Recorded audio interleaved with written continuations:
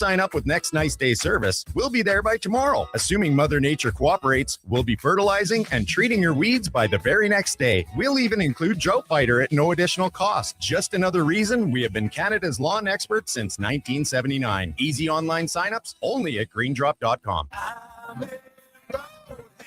Rev up for a ride that truly matters. Join the Princess Auto Ride for Dad Edmonton, where hundreds of motorcycles fire up and roll out together in one unforgettable moment. Enjoy a scenic route, great food, amazing prizes, fundraising awards, and a whole community riding shoulder to shoulder. Collect pledges to support prostate cancer research and awareness of the fight against prostate cancer. Strong, ride proud, difference.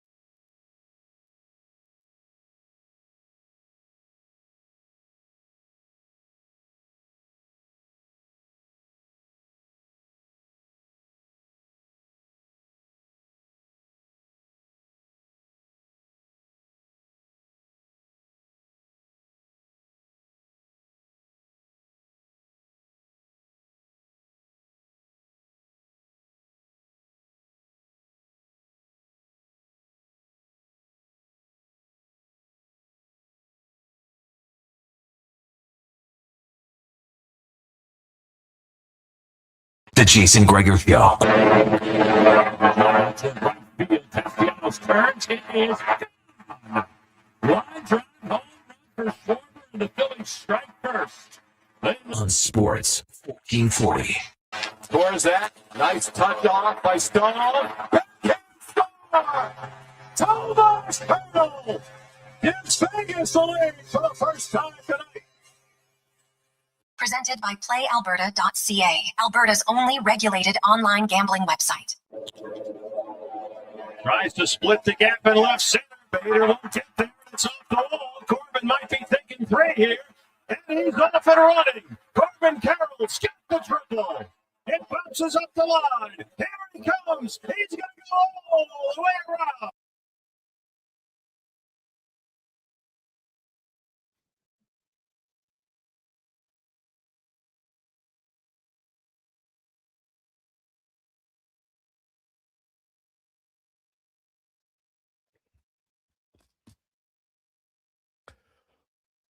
Well, a fantastic Tuesday afternoon. How are you? And welcome to the Jason Gregor Show. Sports 1440, sports1440.ca, YouTube, Facebook, X, Instagram. As always, thanks for listening. Thanks for watching the show. Maybe you're listening later on in the podcast. We appreciate however you consume the show and make us part of your afternoon. We are very happy to be here. Hope you're happy wherever you're at. Of course, lots going on in the sporting world. We're a day close to the World Cup. Should be a lot of fun. You got Lotto Max tonight. Gregor Show always brought to you by PlayAlberta.ca. $15 million up for grabs and 15 prizes of $100,000. Nothing wrong with that. You can make either one at PlayAlberta.ca. 833-401-1440. 833-401-1440. That is the text line. If you ever want to get in, you can call us. Same number. Either one's good. Take it. It's great. We have lots of texts to get to. We got lots on the program today to discuss. Of course, I'm Jason Gregor. Connor Halley's here. Donovan Paulson is along for the ride. Kevin Woodley is going to join us the first hour. Same with Paul Sir. We'll get Terry Ryan, Dave McCarthy in hour number 2, Andy Strickland. Lots of rumors about the Blues. So let's dig into that a little bit today. Colton Parayko, Jordan Kyrou, Robert Thomas. Their names are all out there. How many of them are realistically going to get moved? Some stats of the day. I've been digging in on a few of them that might make you go, what the? So that should be good. We also will be well, we still got a lot of text from yesterday that we didn't get to, so we'll probably touch on some of those in regarding Darnell Nurse, etc. Last night in the NHL, the Carolina Hurricanes do what they do in overtime, win. They're 5-0 in the playoffs this year in OT. Only the Ducks and Panthers of 2003 and 2023 were better. They went 7-0 in OT. Funny enough, both teams lost in the Stanley Cup final. Carolina would probably take an overtime loss if it meant they can win the cup. But they're 6 wins away from the Stanley Cup. Meanwhile, tonight, Vegas, 1 win away from moving on to the Stanley Cup final for the 3rd time in 9 years since they've entered the NHL. It's been a pretty successful run for the Golden Knights. Colorado on the road needs a win. History's not looking good. But there's a chance. 4 other teams in NHL history have managed to come back when trailing 3-0. So is it possible? Yes. Is it likely? No. But it is possible. This is the 218th series in NHL history where a team has trailed 3-0.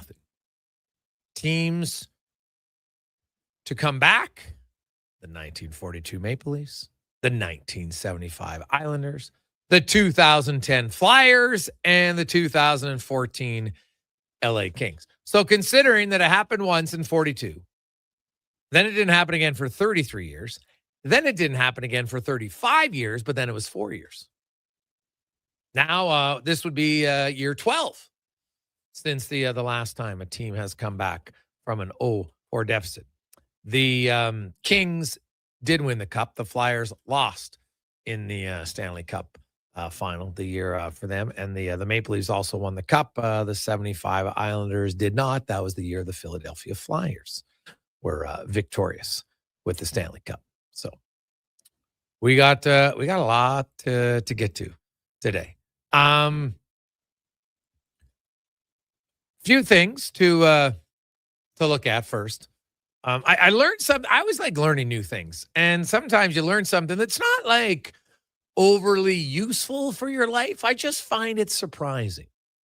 That's all. There's things that surprise me in life because I don't like, sometimes you just don't know the cost of things. And so I was out for lunch today with Mark and Sergey from All-Star Construction.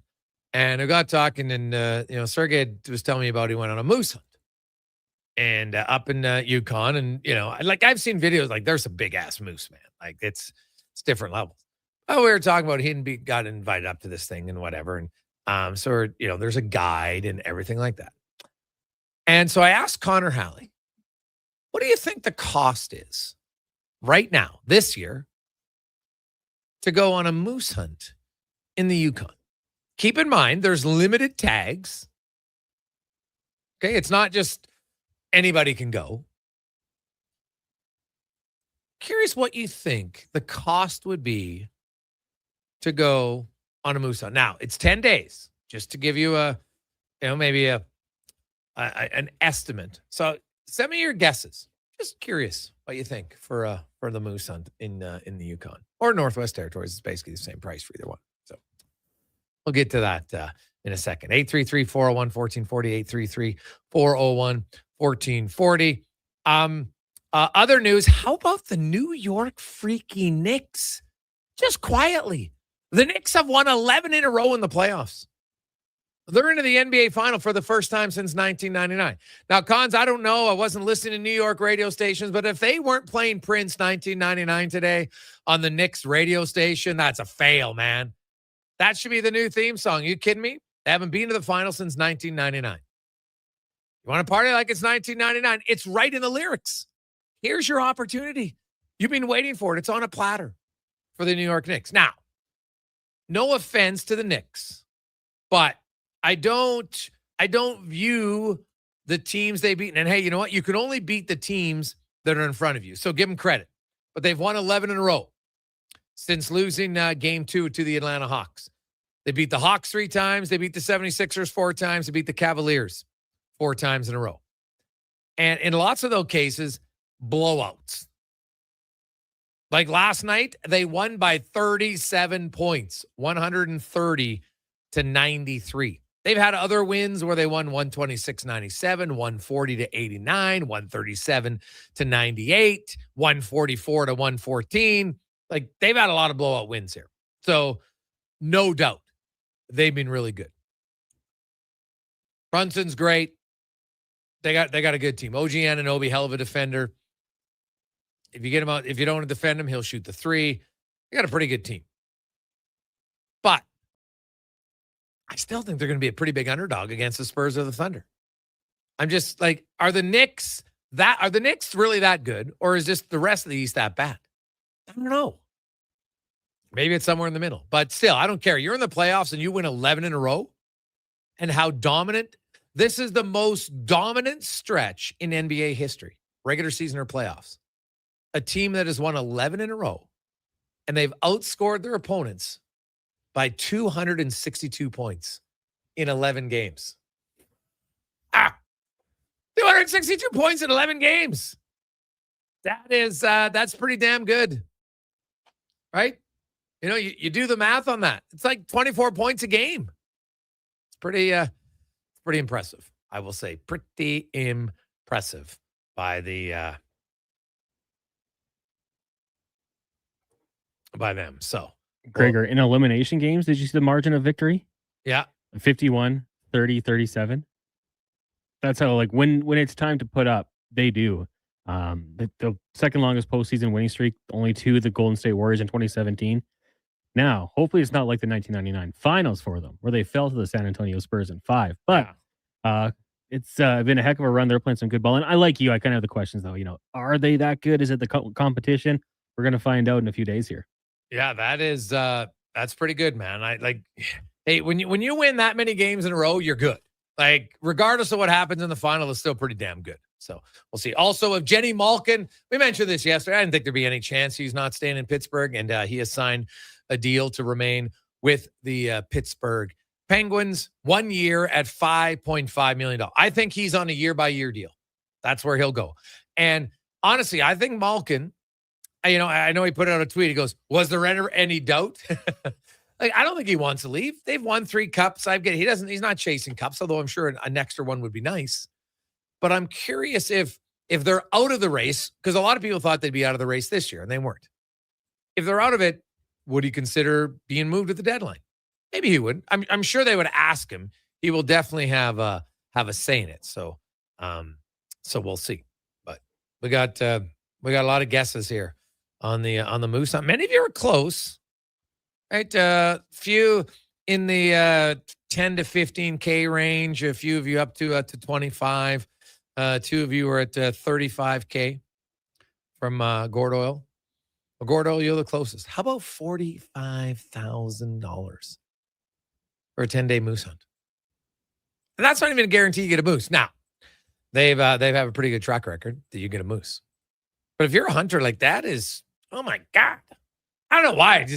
And by the way, like, it's not like you get to keep all the meat. They keep a lot of it for the locals, which is great.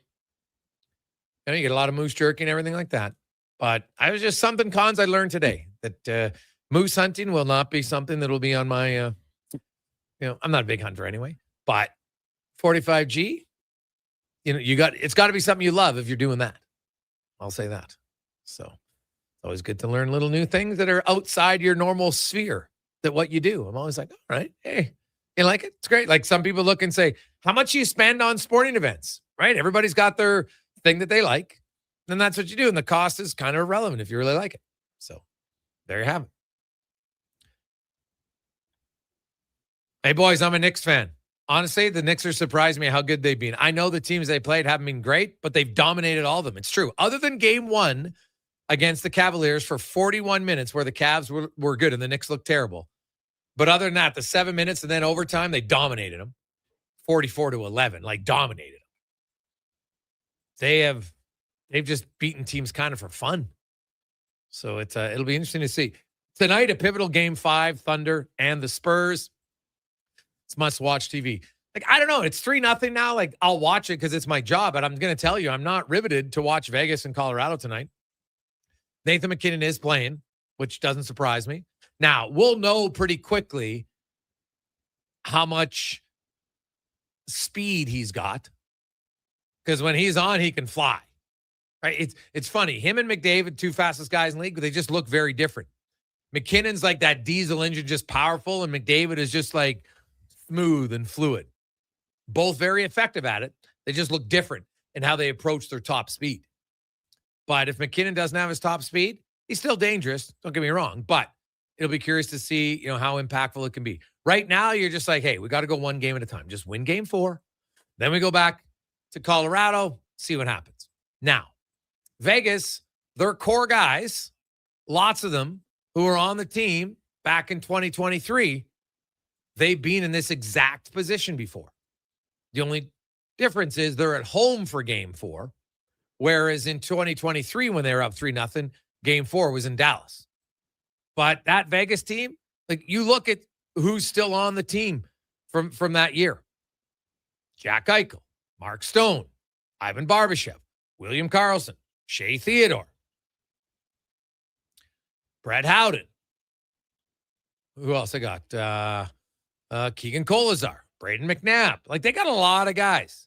Pavel Dorofeyev played in the regular season that year, didn't play in the playoffs for them, but they've got a lot of the guys similar. So I'm sure they'll have the conversation. Let's not let this stretch out a few extra games. Rest can be our biggest advantage because right now the East is going to go at least 5 games with Carolina up 2-1. So, Konza, who just scored? Are you watching that game, Canada? Who just scored? Crosby or Celebrini? We had our eyes up there. Celebrini from Crosby. Okay. Donovan said it was gross. Gross. In a good way. Yeah. In a good way. Big goal to tie it to. Oh, yeah. Well, it's kind of a nothing game for Canada because they've clinched first place. But, it's a fairly big game for Slovakia because if they lose in regulation and Sweden wins, they're out. So it's a pretty big game for them. Yeah, Czechia. Sorry, not Slovakia. Who's been up and down in this tournament. Yes. Like, good, bad. You never really know what you're going to get. It'll be interesting to see how they respond to this one. That was a nice little pass from Sid. Not bad at all. So we'll take a quick break. Kevin Woodley is going to join us. We're going to talk some goaltending. We're also going to dig into, because a lot of people out there, wow, the Oilers just got to give their young guys a chance. And I'm wondering if Woodley has some sort of numbers that say, okay, like Janssen and Unger in the ECHL last year, really good numbers. So how do you move them up? And what happens in Edmonton to a guy like Matt Tompkins, who's on a 2-year deal? And his contract doesn't allow him to go to the ECHL, in case you're wondering, right? Because he has a 2-way NHL deal, which is NHL and AHL. Other guys can have AHL-only deals that include the ECHL, but there's no 3-way deals anymore. So Matt Tompkins, he can't go down there. So if you believe that they're going to have both of the young guys playing in Bakersfield next year, then they'll have to figure out something for Tompkins. So we'll see what happens there. And you don't usually like to run two young guys, they'd rather have them both playing a lot of minutes. So one of them might be in the ECHL for one more year. Wouldn't be the first time. Take a quick break. We'll return. It's a Gregor Show presented by PlayAlberta.ca. The job isn't done until the last load is hauled, and having a semi-trailer out of commission is not an option. Whether replacing or adding to your convoy, Edmonton Trailer has a huge inventory of new and used semi-trailers, trusted by the gravel, logging, oil field, fluids, and freight industries. Find a trailer right for you online or at one of their 3 locations. For sales, service, parts, rental, and finance, when you're in it for the long haul, Edmonton Trailer. May brings more of what you're looking for at Wolf GMC Buick. The selection, never better. The savings up to $12,000 when you combine cash discounts on your new 2026 Sierra 1500 pickup. Up to $1,750 in cash rebates on remaining 2025 Terrain SUVs. Plus 0% financing up to 72 months on most models. And ask about the truck trade-in bonus of up to $1,500 on select new in-stock Sierra 1500s.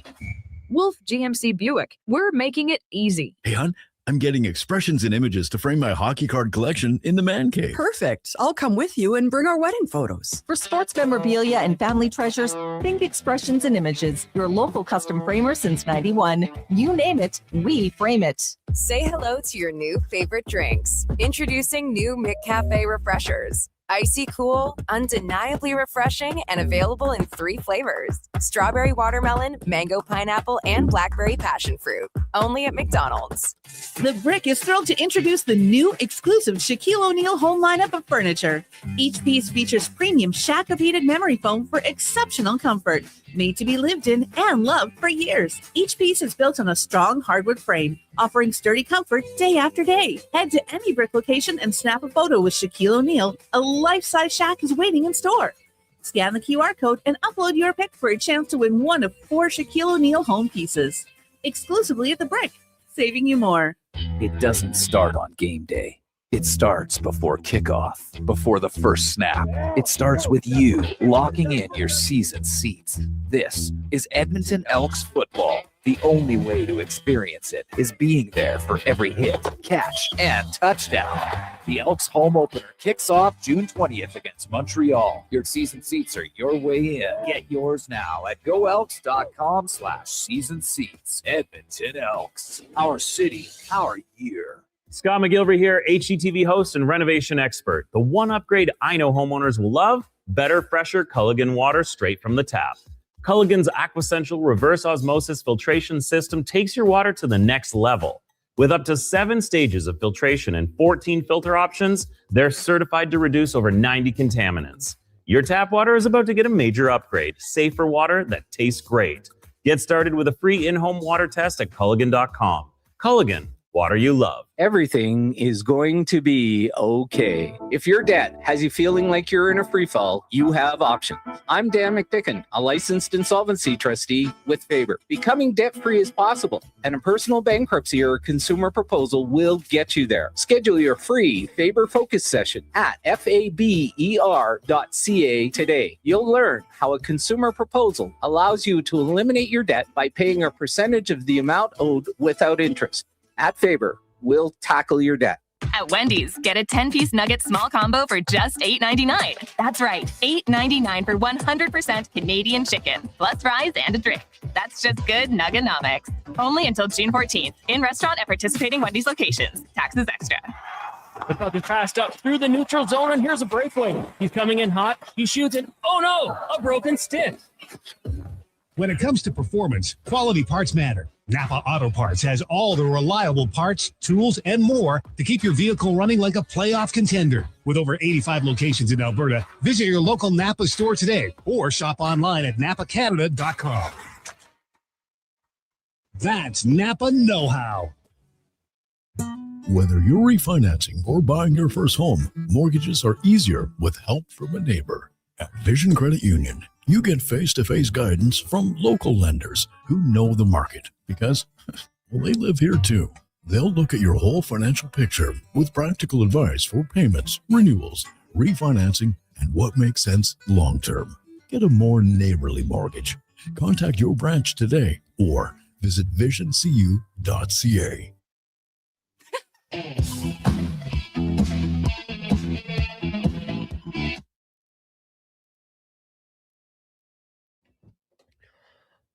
Portions of this hour brought to you by Cantork, made in Canada, made for Canada, where extreme isn't theoretical. Find your solution at cantork.com. The Jason Gregor Show, the best of Edmonton sports talk and beyond. This is Sports 1440. Presented by PlayAlberta.ca, Alberta's only regulated online gambling website.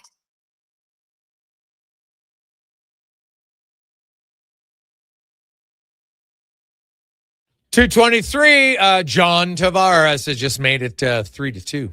10 minutes to go as Canada could be knocking Czechia out of the tournament with a win. So we'll see what happens. As Sweden did win over Slovakia. So yeah, looking at the standings in Group B. Well, no, Czechia is in automatically, but Slovakia is now, looks like they're out because they're 1 point back of Sweden. So Czechia is either going to finish, if they win or get a point or 2 points, they could finish second, but probably going to finish third. And Norway, how about the Norwegians sitting in second place? So pretty good. Pretty good. You also have that first place battle on the other side going on between the Swiss and the Finns. Both teams perfect 6-0, and they are tied 2-2 late in the third period. Coming up, Kevin Woodley is going to join us. It's the Gregor Show, as always, presented by PlayAlberta.ca. Also remind you, it's a Kids Sport Week here on the show, and our goal is to get to 100 kids. We're at 83. Really good Monday. Okay, so we need 17 more. It's $25 a month. It's very simple. $25 a month, you can support a kid to get him into sports. Basketball, soccer, gymnastics, fencing. There's 90 different sports they're involved in. Martial arts, anything. Whatever the kids like, it gets them involved, feel part of a team. You'll feel awesome. You can get it. It's $25 a month or a one-time payment of $300. Or now you can sponsor multiple kids if you like. And you get part of our gang. And we send you updates during the year on what's kind of going on. And of course, you get a tax receipt with it. So let's finish it out. Try to get this done today if we can. All right. We did 83 yesterday. I'm pretty sure we can do 17 today. So 833-401-1440. Just text in your name. And if you want to do one kid, that's great. And I'll pass it on to Kids Sport. They'll reach out to you. It's pretty simple. So there you go. Now let's get to our big guest of the day, brought to you by Silent Ice Center. We're coming up in a few months. Gene Simmons live on stage at Silent Ice Center. You can get your tickets, silenticecenter.com. It's an intimate environment. Not a lot of tickets left, so get them in now. Well, you can if you're a big fan of Gene Simmons playing all the classics. Kiss and more coming up later this year at Silent Ice Center. As from In Goal Magazine and NHL.com, Kevin Woodley joins us once again. Woodley, how you doing, my man? I'm good, Jason. I'm good. How are you? Good. Now, this is maybe a tough question, but I know when you crunch all your numbers and different things, because a lot of people in Edmonton are like, hey, you know what? Janssen and Unger, these guys are really good. They got to be ready. Like some people actually thought they should have got looks in the NHL last year. I'm like, maybe pump the brakes on that one a little bit. But I know that the ECHL is good for goalies development because they get to play a lot. And, it's kind of a unstructured environment. So you got to work on some things. But when you look at, is there any numbers that you need to see, or is it all based on environment? And it's not hard to tell if a guy's numbers in the ECHL will translate to him being good at the AHL and then potentially in the future, the NHL.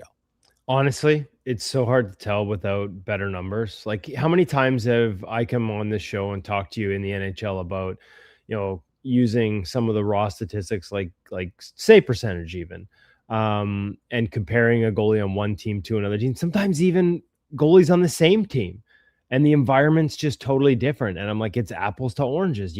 They're not the same thing. Having that baseline of shot quality and an expected save percentage that you can really trust, I think is such a key part of being able to evaluate. And the reality is I don't have that at the ECHL. I don't even have it at the American Hockey League through Clearsight Analytics. If there's a hole there, it's that it's kind of it's a catch-22. The reason I trust their numbers and the reason I believe they're so much better is because everything is manually tracked. And so you're not depending on computers and AI and video to do your work for you. but it also means you can't scale it by just slapping a bunch of cameras in different rinks and plugging it into the formula. So they don't have it at the lower levels. I know they've started looking at expanding it for sure, including into college. But in terms of what I have access to right now, it doesn't go down those levels. And so I think it requires more eye test. I think when I talk to guys, and this is interesting because I have talked to more people since, remember you mentioned Sebastian Cossa, obviously a name that's, on the tips of tongues of goalie people around Edmonton for good reason, because it looks like there's questions about what his future looks like in Detroit. And all of the goalies that come through their American League system right now, I was told you got to grain of salt it a little bit just because the environment's really good. The structure in front of them, as much as the American League is a more chaotic league in general, and it can be harder to be a play reader, something we talked about with Ingram, and big bodies that can play a little bit of hit me behind the chaos and just get hit by pucks can have success. I haven't watched enough Grand Rapids to tell you what that looks like, but I've had a lot of people that do say it's a really structured environment, one that's somewhat goalie friendly. And so the numbers are going to skew more favorably to the goaltenders compared to a team that has less of that structure. Doesn't mean that those goalies aren't ready. Doesn't mean that their success at that level can't translate to the pro level.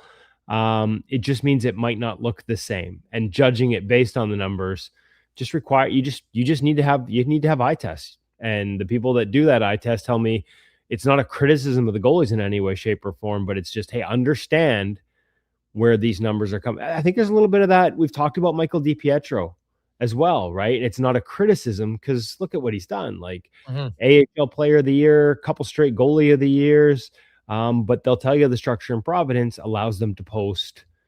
You could play the same there compared to some other teams and just have better numbers. Yeah. And so judging on numbers alone becomes very difficult. And so it's hard. Like it's hard. And this is where I think, having more voices, more eyes within an organization, but then also the trust that this trumps maybe some of your analytics at times is important.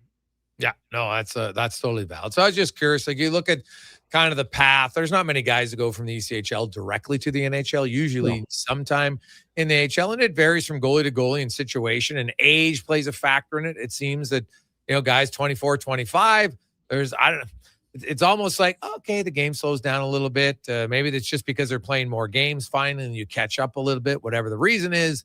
We see guys hit that number. Like you look at Dobish, right? He turns 25 later on this year, and he's starting to hit his stride. Yeah, I mean, you look at Dobish and like the physical tools have always been there. And, I know I've talked to you about this already, but, everybody sort of talks about this, his own words, goofy goalie who goes home and watches Game of Thrones. Well, there's a maturity to his approach and his game that if you really get to know him, probably goes beyond the age of 25. And it's been sort of developed and battle tested, that battle, that compete he has in his game through, needing to fight for opportunities earlier in his career, never having anything handed to him. And so you add that to the physical tools. Like you look at him, just size is one thing, but his ability to get long and extend and not just kick a pad, but have a fully explosive movement, pad extended, glove or blocker over top of it. Like there are physical tools there that, just not a lot of guys possess. And some of the other elements, it was their American Hockey League goalie coach that recommended he start working with Pete Fry, the goalie mindset guy that you sort of hear in his comments. A lot of Pete and you listen to Jakob, you hear a lot of Pete's work in his commentary. He's talked about working with, the mindset guy that came from their American Hockey League guy saying, I think this would help you. And interestingly enough, we had Pete on the podcast last week, multiple time guest for us over at Ingle. And he said that at first he didn't really want to, didn't think he needed it, right? Like there's all these different parts of the formula and every goalie has a different blend. Some of them don't want to do it all. Some of them don't think they need it all. Some of them take till they're later on to realize, I better put some work in on the mental side, training my brain or training my eyes. There are some guys that just get away with physical and they never actually work on their eyes. And then there are the guys like the Braden Holtbys that are like, hey, like my eyes are a muscle too. I better take care of that. And so there's so many different factors, Jason, that go into it. And I guess my pull away would be if you're in an organization, you'd want to know what all the potential factors are. You'd want to know where all the strengths lie for each goaltender and have an idea of where they are on a sliding scale of 1 to 10, like what they do well in all these different little areas. And are there any deficiencies? And are those deficiencies just natural, God-given, will never change? Or are there things we can do to improve it? I don't know where the Oilers rank on this, but like there are teams around the league that one of the first things they do, whether it's drafting a goalie, I'm sure they'd love to do it before they drafted him, but drafting a goalie, signing a goalie, they send them to sports optometrists. Yeah. Like to see, because you can have 20/20 vision doesn't mean anything. Convergence, divergence, the way our eyes come together to allow us to see a puck all the way into our body, or converge to be able to quickly scan the zone and see in our peripherals. Depth perception, and then you can train improvement in all those things. I'll give you a personal takeaway. Visual Edge, which is a tool that a lot of NHL goalies are coming to. Bennington used it as a game day warm-up routine. It assesses all these different elements of sort of sports vision and gives you tools to fix them. My daughter, who's just finishing her first year of playing Div 2 volleyball down in the States, tough life for her, University of Hawaii too. So really tough go for her. But I hooked her up with this because she had sort of plateaued with this sports vision training tool. And it quickly identified that she had a depth perception score in like the 38th percentile. Everything else was off the charts. Tested 20/20, didn't need glasses, everything was great. But when we tested her sports vision, depth perception was low. And so she's been working now in the program to train improvement. If you're not looking for all these little things, you won't find deficiencies and you won't know whether you can improve. And that's just one little takeaway. We're already seeing the results. I mean, she's a libero, so it's all about service return and being able to read off hands, off hits. And much like a goalie, if your depth perception is at all deficient, you're going to struggle with that more than you should be. So it's just one tiny little sliver and an example of all the different rocks or no stone unturned I talk about. You can't rely on the goalies to do it always themselves. You have to have a staff that's looking for some of these deficiencies as well. Yeah. Oh, that's fair. Kevin Woodley from Ingo Magazine and NHL.com joins us. You mentioned Dobish and how well he has played.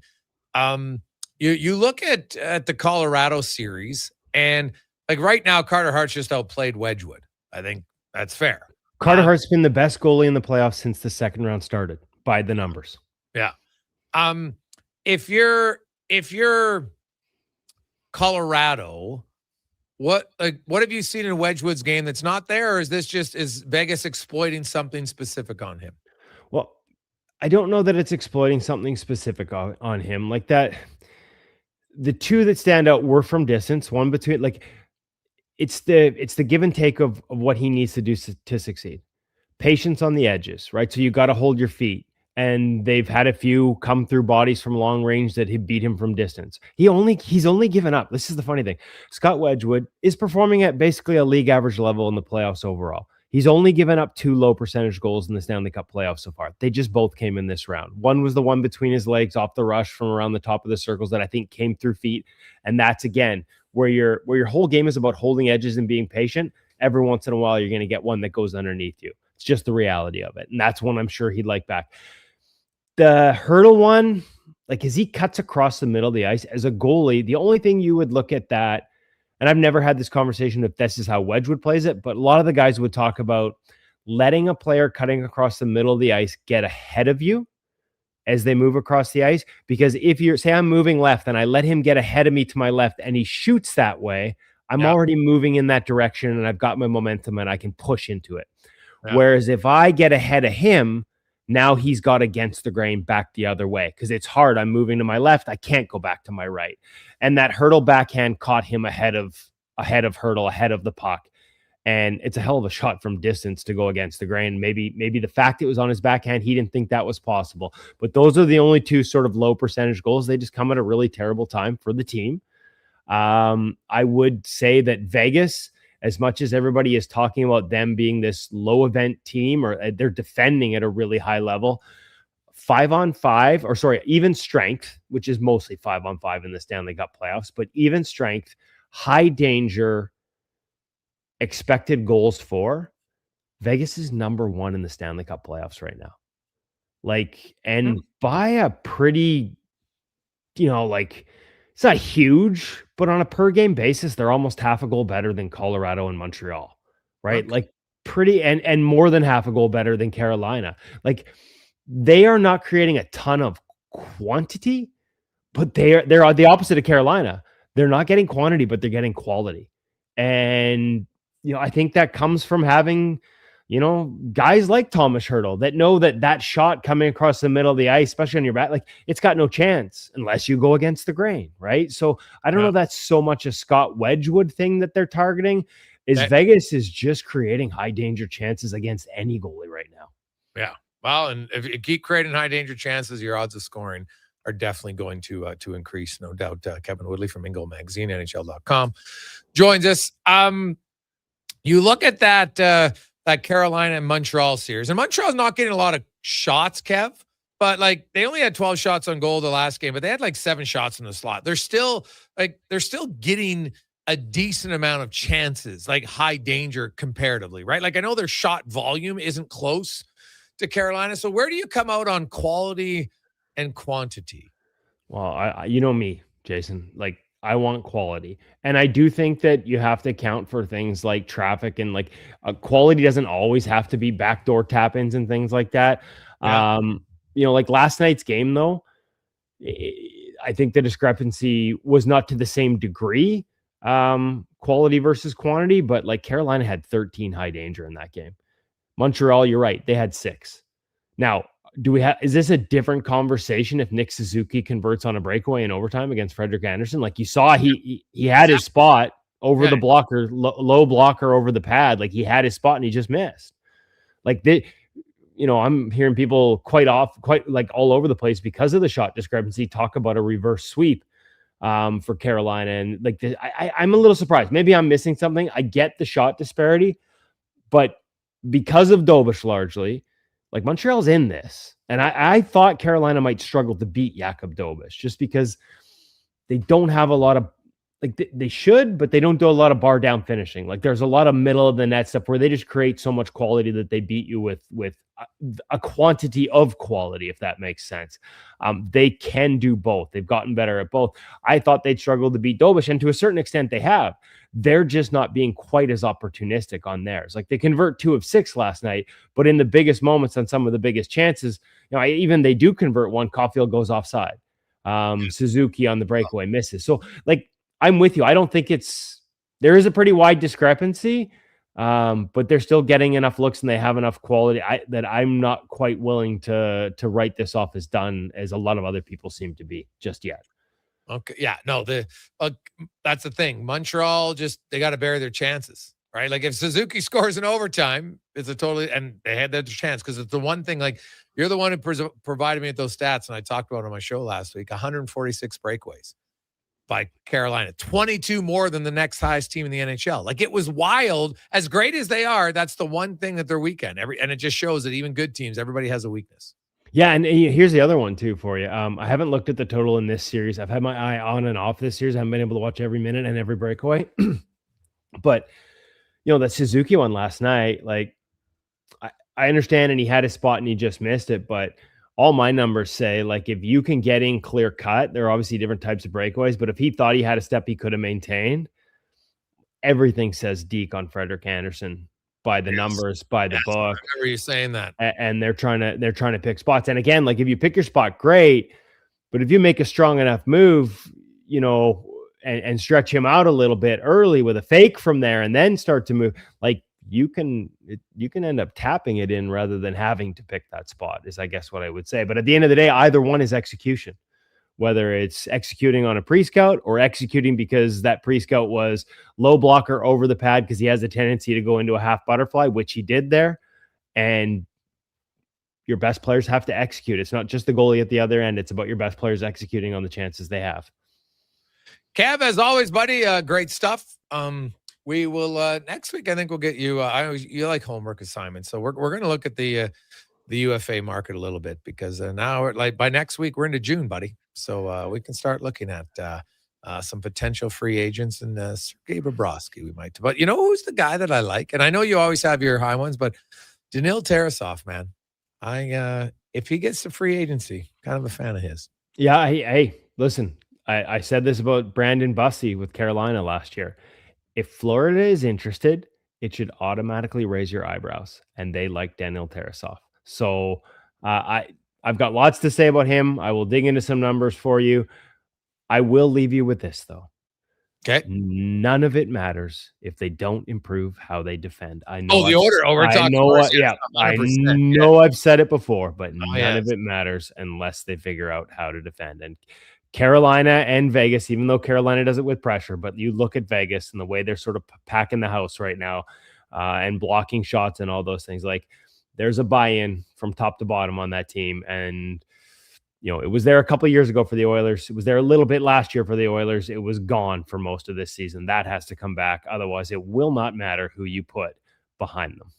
Yeah. The thing is, the Oilers have shown in the past that they can defend. To me, it's not can they do it. Will they do it consistently? I know they can do it because they've done it. It's will they do it consistently? That's going to be absolutely. And the other one we're going to kick around soon, my friend. I have been digging into departments around the league and goalie voices and who can do what and some of the different structures. So maybe we'll save that for a couple of weeks, but it doesn't necessarily require a director. It just requires a commitment to a structure top to bottom and somebody at the top of it outside of the goalie department that's willing to listen to that at least as much, if not more, or apply it not just to the eye test, but to the analytics. I had one director that quit a team, actually walked away from a goalie director job because the team constantly deferred to analytics and not his eye test, and chose one over the other and didn't have much success doing it. So some interesting food for thought that we can kick around when we get into decision making. And I think some of it, frankly, applies to the Oilers and their decisions,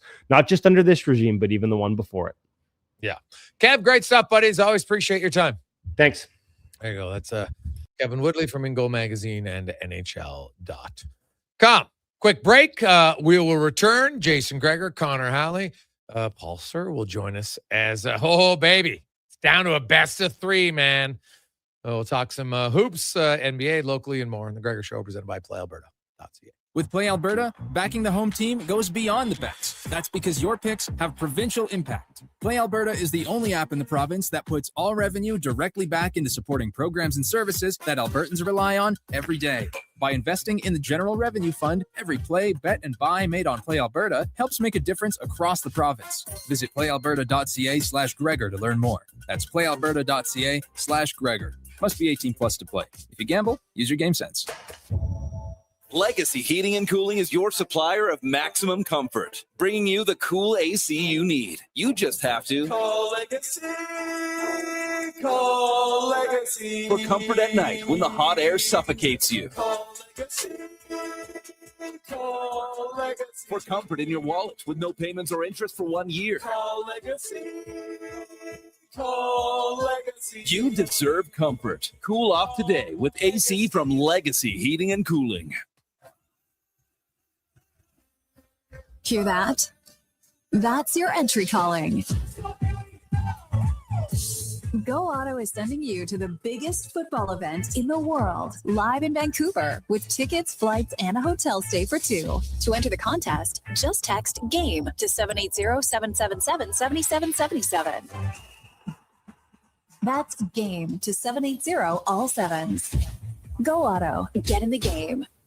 Shoulder pain. It can make even the simplest things like reaching up, lifting a bag, brushing your teeth, or sleeping frustrating. Rotator cuff strains, impingement, arthritis, they're some of the most common issues we treat every day. I'm Grant Fedoruk, and at Leading Edge Physio, our team brings postgraduate training, evidence-based technology, and just the right amount of humor and humility to help you feel better. Because we never forget the most important part, the gratitude we feel for every patient who allows us the opportunity to care for them. Because life shouldn't hurt. When it does, leadingedgephysio.com. Jason Gregor isn't just a sports guy. He's a community builder with over $3 million raised for local charities. And his Gregor Foundation, He's making a difference on and off the air. Check out Gregor weekday afternoons on Sports 1440.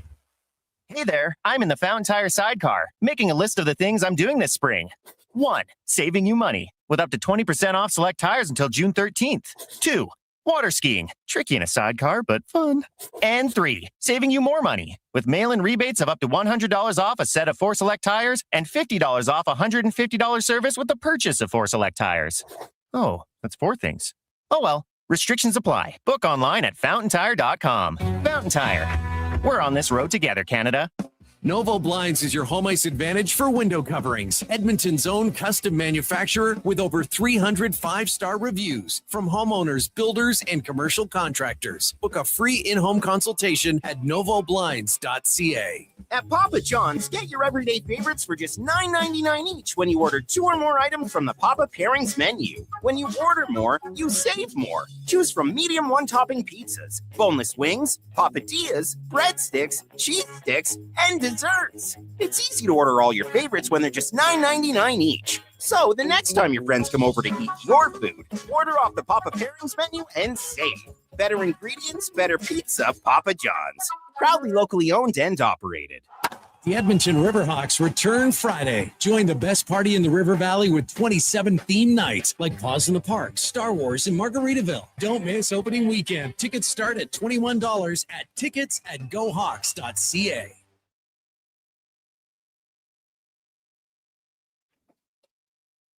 Portions of this hour brought to you by Mortgages to Go. Need cash and have equity in your home? Mortgages to Go has you covered. When the bank says no, they say yes, and they've been doing it in Alberta for over 23 years. Call 1-888-888-5998 or visit mortgagestogo.ca. This is Sports 1440, where Edmonton talks sports. On YouTube, Facebook, and X. Here's Jason Gregor. Brought to you by playalberta.ca.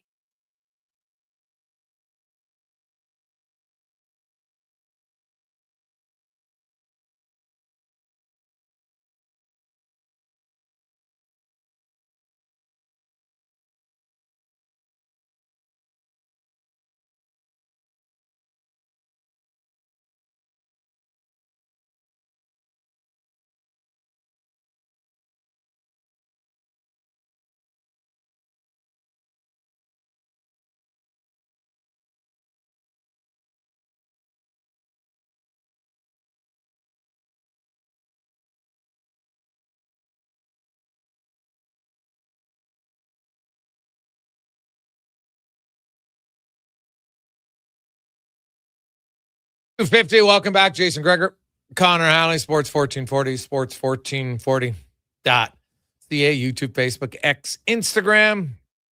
Thanks for listening. Thanks for watching. You can also watch it YouTube, Facebook, X, Twitch. There you go. Brought to you by playalberta.ca, Alberta's only regulated online gambling website where 100% of the revenue stays right here in the province of playalberta.ca. Brian's in at sponsoring a kid, so now we're down. We got 16 left. Okay, we want to get to 100. Okay, that's our goal. So need 16 more. It's a kid sport week where they're trying to get as many kids as they can on the field. So our goal was to help out by getting 100. Okay, so we're at 84. Really good day yesterday. So let's get there for the end of the week. Ideally, we'd like to just finish it today and move on. So if it's very simple. It's a one-time payment of $300. You get a tax receipt, or it's $25 a month. Have it on your Visa. Probably don't even miss it. You get kids playing soccer and basketball and fencing and hockey, and who knows where it goes. It's more importantly, it's not about playing professional or anything. It's just about getting the opportunity to be included, play some sports, have some fun, and enjoy life a little bit better. So if you can help out, be very much appreciated. Any companies out there, not take $25 a month. Come on, it's not going to impact most of you at all. So 833-401-1440. Just text in with your name and how many kids you want to help, and there you go. Get Kid Sport to reach out to you. As we now get to our NBA report, brought to you by Legacy Heating and Cooling, where the rates never change, no overtime charges. That's how you build a legacy. At legacyheating.ca is a host of Hoop City, former professional player and coach in Europe, Paul Sir, joins us. Paul, how you doing, my man? Doing great. 2 quick things. The cause that you have of getting kids to play for Kids Sport, Jason, not a better organization around, with a pure intention, doing exactly as you described, getting kids to play, not play professionally, just play. And then kudos to Kevin and his talk to you in a couple of weeks about the battle between scouts and the eye test and the dreaded pocket pen, basement dwelling analytics guys that dominate sports today, that are making, in my opinion, so many and maybe too many decisions in terms of personnel and team makeup across the gamut of sports. So let's look at basketball. And I know that, they've, it's changed a lot of how they, coach and what to look for. And, you look at the New York Knicks, Paul, they've won 11 in a row. This is the most dominant stretch in NBA history, regular season or playoffs, to win 11 games in a row. And those were 11 games against playoff teams. So regardless of how good you think they are or not, they've outscored them by 262 points in 11 games. Like, it's freakishly good. How good are the Knicks? They're really good. Always, what I think everybody is assuming is, though, yes, they're good, but they're in a weaker Eastern Conference. Wait till they play the West. Then it's all going to be different. It's going to be so much harder. Yeah, it's going to be so much harder.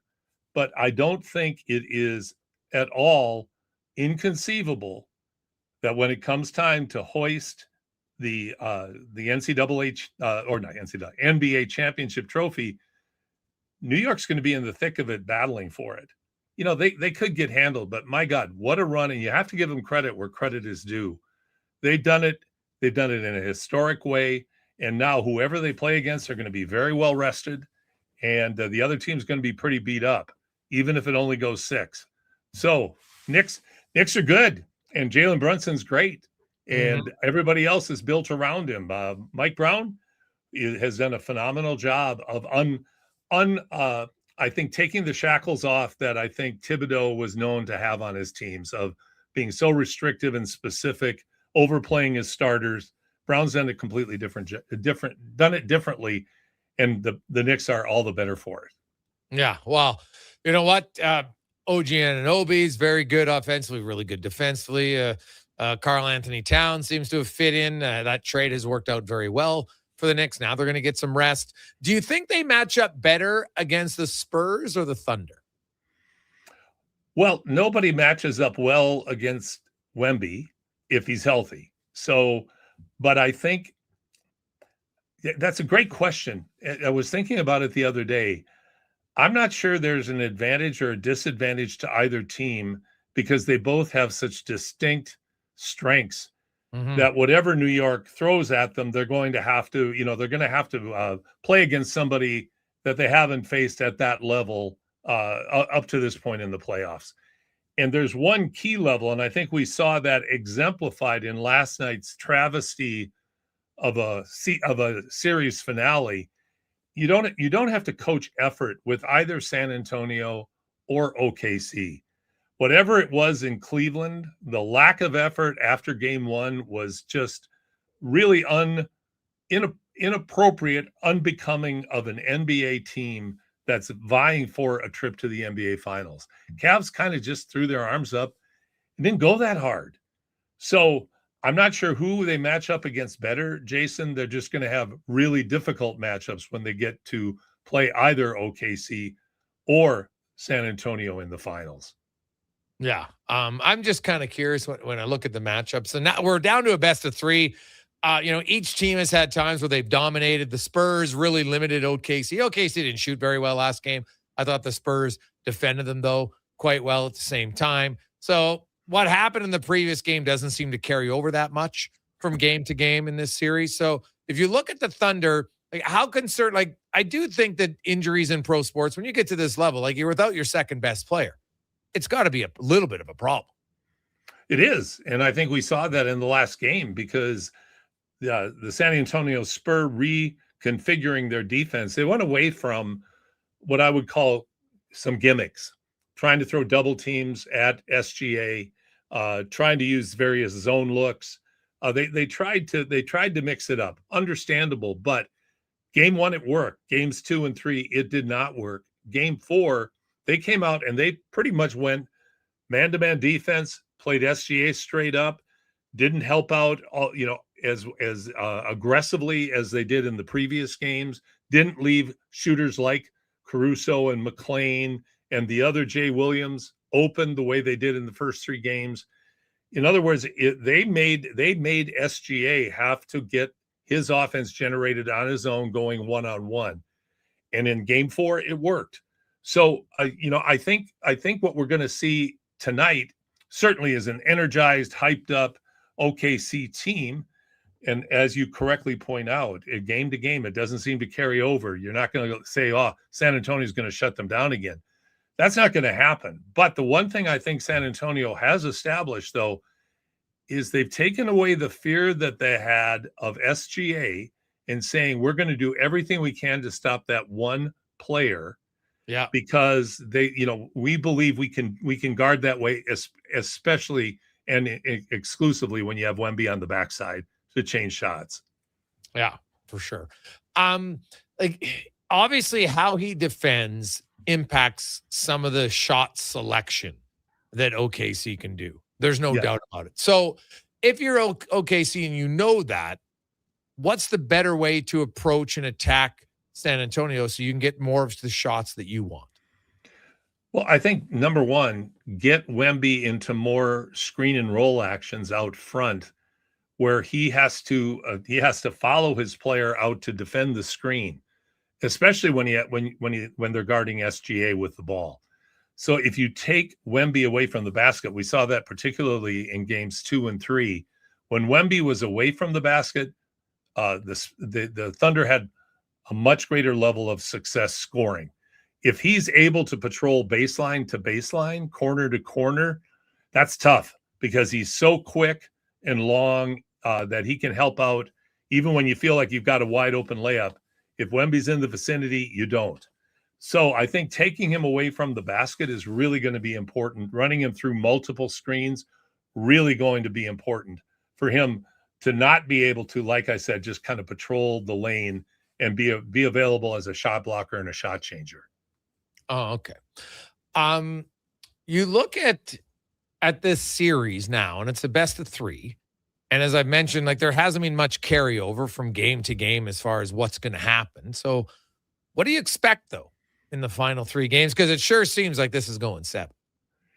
It sure feels like it. And I think one thing that's going to be interesting to see tonight is you had made something that I didn't address enough before.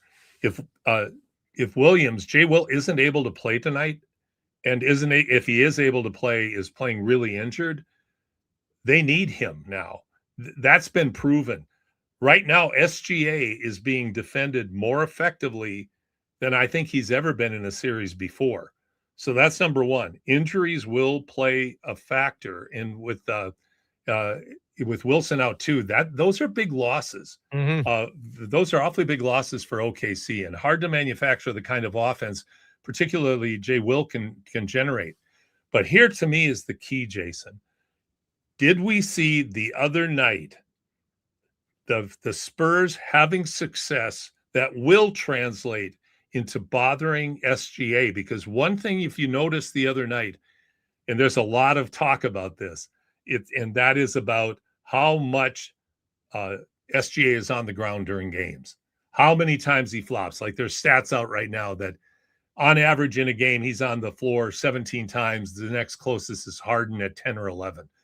There's no doubt about it that if you love SGA, he's great at drawing fouls and baiting defenders. If you don't like SGA, he's a flopper, and the officials aren't calling it correctly. So it all depends on your perspective. But what I saw the other night was you didn't see SGA able to get to the floor because what San Antonio did was make him hit shots over their defenders, not with the defender being on his hip, getting to the basket and drawing contact. He wasn't able to draw contact the other night like he had been in the previous games. That's the only part of that defensive strategy, Jason, that I'm curious about whether or not San Antonio is going to be able to be successful in carrying that forward. Okay. Or are the Thunder just going to run everybody guarding SGA off multiple screens all the time? So they're going to be switching all over the place. I think it's going to be a really interesting and great match. And what a fantastic series it's been so far. Just seeing Wemby in his coming out party. Is the drama, the excitement, and the level of play has been just fantastic to watch. Yeah, for sure. Paul, great stuff as always, man. We appreciate it. We will chat with you next week. What's coming up on the show this week? We're going to have Sirhat Sohi. She is the great writer from Edmonton who writes for The Ringer on the WNBA. And we're going to have Sirhat on as well.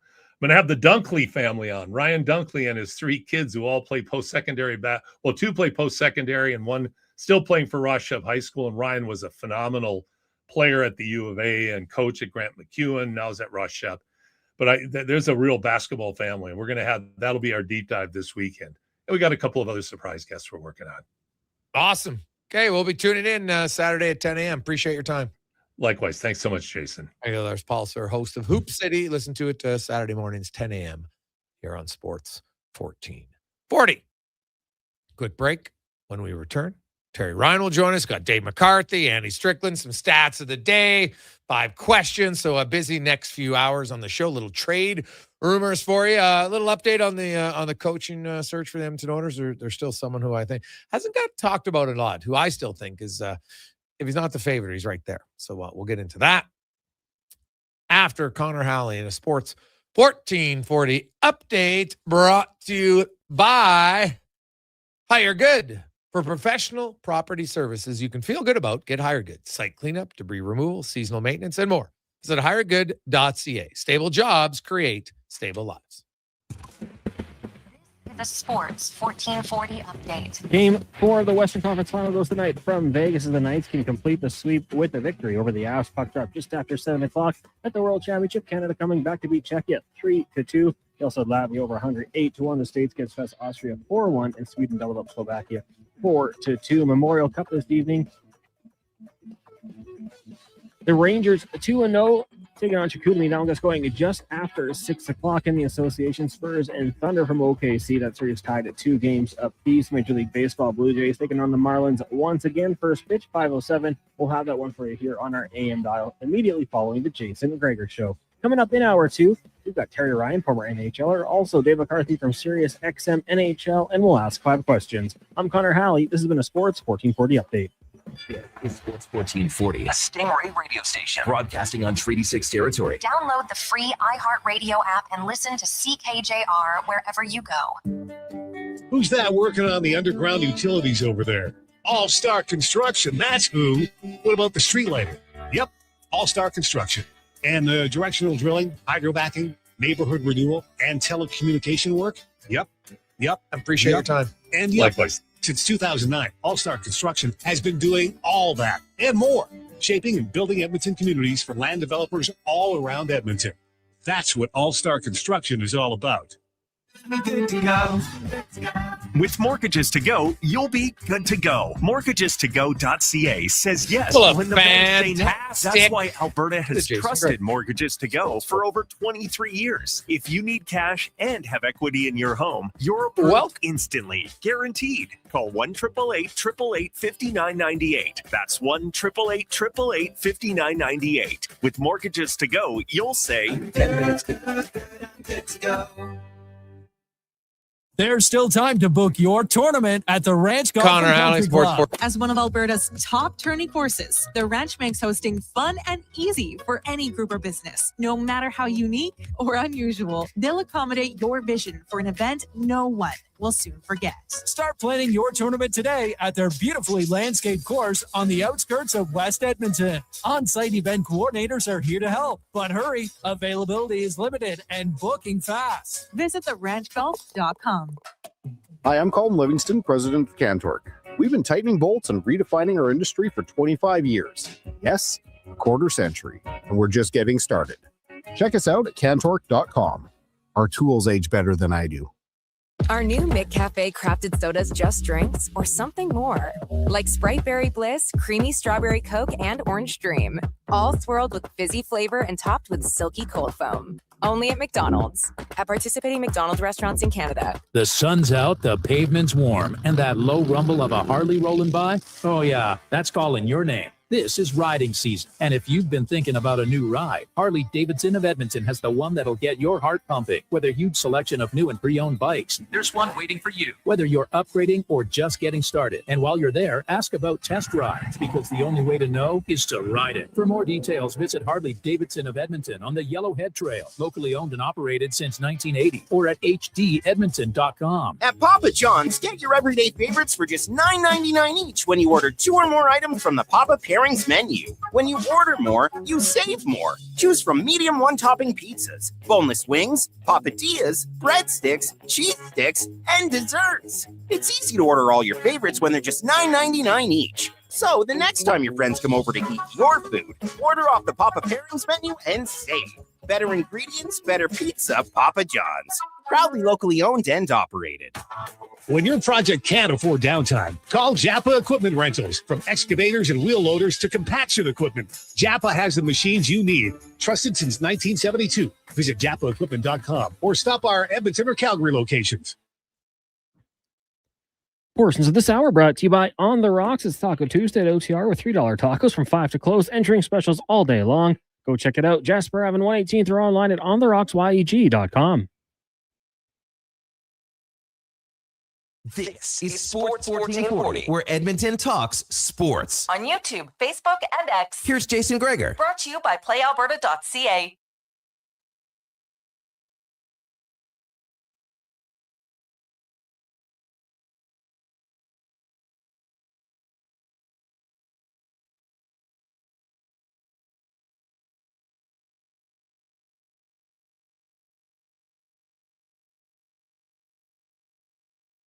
Tuesday afternoon, Sports 1440, sports1440.ca, as well as YouTube, Facebook, X, Instagram, Twitch, lots of places to watch the show, listen to the show. We thank you very much for finding out whichever platform works for you.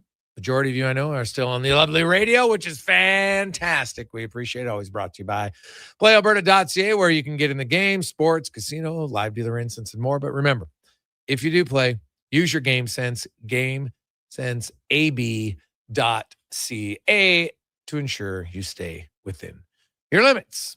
Of course, tonight in the National Hockey League, only one game, and it could be Goodnight Irene if Colorado loses on the road in Vegas tonight, as the Golden Knights are leading 3-0 in the series. Nathan McKinnon will play tonight for Colorado Avalanche, as we welcome to the show former NHLer, TV star, commercial star, Terry Ryan joins us. TR, how you doing?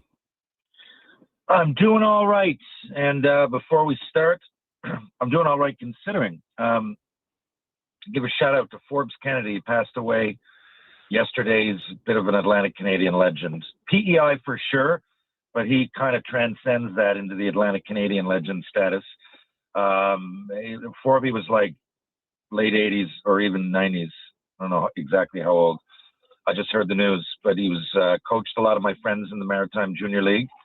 A very tough player, one of the first to make it in from Atlantic Canada, and then headed back to PEI. I think he was born in New Brunswick. I think he played for the Edmonton Flyers, TR. Well, he had a story. He played a long time in the NHL, but I'm guessing 600-700 games in the NHL. But he also played a lot in the minors, so that wouldn't surprise me.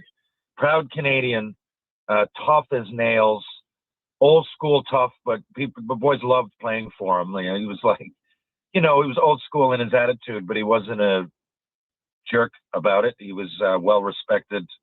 Anyway, I go over to PEI every summer, and Forby and his family are, that goes back as 10 years old. My first baseball tournament over there, he came to meet me because my dad played, and he knew that. And after that, coached some of my buddies in the Maritime Junior League, like I said.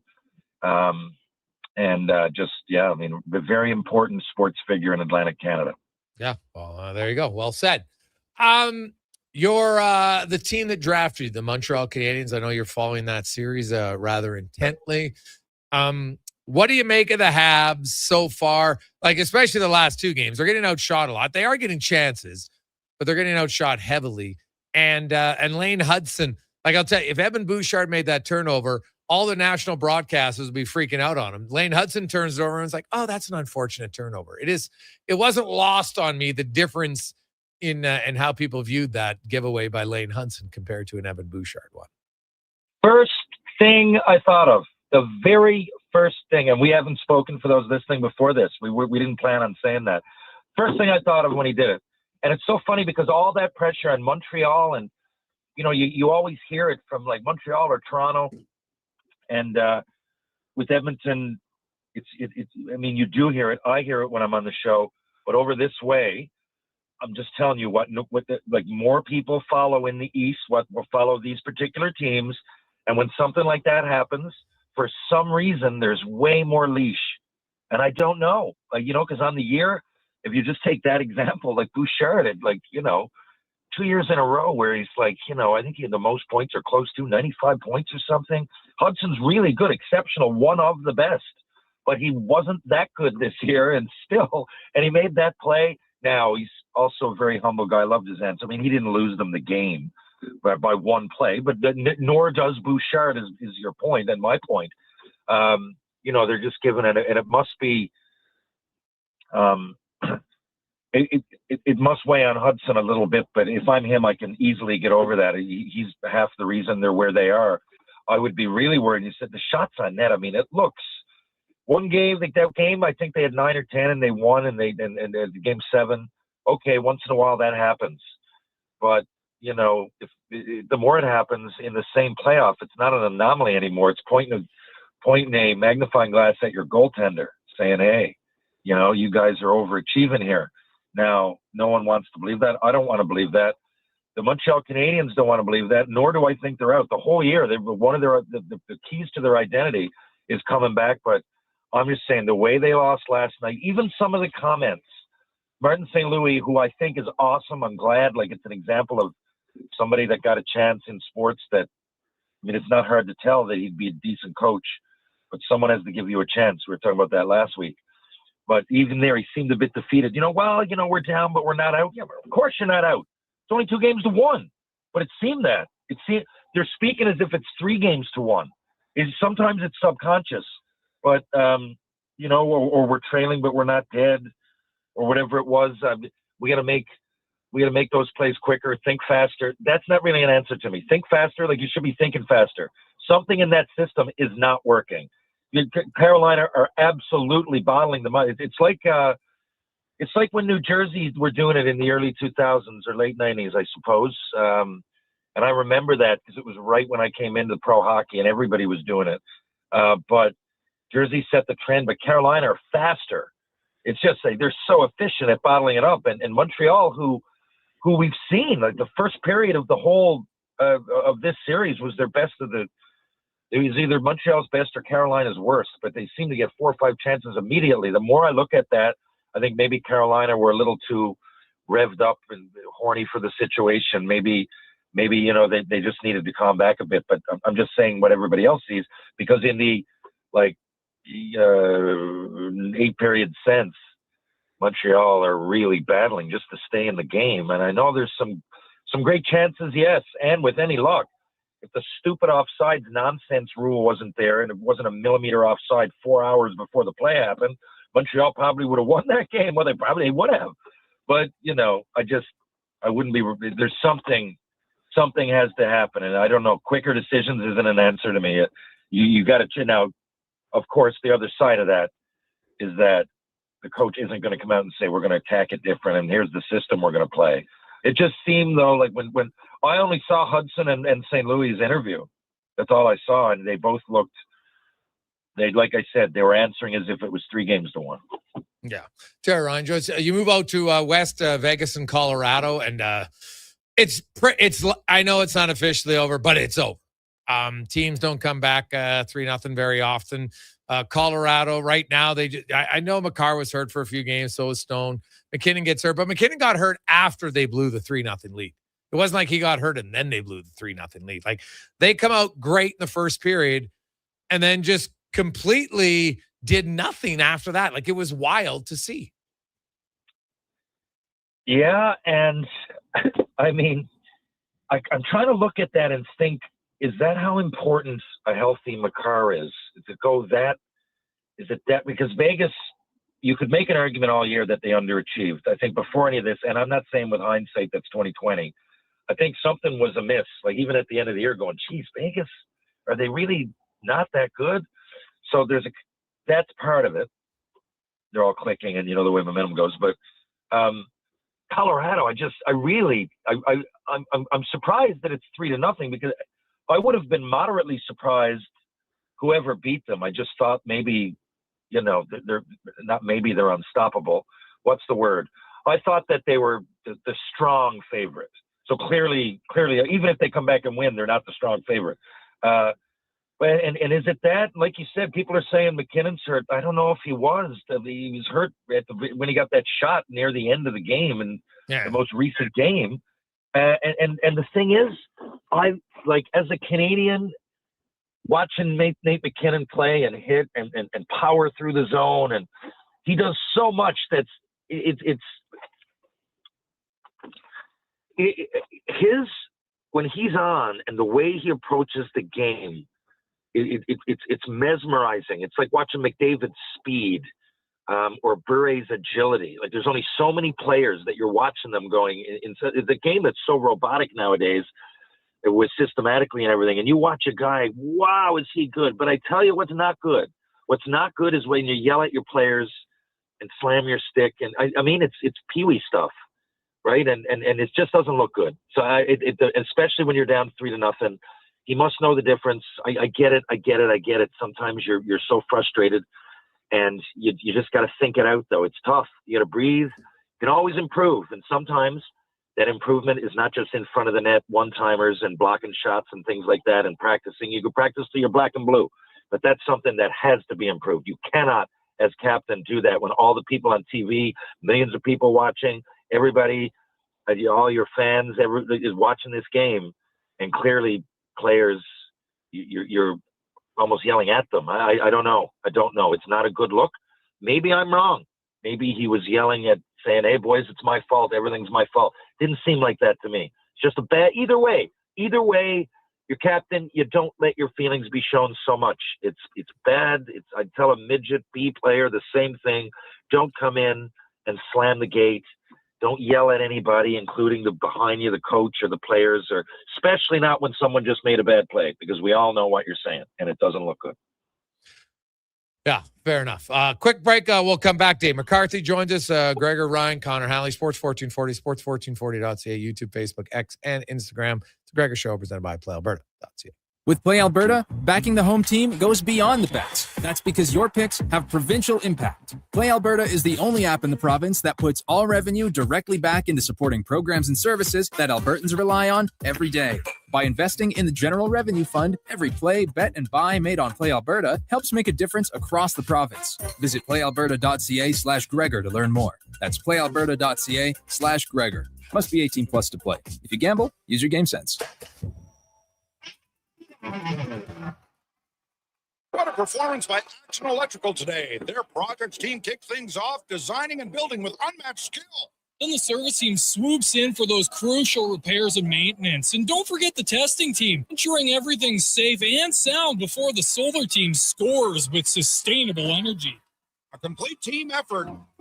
Have Action Electrical bring home a win for you and your project. Visit actionelectrical.net.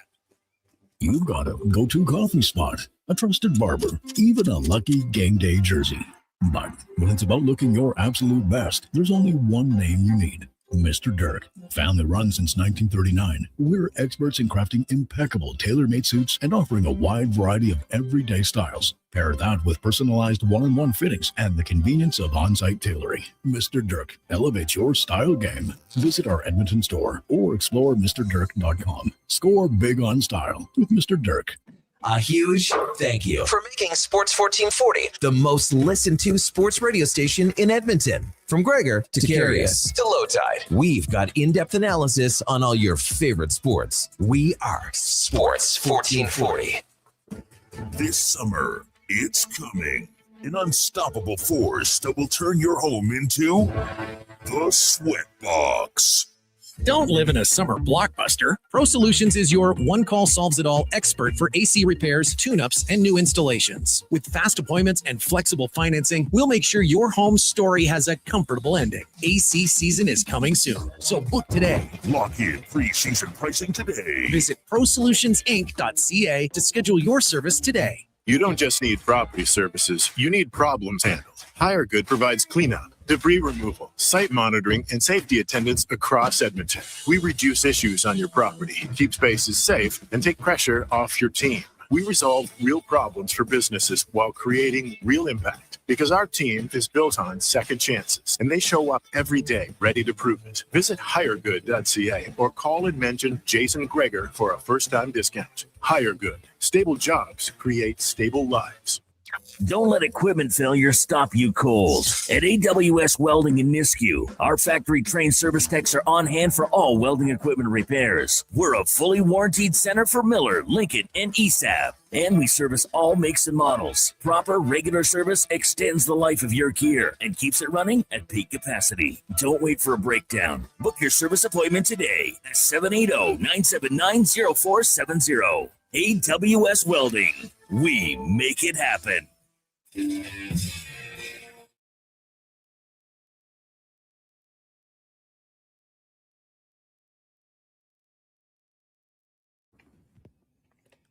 Portions of this hour brought to you by Leading Edge Physio. We treat pain and injuries head to toe and some other issues that might surprise you, like incontinence, vertigo, neuropathy, and cognitive issues. We invest in the technology, techniques, skills, and people that know how and what to fix. Life shouldn't hurt. LeadingEdgePhysio.com. This is Sports 1440, where Edmonton talks sports. On YouTube, Facebook, and X. Here's Jason Gregor. Brought to you by PlayAlberta.ca.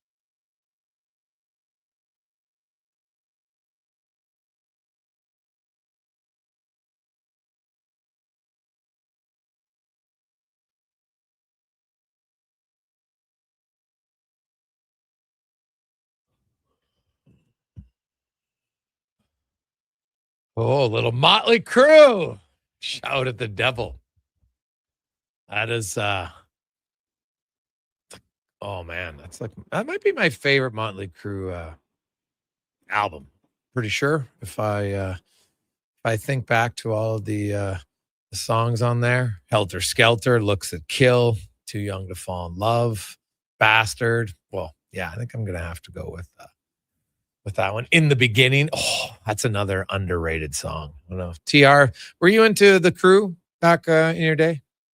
Oh, yeah, I was into God, everything, anything and everything, man. I was spinning records every single day, at least 10 a day. Seniors got a huge collection and we would just have carte blanche to do whatever we wanted. And Friday nights we'd DJ as senior parties. But that was the wheelhouse. I was like 10, 11, 12 years old when Motley Crue were at the peak, right? So those are my core memories. Yeah, that right into Guns N' Roses. And yeah, I had all the albums. I really liked them at the time. And, you know, you didn't really think of it as classic rock. And when I moved out to to Tri-Cities to play hockey, that whole grunge movement was happening in the Seattle. So it kind of led into that. So, yeah, those years are real wild to me because I went from Newfoundland across the continent, really, and that was the one thing I had in common with people. It was like Motley Crue, Guns N' Roses. Everything else was new after that. You know, there were a few more, but yeah, you know, people my age. Yeah, no. Man, that album, it brings back great memories, man. I used to listen to that baby all the time, but Shout the Devil. But In the Beginning, underrated song, not very long, but it's great. Bastard was a really good song. Red Hot, and Knock 'em Dead Kid. Oof, great tune. It's really good. Let's phenomenal book too, The Dirt. Yeah. The movie was not great, but I think the book was better than the movie for sure. Yes. Let's get to Around the NHL, brought to you by McDonald's. You can enjoy McDonald's $5 McValue meals with options like the sausage McMuffin small meal or a McDouble small meal for only $5 plus tax right now at McDonald's. As Dave A. McCarthy from Sirius XM, host of the Sunday Brunch, also Ice Caps during the week on Sirius XM, joins us. Davey, how you doing? Were you a Motley Crue fan, Davey? No, they were a little bit before my time, honestly, boys. I never really got into Motley Crue, but some West Coast, the great state of Washington, Seattle grunge rock. Yeah, that's good stuff, Terry. A little Nirvana, a little Soundgarden. It Smells Like Teen Spirit. There you go. That's good material. I like that stuff. But Motley Motley Crue a little bit before my time, unfortunately. So, like, if we showed up and Dave's driving around, like, what's on your playlist right now? Oh, that's a good question. Before you answer, I love you said before your time. You wear fedoras, you still have typewriters, and I guarantee you that you're about to say Frank Sinatra. Now, you just something, whatever's in your spin list, I guarantee you're about to say something like that. Anyway, maybe I'm wrong. Go ahead. Oh, my God. That's actually a really good point, Terry, to be honest with you. But to me, Sinatra, that's vintage. Motley Crue hasn't quite got to vintage yet. But honestly, like I like a number of different things. I got a wide, like I'm into, for whatever reason, I found a live version of The Ghost of Tom Joad by Bruce Springsteen with Tom Morello. And I'm just playing the hell out of that right now. I like some deep cut, tragically hip stuff. Like there's a version of this song called Montreal that, as far as I know, they only ever did live once, and I can't find it anywhere else. So tragically hip Montreal, you look that up, is really good. I got into that song Beautiful Things by Benson Boone. That was it's a great song. Ordinary, Dalton Varshall's walk-up song. Been playing the hell out of that lately. And here's a really good deep cut. The Coup, Tara, I'll be impressed if you know this. The Coup, my favorite mutiny. It was the theme song to that LA Lakers documentary that was out maybe 3 or 4 years ago. But it's like kind of rap, like West Coast rap. It's really good stuff. The Coup, my favorite mutiny. Is that check it out? Is that the one that starts like move if you got the nerve? Yes. Last shot you just. Okay. Yeah, there you go. Yeah. Oh, Let me bring you all back to earth. Okay, I like it. Yeah, I love it. But I like a little rap. So there we go. Awesome. The Montreal Canadiens probably need to increase their shot volume, obviously, but they're still getting good chances. Like that game's 2-2. You go to overtime, and 25 seconds in, you got a breakaway with one of your best players. He just doesn't hit the net. Then you hit the crossbar. When neither one of those count as shots on goal, they're decent chances. So where do you like? I don't know if quantity is that big of a deal here for me because like Dobish has made some good saves for sure, no question. But I do find Montreal, like they'll go 10 minutes and then boom, they create one really good look and score. Yeah, no, I agree with you. And I was actually struck by a Mike Matheson quote that I read earlier this morning when I was looking back on the game. He said, we're 2 shots away from being up 3-0 in the series. Quite honestly, he's right. If they had won in overtime the other night, and if Nick Suzuki shoots that in the net, they're up 3-0. And so I think there's a case to be made on both ends. I agree with you, Jason. They're generating some degree of quality chances. They're not capitalizing. They're not counting as shots either. But it doesn't feel quite as one-sided as the shot clock also suggests. Now, I would say that if you're only going to get 2 shots over the final 20 minutes of regulation and into overtime, you're probably not putting yourself in a really good position because so often in overtime, it's you get it on net, it hits a leg, it bounces to a guy on the back door or into the slot, and a guy puts it in. You got to direct it toward the net a little bit more often. But I don't feel like Montreal's getting run out of the building either, even though the shot clock would suggest otherwise. Like it was, 38-13? It didn't feel like a 38-13 game last night on the shot clock. So like I said coming into game 3, I think we talked about it, Jason, on the brunch. I've got a little bit more confidence in Carolina heading into game 3, but I didn't feel like Montreal was out of it either. And they were right there. If Suzuki shoots that in the net, we're having a totally different conversation. And so I'm not ready to write Montreal off yet at all, because while they have been very selective, they have found the ability to generate some quality chances. They just need to get them on net. And at least, in Suzuki's case, I think it had been 3 days since Freddie Anderson had been asked to make a stop. Force him to make a stop at least on that breakaway, and then maybe something, goes your way. So I still feel like Montreal is in this series. What about Colorado? They're not officially out, but let's be honest, they're out. Is it injuries? Do you see massive change coming? I think it's overreaction to say massive change, but what do you think happens?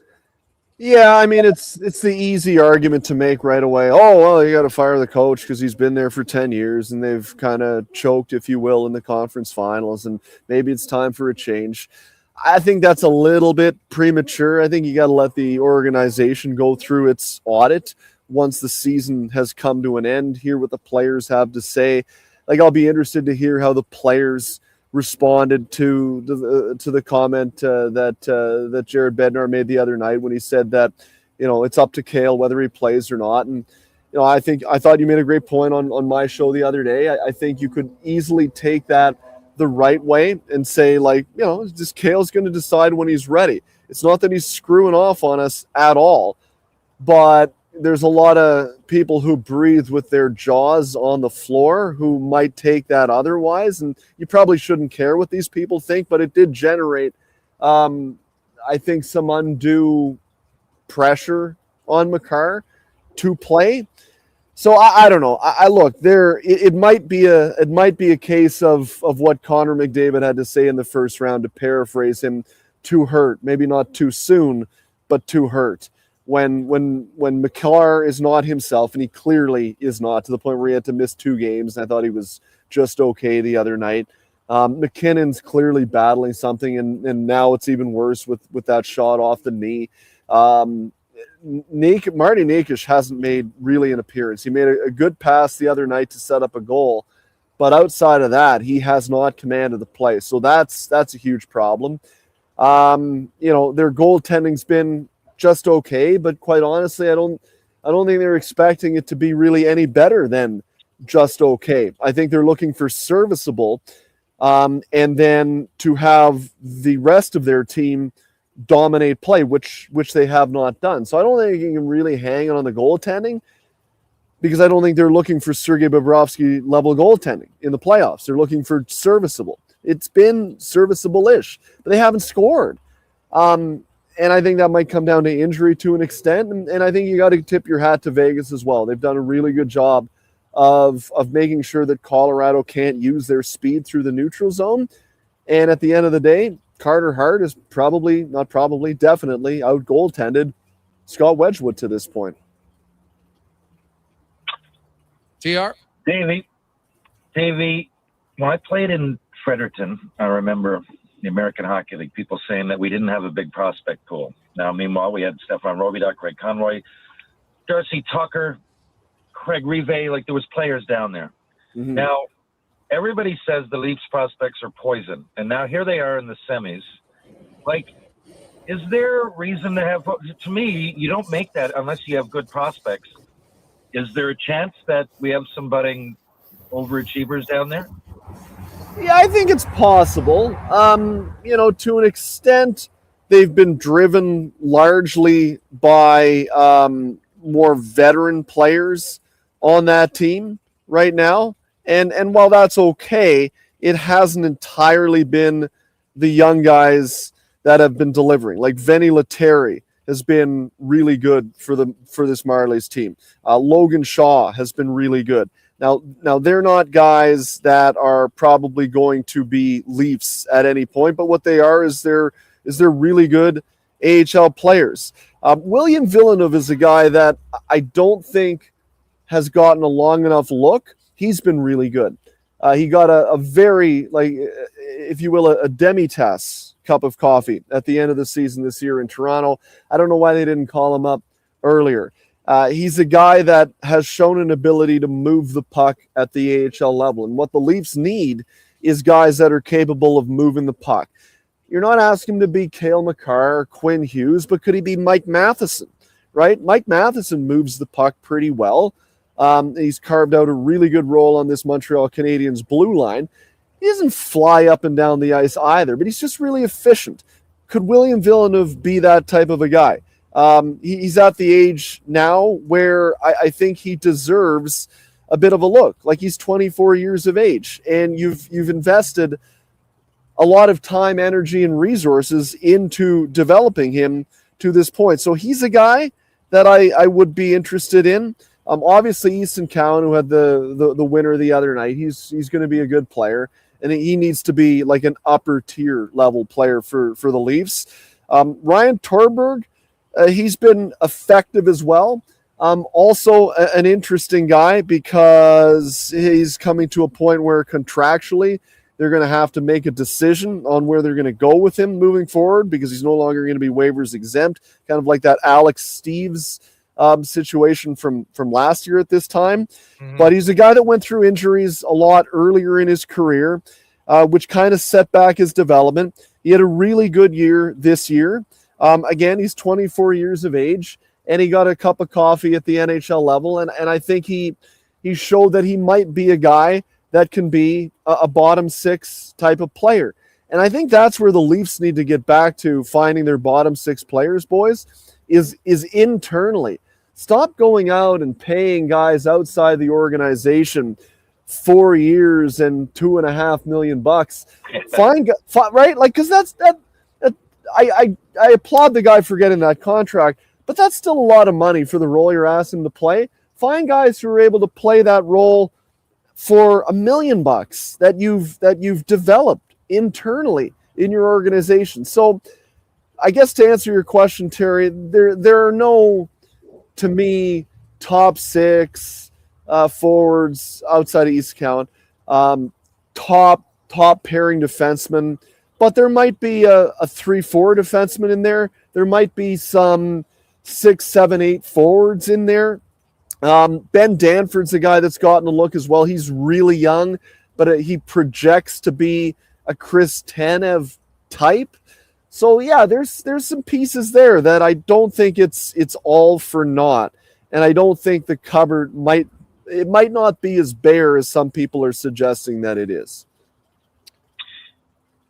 Davey, as always, great to talk to you, buddy. Have yourself a lovely Tuesday. Enjoy the games tonight, and by next week, we're likely talking Stanley Cup final, and we'll be into June, so there'll be some other rumblings. The coaching vacancies: Vancouver, LA, Edmonton, and Toronto. It sounds like Vancouver's probably the closest to announcing their head coach. And I will say this one: don't sleep on Laviolette to Edmonton. Ooh, well, I mean, if they're not going to allow Bruce Cassidy to speak to the Oilers, they got to hire somebody, right? And I think he's a similar type of coach, Jason, to Bruce. He's structured. He demands. He has a short shelf life. But like I made the case when New York hired Peter Laviolette, whatever it was, 5-6 years ago, I think Edmonton's, they're not we'll end on a music reference, paraphrase to an extent. They're not there for a long time, but they're hopefully here for a good time over the next 2 years or so, right? And I think Peter is a guy that's shown an ability to extract a lot out of a group that's right there very quickly, and I think that's exactly what Edmonton needs. So I wouldn't be surprised about that. Awesome. We'll talk to you on the brunch on Sunday, Dave. Have a good one. See you, fellas. That's Dave A. McCarthy from Sirius XM. Quick break. We'll come back, update you. Got 5 questions. We'll update you on Kids, Sport, and more. It's a Gregor Show presented by PlayAlberta.ca. Action Electrical's projects team takes the field, folks, ready to execute the entire play for new commercial builds. Absolutely. They're masters of design build, sketching strategy from initial blueprints to core electrical infrastructure. The team never misses on complex projects. Known for handling big league constructions and major renovations, ensuring flawless execution, hire the Action Electrical team to bring home a win for your project. Visit actionelectrical.net. Craving a dining experience that rises above the rest? Head to Summit Restaurant in the Silent Ice Center, just minutes from South Edmonton Common. Savor exceptional house-made pizza, delectable entrees, and expertly crafted cocktails in a stylish, modern atmosphere. Perfect for a casual meal or a special night out. Summit offers a refined experience where every bite and sip reflects our dedication to quality. Elevate your dining experience. Make Summit Restaurant your destination tonight. Say hello to your new favorite drinks. Introducing new McCafe Refreshers. Icy cool, undeniably refreshing, and available in 3 flavors. Strawberry watermelon, mango pineapple, and blackberry passion fruit. Only at McDonald's.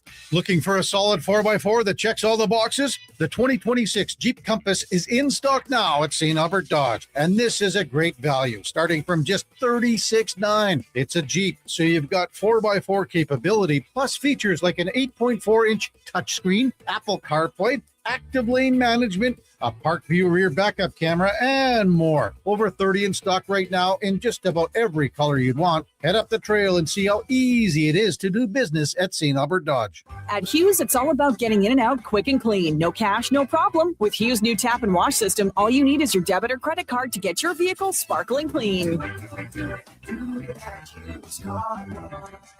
Find us at HughesCarWash.com. Whether you're a craft beer connoisseur or more of a wine aficionado, there's always something new to discover at Sherbrooke Liquor, a unique family-owned independent liquor store. The selection, incredible. The non-alcohol section is also very impressive. Sherbrooke Liquor, expert, knowledgeable staff with a passion for unique finds. More than just a liquor store, we're a community. Alberta's best, the one and only Sherbrooke Liquor. Wine, spirits, and oodles of beer. Visit SherbrookeLiquor.com. Mr. Rooter gets attacked by a Canada goose. Oh, look at that. Another on-time arrival. Nothing stops Mr. Rooter from plumbing on schedule.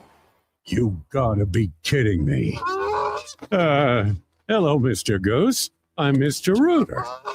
Okay, this is what you train for. Through rain, sleet, or goose, the pipes get fixed. For a plumber who does whatever it takes, Mr. Rooter. You see it? Fusion Promo Marketing can make it. Fusion makes high-quality, memorable promotional products for businesses, sports teams, and corporate events. From vision to reality, get noticed and remembered. Fusion with a Z. Promomarketing.ca. Attention Alberta construction pros. For over 50 years, Japa Equipment Rentals has been your go-to for top-notch equipment and stellar service. Whether you need rentals or expert maintenance, we've got you covered. Stop by our Edmonton or Calgary locations today. From the local rinks to homes and businesses across the province, Alberta's rural natural gas utilities are here to fuel life affordably, reliably, and safely. We're members of the Federation of Alberta Gas Co-ops, providing natural gas to keep our rural neighborhoods warm and connected every day. It's local, dependable, and it's ours. To learn more about the Federation of Alberta Gas Co-ops and our members, and how natural gas fuels your community, visit fedgas.com. Alberta's energy. Game on. Debt can take over your life. The stress, the constant worry, it can feel like you're drowning. When people come to see me, they're often anxious and feeling hopeless. But when I explain how I can help them get out of debt, those feelings melt away. I'm Parveen Middleton, licensed insolvency trustee at BDO here in Edmonton. I will create a personalized debt relief plan so you can move forward with confidence. Call 1-833-BDO-TALK or visit bdodebt.ca to discover your debt-free future.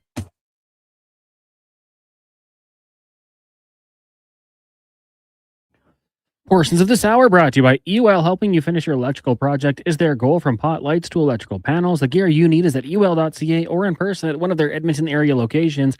ul.ca, your partners in power. The Jason Gregor Show, the best of Edmonton sports talk and beyond. This is Sports 1440. Presented by PlayAlberta.ca, Alberta's only regulated online gambling website.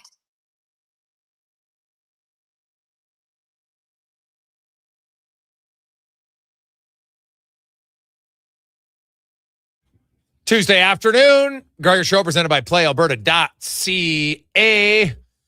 Tonight, Lotto Max, $15 million and 15 prizes of $100,000. Get your tickets, PlayAlberta.ca. 833-401-1440, 833-401-1440. We're up to 85 now, so we've got 15 left. Okay, and we'd love to get away before Friday. Come on, 15 listeners, $25 each a month. And we'll do it. It's for kids sports, get kids back playing in the game. And you make a donation. It's tax receipt included, of course, through kids sport, and you'll get kids playing. Our goal is to get to 100, and we're at 85. So good, but obviously we want to get to our goals. So we had a really good Monday. Let's keep it up. Like Monday, we had 83. We had 2 today, so a little bit slower. So 833-401-1440, 833-401-1440. Just text in your name. It's $25 a month or a one-time payment of $300, and it goes to Kids Sport, and you'll get updates and everything else in our giving gang throughout the year, kind of where the money's going, and you'll see that making a big difference in some kids' lives. So if you can afford $25 a month, you can help out some kids. Now, let's get to 5 questions brought to you by The Brick.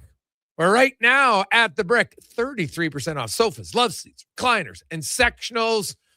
You can also win one of the 4 Shaquille O'Neal home prizes as they debut the Shaqopedic line of furniture right now at The Brick and thebrick.com.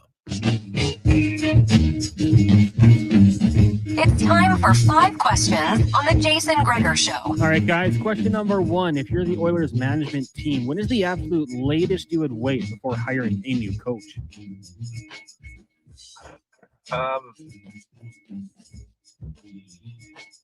The latest I would wait to hire a coach if I'm the management, I don't know. I don't think you need to rush it.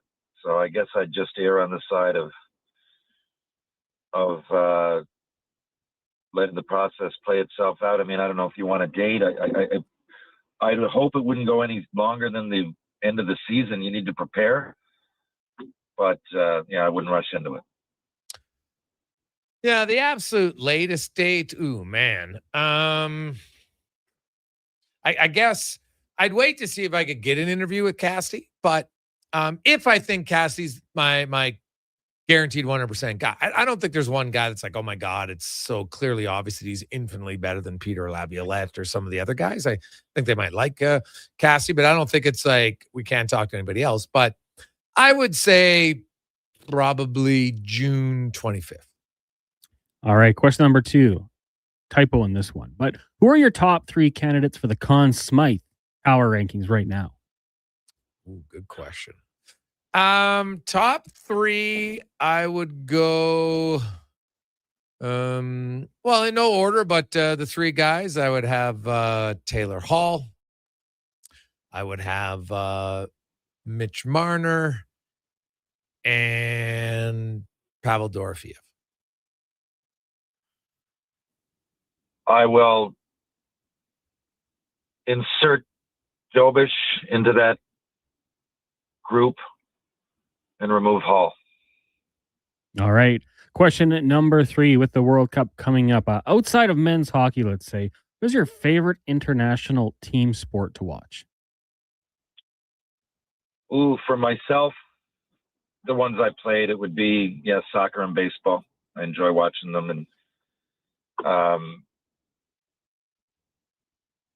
I can't even think of an outlier. I watch those quite a bit when they're playing. I guess if you want to include probably the women's female hockey team, I probably watch the most outside of all the sports I follow. After that, as far as a national team, every Olympics, heavy into it. Whenever the soccer teams, men's or women's, and definitely, I love the baseball classic. It still doesn't get a lot of love, but I do enjoy it. I would probably have to say lately it's been the men's soccer team. Saw them here live. They've had some big games. Same time, they've had some pretty big failures. So I don't know. They still haven't reached, close to where they want to get to. So it kind of makes it intriguing to watch and see where they'll go. So I'll say the Canadian men's soccer team. Question 4. Last night we saw the Knicks make it look easy against the Cavs, winning 4 straight. That's 11 in a row now. But we know it's going to be tough against the Spurs and the Thunder. So what do you think the Knicks' chances are in the NBA Finals against either of those 2 teams? Well, they'll have they're okay chance. They're going to be the clear underdog, but, they're going to be rested for sure. And they come in winners of 11, and they've dominated teams. Now, I know that those teams aren't the Spurs and the Thunder, but it's not their fault, right? Like any team that's come in front of them, they've just steamrolled them. So, like, what else can you do? 12-1 in the playoffs. Pretty damn good. So, I would give them like a 30% chance. I wouldn't know like the percentage, but this is and I follow the NBA a fair amount. Like, I know what's going on. I wouldn't consider myself a basketball expert, but all I'm hearing constantly is how unbelievable the West is and how terrible the East is. And I'm with you. Like, what else can they do? It's not their fault. Like, I don't know. I think maybe they're going to give whoever wins, likely OKC.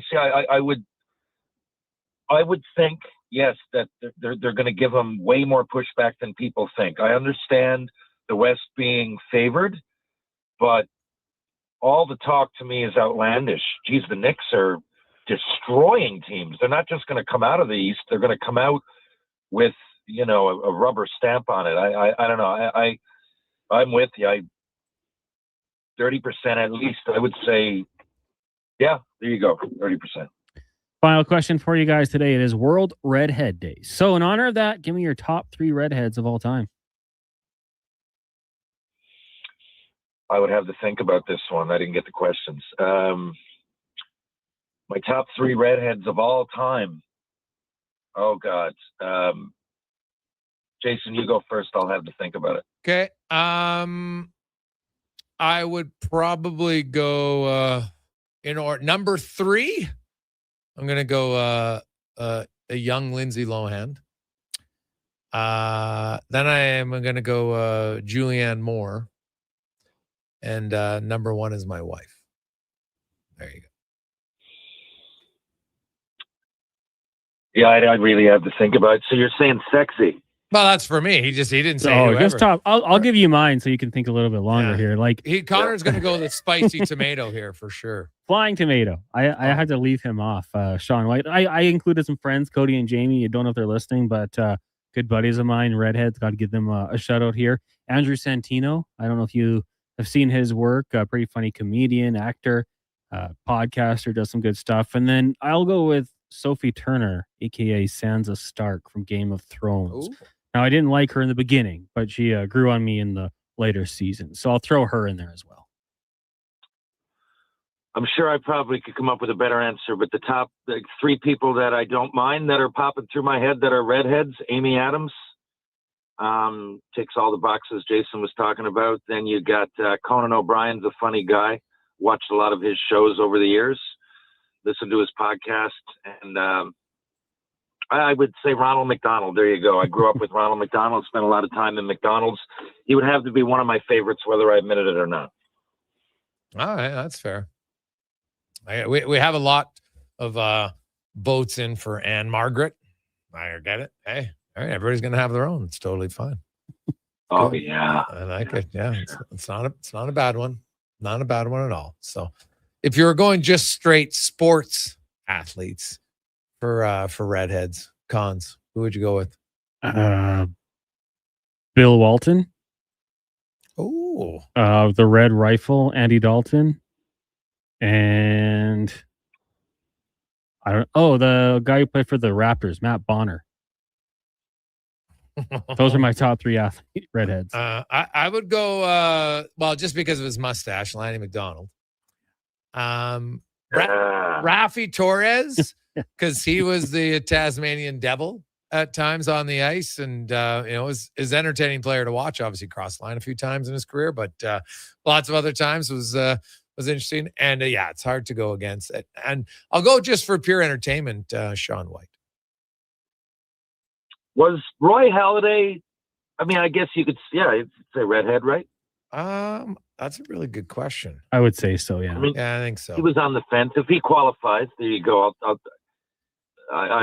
He would definitely be one of my favorite athletes. Yeah, he's redheaded. Yeah, they deemed him a redhead. So there you go. Oh, did they? Yeah. It's someone else's opinion, I guess. Okay, there you go.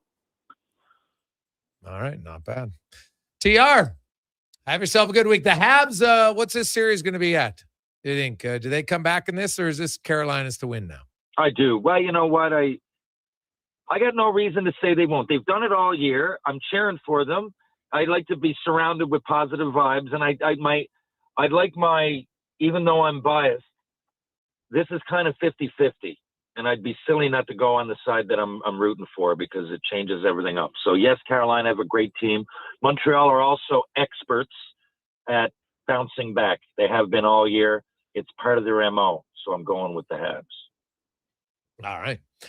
TR, we will chat with you in a few days. Have a good one. Thanks, you too.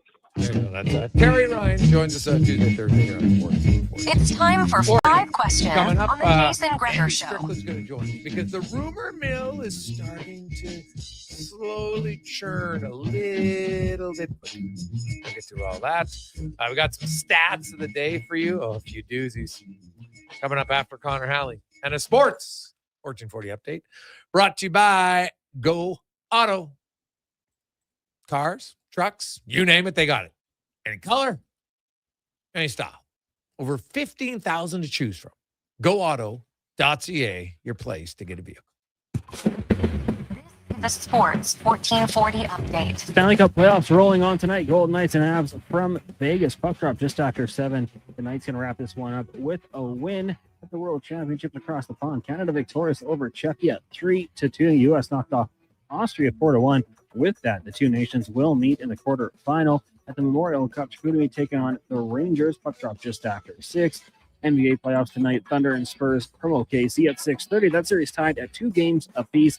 And in the majors, the Blue Jays are in action taking on the Marlins once again. First pitch, 5:07. We'll have that one for you here on our AM feed immediately following the Jason Gregor Show. Elsewhere, Orioles get the Rays, Tigers, and Angels. The Twins head to Chicago to take on the White Sox. Padres host the Phillies. Mariners in Sacramento taking on the Athletics, and you got the Dodgers and the Rockies. And at the French Open, Felix Auger-Aliassime victorious earlier today over Daniel Altmaier in 5 sets. Coming up in hour 3 of the Jason Gregor Show, we'll be joined by Andy Strickland as we look at the St. Louis Blues, and we'll get to the stats of the day. I'm Connor Halley. This has been a Sports 1440 update. Sports 1440, Stingray Radio Station. CKJR broadcasts from West Edmonton Mall and Wetaskiwin. Download the free Stingray music app and listen wherever you go. Legacy Heating and Cooling jingle auditions take 1 for Gene Principe. Hey, thanks for being on time. I'm always punctual. Now, how about some cool beats while I drop the heat? Ready when you are. Tall legacy, tall legacy. Nice. Boom! I'm a musical genius. Legacy's going to love this for AC season. What's not to love with no interest and no Principe payments for 1 year? Are you always like this? Yep. Unlike Legacy, I never know when to cool it. Legacy Heating and Cooling. There's still time to book your tournament at the Ranch Golf and Country Club. As one of Alberta's top tourney courses, the Ranch makes hosting fun and easy for any group or business. No matter how unique or unusual, they'll accommodate your vision for an event no one will soon forget. Start planning your tournament today at their beautifully landscaped course on the outskirts of West Edmonton. On-site event coordinators are here to help, but hurry, availability is limited and booking fast. Visit theranchgolf.com.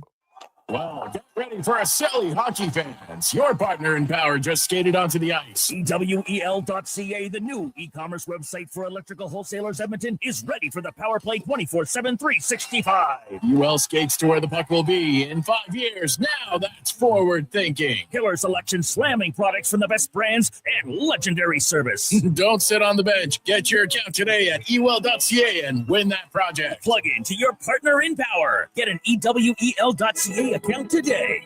From the locker room to your radio, Sports 1440 is Edmonton's sports leader. Real talk, big personalities, and your texts. It's interactive. It's fun. It's where Edmonton talks sports. Sports 1440. This is you. Hi. And your cornhole team needs money. Yeah, we do need money. Plus, you've tried every fundraiser under the sun. No kidding. And no one's buying my Cuban salted chocolate. Scrap the chocolate and fundraise for your team, club, or charity at On the Rocks. Here's the deal. We'll create custom tickets for your event, which includes no cover, no line, and beverage before 10 p.m. Then you sell your tickets and keep all the profits. That sounds easy. It is. Fundraisers at On the Rocks. Book, party, cash. OnTheRocksYEG.com. You got a go-to coffee spot, a trusted barber, even a lucky game day jersey. But when it's about looking your absolute best, there's only one name you need, Mr. Dirk. Family run since 1939. We're experts in crafting impeccable tailor-made suits. Afternoon, Sports 1440, Sports everyday style. Pair that with personalized one-on-one fittings and the convenience of on-site tailoring. Mr. Dirk, elevate your style game. Visit our Edmonton store or explore MrDirk.com. Score big on style. That is Mr. Dirk. When thirst strikes and your energy begins to fade, one hero rises above the rest. Introducing the Superpower Smoothie from Booster Juice. A Gregor Show presented by Play burst Alberta. of mangoes, bananas, and blue spirulina. An out-of-this-world smoothie, just in time for the new Supergirl movie. Discover your power and channel your inner superhero. Fly into your local Booster Juice and experience it for yourself today. And see Supergirl. Only in theaters June 26th.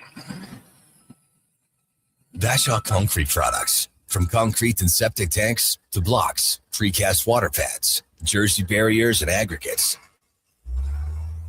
Farmers, contractors, homeowners. Plan your next project at BashawConcrete.com. Family owned. Over 60 years pouring. Bashaw Concrete Products. Once again, start here. BashawConcrete.com. Summer is calling. Is your vehicle ready for the road trip?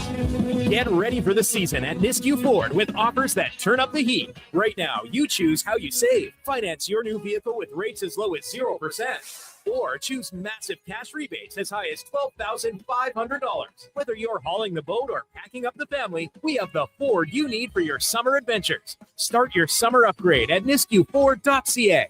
Nisku Ford, above expectations. Legacy Heating and Cooling is your supplier of maximum comfort, bringing you the cool AC you need. You just have to call Legacy. Call Legacy. For comfort at night when the hot air suffocates you. Call Legacy. Call Legacy. For comfort in your wallet with no payments or interest for 1 year. Call Legacy. Call Legacy. You deserve comfort. Cool off today with AC from Legacy Heating and Cooling.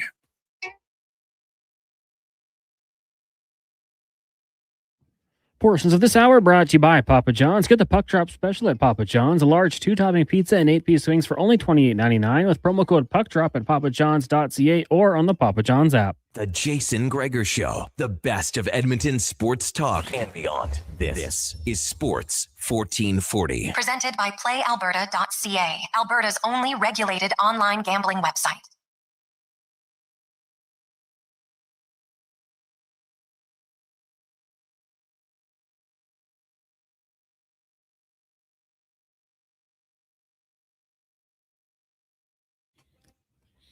Just after 4 o'clock. How are you? Tuesday afternoon. Sports 1440. Sports1440.ca. YouTube, Facebook, X, Instagram. Thanks as always for listening. Watching the show. It's brought to you by PlayAlberta.ca, where tonight Lotto Max 15 mil and 15 prizes of $100,000. Also, you can check out the Jason Gregor Show daily specials. While you're at it today, of course, we got a little Jays action for you. And we're kind of on Jimenez. He's due for an RBI. So the odds boost there. What about a McKinnon-Dorofeev goal parlay?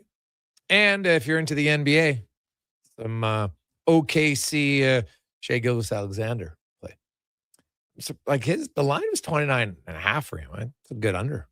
He's only been over that once in the series. And the series is 2-2. Now, he can go off at any point, but I don't mind it. We got a lot of texts coming into our question about redheads. When talking about athletes, many people text in on the Sedines. Hey, guys, Mike Commodore, funniest redhead. Oh, that's a good one. For other redheads, we had Christina Hendricks from Mad Men fame. So good one. Tina Louise. Got a lot of votes in for and I like this one, Joe. I'm an older guy. Lucille Ball. Yeah, she was definitely a little bit before my time. Seen videos of her. Funny lady. No question. Many of you, including the gents, Connor and Donovan in the studio, were talking about Jessica Chastain in the what was the poker movie? Molly's Game. Molly's Game. Yeah. So Rita Hayworth. Oh, that's a good one. Lots of Ryan Rashog, big fan of Robert Redford. Oh man, him and that's going right up there with Sean Brown's favorite movie of all time. Brokeback Mountain. Oh God, I still laugh about that. Okay. He didn't even watch the movie. That was the best part about it. He was trying to. It wasn't his favorite movie all the time. It was a Heath Ledger movie. Yeah. He throws out. He's got so many good movies. Yeah, and he's like, oh, and even his wife's like, "What are you talking about? You haven't even seen it." Oh, it's so funny. Oh, awesome stuff. So, hey, The Natural. It's good. It's a good movie. I think it was great though. Like Strutty loves it. We'll get him on tomorrow. Like I know he'd probably come through his car window right now. If he's like, I didn't mind. I didn't think it was that great. I watched it a few times. I'm like, it's good, but like as far like baseball movies, man, we could have a long debate over the greatest baseball movie of all time. Because man, are there a lot? Like I find baseball movies, that sport has the best sports movies combined because there's so many. Right? Field of Dreams obviously is great. Bull Durham, Major League. Like there's lots that are really good. 8 Men Out was classic. Moneyball, right? The Natural's good movie. The Sandlot, if we're talking baseball movies, classic movie. Angels in the Outfield, Rookie of the Year, Little Big League. Well, yeah, that's your era for sure. Yeah. What about The Rookie? The Rookie, the Jim Morris, like the true story. Dennis Quaid was in that one. Guy makes the bigs at the age of 35. Like unreal story. I love that story. The 42 obviously was great about Jackie Robinson. God, there's a lot. Now 61, that was the Billy Crystal's ode to Roger Maris and Mickey Mantle, right? The Chase for 61. For Love of the Game, I love that movie with Kevin Costner, man. Right? When he's like, engage the mechanisms every time. I just love that movie. That was awesome. So it's kind of like a sports movie, a little bit of a rom-com. Well, not comedy, but a little bit of a romantic sports movie in that one. But just like the whole premise of the show, it's a perfect game. Everybody's kind of being there. And just some of the lines in the movie where his catcher comes out, hey, today we are the best team in baseball behind you. Right? Just some little things. If you're a sports guy, I love that movie. So, but yeah, we could have a really good healthy discussion debate over if you could only pick one, because there's so many. That's what make it difficult. There is so many. Yes. Field of Dreams, I don't think we mentioned. Yeah. League of Their Own, Hardball. Yeah. Can't watch Hardball again, though. Not after what happened to G Baby. Yeah, that was a tough one, right? With Keanu. Yeah. Yeah. So, oof, yeah. Like there is a lot, man. So. Hey guys, anybody mention Emma Stone? Yes, you did. There you go. Hey guys, what about Ginger from Gilligan's Island? Well, that's an old school show, eh? Oof, yeah, a lot of good options out there. What are redheads? Is it like 2% of the population, something like that? I'd have to look that up, Cons. Get the right statistical number. While you're looking that up, we're going to get to our stats of the day today, brought to you by All-Star Construction. And we were talking about some numbers. As I mentioned, had lunch with the guys from All-Star today and was blown away by the moose hunt. And first of all, 10 days. Didn't expect that one, which is, hey, I guess if you're going to go on a moose hunt, you got to be dedicated. You're going to want to go for 10 days up in the Yukon or Northwest Territories. And it's a little bit of cake. You want to do it. But also, if you wanted to specialize in underground utilities, power, gas, telecommunications, street lighting, that's what they do at All-Star Construction. So our stats of the day. First of all, did you see it? The first no-hitter in baseball was the combined no-hitter last night. 9-0 over the Rangers. It's the Astros. Amaya started it, and then Okert, and then Alimber Santa comes in his MLB debut, and he contributes to the no-hitter. So it's their first in 2 years since 2024 in MLB. And how about this? Since 2019, it was Houston's 7th no-hitter. No other team has 3 or more in that time. So more than 3. So Houston and the no-hitters, they've been bad. And hey, I get it, cheaters, but they're not always cheating all the time. We mentioned it earlier on the show, but the New York Knicks have won 11 consecutive games, which is one shy of the longest streak by the Warriors and the Spurs. The difference is no team in NBA history, regular season or playoffs, has ever had an 11-game stretch this dominant. They're plus 262 in 11 games. Like, look at some of the scores. Like last night, 130-93. So they win by 37. They've won by 30, 144-114. They've won by 39, 137-98. They won by 29. They won by 51, 140-89 over the Hawks. They have averaged victories of 24 points. That's their average point differential in their 11-game winning streak. Like, I don't care that it's the Hawks, the 76ers, and the Cavaliers. They're all playoff teams, and you're destroying them. It's pretty impressive. To the NHL, Canadians, yikes. They are now 2-5 at home in the playoffs, which is not great. They have tied seven other teams for the most losses in the playoffs in their first 7 home games. They're 2-5. And the other teams that have done it, the 94 Bruins, the 97 Sabres, the 99 Avalanche, 2003 Wild, the 2023 Maple Leafs, they did it in 6 games, so technically they are the worst. Then the Bruins and the Sabres of 24 and the Sabres this year. So it's not a great list. And funny enough, so 23, 24, 26, and 26, 4 of those have come in the last 3 seasons. So they are struggling on home ice right now. Also, if you're a believer in numbers, if you're telling me there's a chance, teams who trail in the NHL 3-0 in a playoff series, best of 7. They are 4-213. So there's a chance. Not a great chance. Maple Leafs at 42, 75 Islanders. Then you had the 2010 Flyers, 2014 Kings. So can Colorado do it? It's possible, but not likely. How about this? Novak Djokovic, who rallied for a first-round victory the other day, has now appeared in 82 men's Grand Slam tournaments. That sets a new record, breaking a tie that he held with Roger Federer and Feliciano Lopez, who had each been in 81. So 82 Grand Slams, Cons. They got 2 more this year in tennis, so he could get to 84 this year. Does he get to 90? Like, does he have 2? Like, does he play these 2 and then 2 more years? That's longevity, man.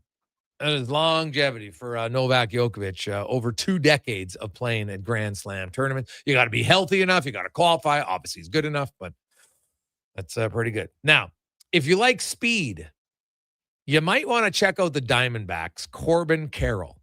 He had 2 triples on Sunday. He now has 8 on the season, which is double anybody else. Now, he debuted in MLB in 2022. And he's just one of 4 active players who have 50 career triples. So this is only his 4th year. Oh, sorry, 5th. 22, 23, 24, 25. Yeah, 5th year. And he's already got over 50 triples. Andrew McCutchen, who debuted in 2009, Mike Trout, who debuted in 2011, and Starling Marte, who debuted in 2012. They're the other guys who have over 50 in their career. This guy's already got 50. Like, he is a triple machine. He has more triples than 21 other MLB teams. He also has an on-base percentage of .974, which leads the NL and ranks 3rd in baseball. That guy, he's kind of much watched for entertainment. Triples, I just find, are exciting. Right? Like, the guy, you're turning on the jets, you're wheeling. And this guy is quick. And anytime he's hitting one of the gap, he's thinking triple all day long. So kind of fun to watch. I know the Diamondbacks aren't on the top of our watching list, unless you're a Diamondback fan. But Corbin Carroll, like, I just wonder, I got to look at what's the MLB record for most triples in a career. I wonder, I got to look that up quickly here to try to find it. Sam Crawford. 309. Okay, well, that's Corbin Carroll's got a little bit ways to go there. Now, Sam Crawford, when the hell was he playing? Yeah, he was so he's playing in like the early 1900s. So a little bit different of a game back then, right? But still, diamonds were huge. Ty Cobb's at 295, Honus Wagner 252, Jake Beckley at 244, Roger Connor 233. I'm trying to think of like anybody recently here. God, I got to. There's not a lot of guys here. Roberto Clement would be like the most recent, I think, and he finished in 1972. Yeah.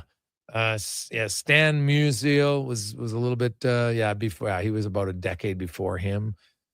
So yeah, that's not a lot of guys hitting triples now. So he's already at 50, Corbin Carroll, and so this is his 5th year. He could get into the hundreds, sure, which would still only put him in top 100. But look at the names. How about this name? Like, I'll say this: the names we have now, I have to say. Like, I don't know what happened in my generation. Like, Jason became suddenly like the most popular name. It's like, it's a fine name, but it's not like Cupid Childs or Stuffy McInnes, right? Duff Cooley. You just had some better names back then, right? Always, Clyde, sick name. Dots Miller. How about Chicken Wolf? Oh man, some Turkey Stern. Oh, man. These are just the names of the leaders in triples all time. Some Arky Vaughn. Oh, my God. Buck Freeman. I do like the name. That's my nickname. My brother and I call each other Buck. But, don't even get into it. It's funny. But, but some of these names, man, are just classic. I like it. Kip Selback. Kiki. Well, there's Kiki now. That one's kind of come back into play. Pie Trainer. Elmer. Could be a rough name at times, but I don't mind it. But a few classics, man. Honus. Like, I wonder how many other Honuses there are. Like Honus Wagner, right? Isn't his baseball card like the most expensive baseball card of all time? So, pretty sick name. There you go. Corbin. We might have to give him a better nickname or something. That was the other thing. They just had better nicknames. So, there you go. I like it. Quick break. Do you want the redhead number? The what? The total percentage. Oh, of yeah. In the world, it's 1 to 2%. Oh, okay, I said okay. In Scotland, it's approximately 6 to 13. Ireland, 10, and England, 4. So Ireland's got the most. Of their like they have the most of their population. I think so, because Scotland, it's 7% different, 6 to 13%, whereas Ireland is right at 10. So. Well, I mean, it's between. How is it between 6 to 13? What the hell kind of gap is that? Yeah, that's why I don't think we can trust it. So yeah, that's I pretty award rangy. it to Ireland. It's like, how old are you? Well, I'm between 41 and 48. Oh, well, what age are you? You pick it out. Like, come on. It's not really. No one ever says that. What percentage is it? 6 to 13. Come on. Weak. Not your part, Cons. Who's ever calculated it. I'm just reading. I'm not taking it personal. I guess they're going on a year-by-year basis or something on average. Some years it's higher or lower. I don't know. So, but yeah, overall in the world, around 2%, right? 1 to 2%? Yes, that's it. I guess we could say 1.5. So if you're a redhead, you're unique. Good for you. Quick break. We'll return. Andy Strickland, we got some rumors to discuss. And one team's got a lot of names. How many of them are actually going to get dealt? We'll find out next on The Gregor Show, presented by PlayAlberta.ca. With Play Alberta, backing the home team goes beyond the bets. That's because your picks have provincial impact. Play Alberta is the only app in the province that puts all revenue directly back into supporting programs and services that Albertans rely on every day. By investing in the General Revenue Fund, every play, bet, and buy made on Play Alberta helps make a difference across the province. Visit playalberta.ca/Gregor to learn more. That's playalberta.ca/Gregor. Must be 18 plus to play. If you gamble, use your game sense. Our new McCafe crafted sodas just drinks or something more. Like Sprite Berry Bliss, Creamy Strawberry Coke, and Orange Dream. All swirled with fizzy flavor and topped with silky cold foam. Only at McDonald's. At participating McDonald's restaurants in Canada. Hey there, I'm in the Fountain Tire sidecar, making a list of the things I'm doing this spring. 1. Saving you money, with up to 20% off select tires until June 13th. 2. Water skiing, tricky in a sidecar, but fun.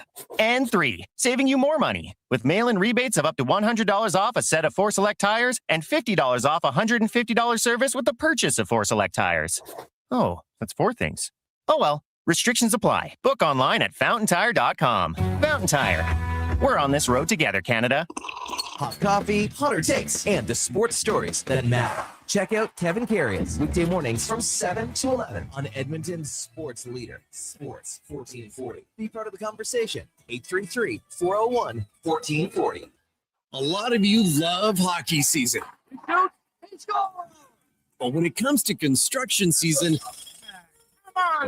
you're not as excited unless you work for GS Construction. It's true. As one season is winding down, ours is winding up with all sorts of great projects to make the city we live in better. And our team is hiring. GS Construction is scouting for pipe layers, topmen, and heavy equipment operators. So if you want to score a great job, visit gsconstruction.ca today.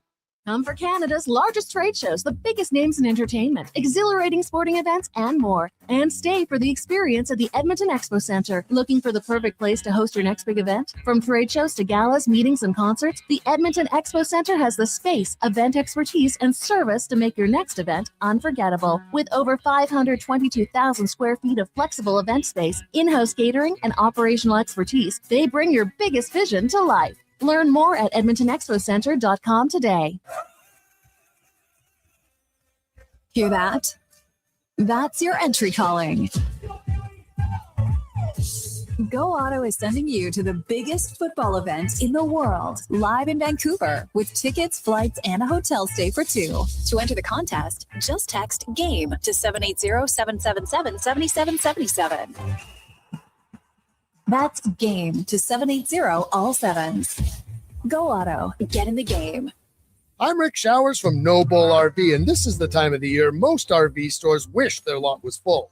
At the new RV stores, product is trickling in, mostly just for taking orders. But having an RV on order doesn't mean much when the weather's great for camping today. No Bull has hundreds of quality used RVs on the lot now. Right, Rick? That's right, Bob. Walk into No Bull RV today and you could be in the great outdoors next weekend. No waiting, no hoping it'll be here by summer, just the perfect used trailer, motorhome, fifth wheel, or toy hauler that you need. And every RV at No Bull is one of a kind. Every family is one of a kind too, Bob. Think we can't find the perfect one for you? Take a look around. At No Bull, you'll save thousands compared to the cost of a new RV. You can build your summer plan on hope, or you can know for sure. And ask about our Camp Ready service plan when you're here to make this the best summer yet. And that's No Bull. NoBullRV.ca. Getting your vehicle sparkling clean doesn't have to cost a fortune. Take it into Hughes today and pay just loonies a wash. Find us at HughesCarWash.com. Get the lowdown with Low Tide. Weekdays from noon to 2 on Sports 1440. He's seen it all and then some. From stats to stories, he breaks it down like no one else. Proud to be Edmonton sports leader. Sports 1440.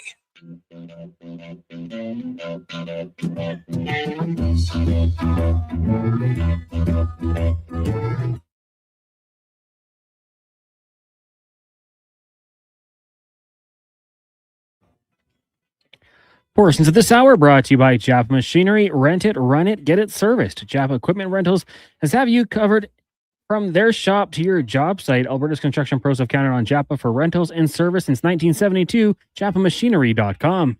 The Jason Gregor Show. The best of Edmonton sports talk and beyond. This is Sports 1440. Presented by PlayAlberta.ca, Alberta's only regulated online gambling website.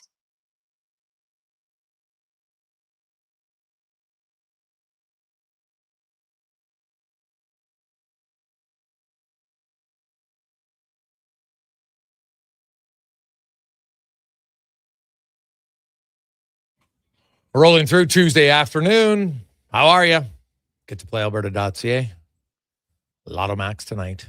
$15 million and 15 prizes of $100,000 each. Lotto Max. Playalberta.ca. Alberta's only regulated online gambling website where 100% of the revenue stays right here in the province. Playalberta.ca. Hey, it's time to go in the room. Brought to you by Action Electrical. Commercial building owners who install solar can qualify for up to 30% federal tax credit, plus accelerated capital cost allowance benefits. Learn more. I'll walk you through it. actionelectrical.net. As the rumor mill has been swirling for a few months because at the trade deadline, they tried to trade Colton Parayko. They had a deal, and he said, no, thank you. I'm not interested in being moved now. Now, will that change in the summer when he would have more time? Who knows? A guy who's tapped into it from the Cam and Strick podcast, Andy Strickland, joins us once again. Andy, welcome back to the show, my man. How you doing? Jason, great to be with you as always. How are you? I'm good. So let's start with Parayko. And, hey, he has the right. He said, you know what? I'm not interested in being traded then. It's a lot harder to get traded during the season, right? Disrupt everything. Do you think they revisit that? Do you think now that he knows the team wants to trade him, do you think he's more open to it in the summer? Well, just by experience, I mean, players who go through this historically, you know, once you go to them a second time or a third time, I think it becomes more and more difficult for the player to say no, especially once you know that the team wants to move you. Now, he said no to Buffalo, and there was a couple of reasons for that. I mean, first off, he was completely blindsided by it. I don't think he ever anticipated the team coming to him and asking him to waive his no-trade clause. So, I mean, just complete shock for Colton Parayko. He wasn't ready for it. I think the more that he talked to people around him, including his teammates, understanding that he had full control, he's got a full no-trade clause, why not take a deep breath and really, truly analyze the rest of the league and try to find out what the best fit would be for you. Now, Buffalo would be a great fit. You look at their defense, you look at their overall team and how they did in the playoffs. You know, that would certainly be a team that, you know, obviously is up and coming and no slight against the Buffalo Sabres. But, you know, Parayko still has several years left on his deal. He makes $6.5 million. He's got a great contract. But listen, I don't think he was ready to waive it at the time. I think he wanted to take a deep breath and really go through a process if he's going to do that. Now, if they were to ask him again, listen, I get the sense that he still doesn't want to go anywhere. I don't think Colton Parayko wants to leave the St. Louis Blues.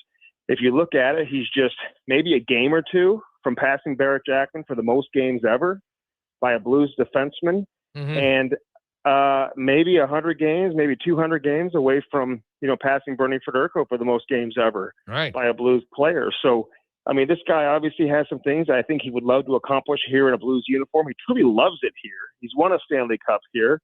So if you're going to pry him out of St. Louis, it would have to be a special situation.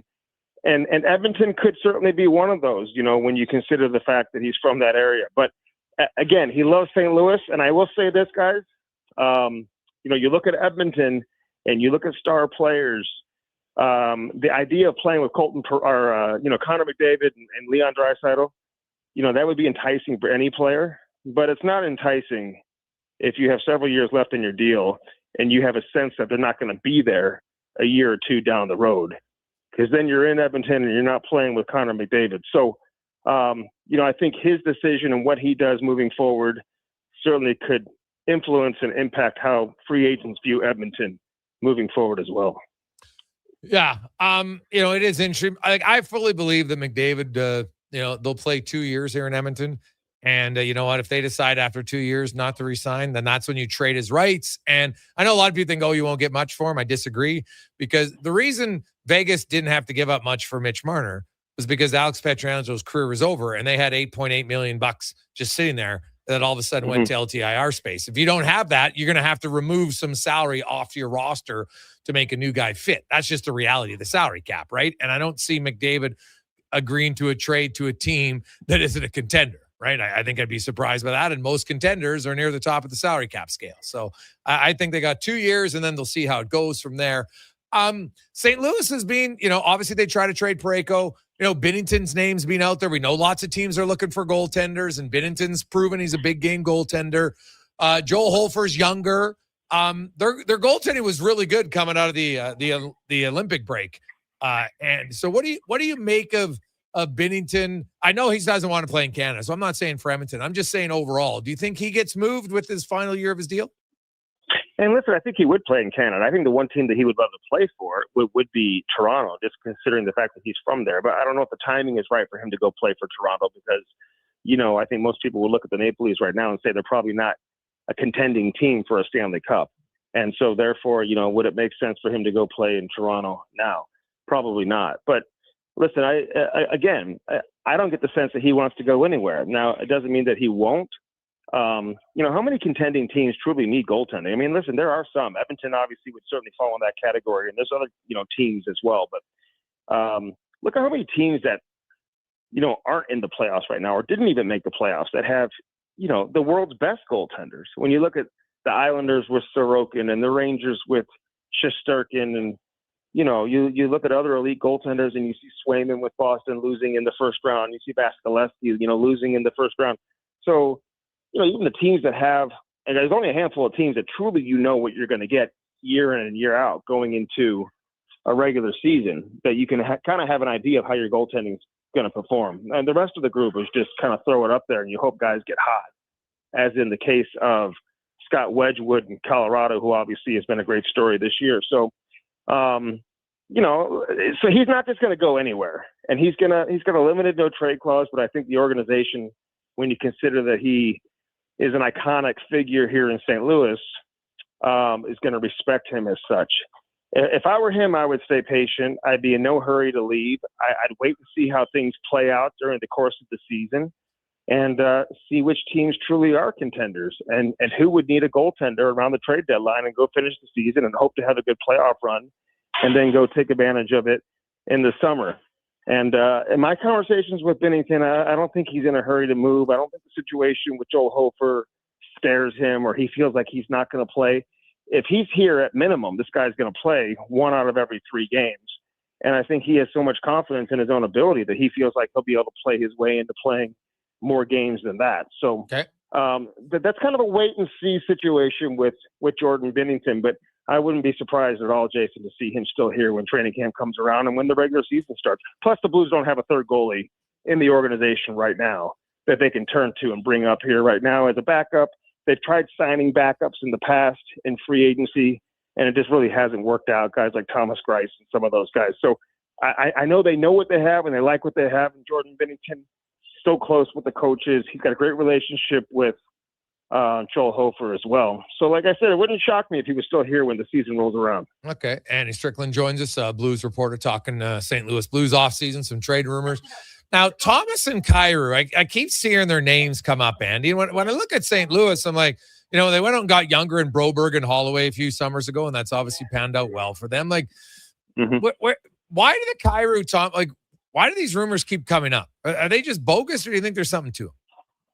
Well, I think there's something to it. Now, in the case of Robert Thomas, I'll start there because the team never approached him about a trade. So there was heavy rumors, and I'm sure there were some conversations going on. And I think that rocked him too. I look at Kyrou and I look at Thomas, and they're two different situations. Because in the case of Kyrou, he had a real down year. He had 3 consecutive 30-goal seasons prior to this past year, and he just really had some trouble throughout the course of the year, finding his game offensively, finding chemistry with forwards that he could play with. The puck wasn't going in. He was a healthy scratch in Buffalo. He got benched on a couple of occasions. I don't want to call him the scapegoat here in St. Louis, but it does seem like that he takes a lot more heat than a lot of other players who are on the current roster do and who have taken heat in the past. For whatever reason, he's a lightning rod player. So would he welcome a change of scenery? I think that's the question with Kyrou, and why I think if you're going to put a percentages, of either of those two getting moved, I think it's higher for Kyrou than it is for Robert Thomas. The question for Robert Thomas is, does he want to be moved now? And is he asking for a trade? And is he looking to move on from St. Louis? Because if he is, then I think that opens the door for the organization to truly explore moving him. If he doesn't want to go, I don't know why you would move him when you consider that it's so difficult to replace those guys. You're not going to replace a Robert Thomas. You can be sure that if they were to move him, that the asking price would be so high, Jason, that what you're getting in return probably wouldn't set you back. It should certainly help you. You should be getting good players on your roster in return. I don't know how many teams could put together a package to get a Robert Thomas. I had Darren Drager on my show last week. He talked about how things really heated up between St. Louis and Anaheim. I don't know if Thomas was involved in those talks or not, but it just never materialized. And so maybe those are, conversations that pick back up when you get to the draft between, the Blues and Buffalo and the Blues and a team like Anaheim, for example. And St. Louis is trying to move up in the draft too. So, San Jose would certainly kind of come into mind as well. Can they package a couple of first-round picks along with a significant roster piece in an effort to move up the draft? So those are all things to pay attention to. I don't think they're looking to unload Robert Thomas. Kyrou, we'll see how that plays out. Well, you look at the Blues, and right now the Blues got what? The 11th pick, the 15th pick, and the 31st pick. So 3 first-round selections and an opportunity maybe to make do some damage on draft day and leading up to it. And so you look at if they were trading a Kyrou or a Thomas, I'm assuming you're looking to get a forward back, or would they be looking to get a defenseman? Well, I think they need help up the middle. That's why, trading Robert Thomas doesn't really solve that issue. Agreed. I think they want to add centers. Yeah. You've got Dvorsky, you've got some other pieces, but I think they would love to add a piece up the middle if they can. Certainly draft one if they can. Draft a defenseman. Maybe go out and get a D-man in free agency or via trade. And the Blues have a lot of prospects too. It's not just the guys that you see playing on the team right now who have graduated to the National Hockey League. They have a team that just went to the 3rd round in the American Hockey League playoffs. They have more kids that are on the way. And again, like you said, 3 first-round picks heading into the draft this year. So I think there's a lot of flexibility for Doug Armstrong, who is going to run the draft. Alexander Steen doesn't officially take over as general manager until July 1st. So he's going to make a lot of decisions, obviously, in terms of what the roster might look like. But these are all things that are going to be in play. Listen, trading is just a part of it. And that's why, I wouldn't be surprised to see the Blues get active in the trade market, because I think that's their best route or the best path to take to truly improve the roster right now. It's tough for them to sign free agents here in St. Louis, and, especially with the fact that not too many good players, or as many as we've seen in the past, truly reach unrestricted free agency anyway. So the good players typically re-sign with their teams. It's tough to get guys here to sign even when they are available. So the best route, obviously, sometimes is just to go ahead and make trades, something they've been good at doing in the past. And they've been good at drafting as well. They've got a lot of good players deep in the draft, Parayko being one of them, Kyrou a 2nd-round pick, Hofer being in the 4th-round pick. They've had a lot of good players that they've gotten in the draft, but they've also added some pieces via trade, guys like Cam Fowler, Logan Mailloux, some other players that they've been able to get via trade. Andy Strickland joins us here, Sports 1440, sports1440.ca. Looking overall at the Blues roster, and last season, disappointment for them, obviously, when how the season went. And you look at some players like up front. Obviously, you have Dylan Holloway. They hope that he stays healthy. Jake Neighbors would probably want to bounce back. What's your expectations for Snuggerud and Dvorsky and what they can bring moving forward? Well, Snuggerud's already shown that he can score over 20 goals in this league, and he missed some time with injury. And even down the stretch, his wrist was still bothering him a little bit, and I think that's probably the reason why he didn't go play in the World Championships. I think you can safely assume that was the case. So this guy at some point is going to push 30. It's how quickly can he do that? Can he do that as soon as next year? If the Blues can get their power play going and he can be a threat on the power play and put in some power play goals, then, he could get there as soon as next year. But I think at minimum, your expectations for Jimmy Snuggerud next season would be to score 25 goals. If he can get over that, then I think you're right in the wheelhouse of what your expectations would be. But he's got so much potential, Jason. You just know he's going to career at some point throughout the course of his career. And what does that look like? Is that 35 or is that 40 goals? Could he get to 40 at some point in his career? Not saying he'll get there next year, but I think he could certainly get to 25 and even push for 30. I mean, a guy like Jake Neighbors pushed for 30 a few years back. He got 27, and he missed the last 5-6 games of the regular season when he had an injury. So, and Dvorsky, now you just want to see him play with a little more confidence. Use his shot. I think that's his biggest weapon is his ability to shoot the puck, and I don't think he did that enough last year. I think there was a lot of concerns about, pace of play. I think his skating is getting better, and his hockey sense certainly allows him to make up maybe for the lack of pace that he plays with. Such a good passer, and he had a lot of success in the Olympics playing for Slovakia. So if he can flirt with 20 goals next season, get somewhere between 15 and 20, maybe even push himself ahead of 20, get to 50 points as a guy who is playing in your middle six and getting significant ice time and playing with good players, then I think he's certainly moving in the right direction. So for fun, if you had to rank those four, Kyrou, Thomas, Parayko, and Binnington, in order of 1 being most likely to be traded, 4 being least likely, how would you rank them? Well, I would say Kyrou would be your most likely. Okay. I'm going to put Parayko ahead of Binnington, and I'm not saying they're going to trade Parayko. I just feel strong that they're not going to move Binnington. The Robert Thomas one is interesting. Like I said, I don't get the sense.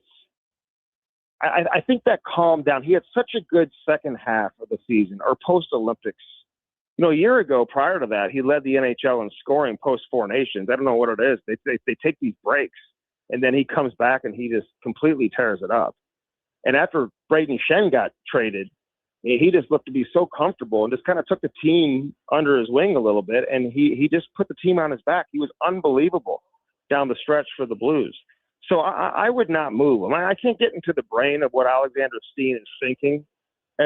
But, if he's looking to move him, then that means there's a really, really sweet package coming the other way. This is not a situation where you're just trying to unload a contract or move on from a player. We're talking about a significant, big-time hockey trade that would really benefit St. Louis in the end. So is that possible? Sure, anything is possible. Anybody could get traded. But when you consider he's the Blues' best player, I'm going to put him as the least likely to get moved, only because he is their best player. But I'm not going to sit here and say that he won't be moved. You could have all 4 of those players get moved, Jason. Who knows what's going to happen here in St. Louis? Yeah, I'm kind of fascinated. I've heard a lot about him, and to me, when you trade a player, and they did trade him, he just didn't agree to the trade. It tells me that maybe they're ready to move on, and if you're Colton Parayko, now it's your decision. Hey, I like St. Louis, but do I want to be somewhere where maybe they don't want me? And not that it means you're a bad player, but I agree with you on that one off the top, Annie. That usually that's kind of the start of the end for a player, where you say, hey, you know what? They don't want me. I'll move somewhere else. Obviously, he has the no trade clause, so he can pick where he wants to go. And it would be interesting to see. Well, I think that's how it should play out, right? If you have a full no trade, which Parayko has, and Thomas has that, by the way, too. So does Kyrou. Yeah. And we're talking about a limited no trade with Jordan Binnington. But with Parayko, I think it gets to a point where I think for a player like that, where you say, hey, this is where I will waive to go. So if you want to move me, go get a deal done with this specific team, because I'll go there. Outside of that, it's not even worth bringing a trade to him if you know that he's going to say no. But I go back to years ago. I remember the Blues asked Dougie Waite to waive his no trade to go to Anaheim, and he said no. And then Larry Plow and John Davidson, they called him up to the office the next day or 2 days later or whatever it was, and they basically forced his hand, and he accepted the trade. And sometimes teams will do that. I mean, they'll say, hey, you're not going to play power play. You're not going to get as much ice time. You're not going to be in a top 6 role. I'm not going to do that to a guy like Robert Thomas. He's in the prime of his career, which is why it just doesn't make any sense to trade your number 1 center. But, in the case of Colton Parayko, you just never know. And I'm not going to, question the integrity of the St. Louis Blues that they would do something like that. But I've seen it in the past, is my point, that when a team goes to a player and they say no, if they want to move him, they'll find a way to move him. Yeah. Yeah, no, 100% agree with you on that one for sure. Andy, great stuff as always, man. We appreciate it. We'll talk to you again soon. Okay, appreciate it. There Thanks, you go. Jason. Take care. You bet. That's Andy Strickland from St. Louis and the Blues. Some interesting names out there. So he thinks Kyrou is the most likely. I think the fact that they traded Parayko once puts him right near the top of that list. Moving Thomas makes no sense. Teams are dying. There's a shortage of legit top 6 centers in the NHL, top 2 line centers, and he's one. He's a top 2 center for sure. He's probably number 1 center, maybe low end number 1 center, but still he's not. So trading him, why? I guess unless you're going to get someone else's number 1 center, it's the only reason to do it. But the other ones, I could see an argument as to why you'd make it. Binnington, probably not. But if St. Louis is out of it at the deadline, then I could see it. Quick break. We'll return. Jason Gregor, Connor Halley, Donovan Paulson with you on The Gregor Show, presented by PlayAlberta.ca. You don't just need property services, you need problems handled. HireGood provides cleanup, debris removal, site monitoring, and safety attendance across Edmonton. We reduce issues on your property, keep spaces safe, and take pressure off your team. We resolve real problems for businesses while creating real impact, because our team is built on second chances, and they show up every day ready to prove it. Visit hiregood.ca or call and mention Jason Gregor for a first-time discount. HireGood. Stable jobs create stable lives.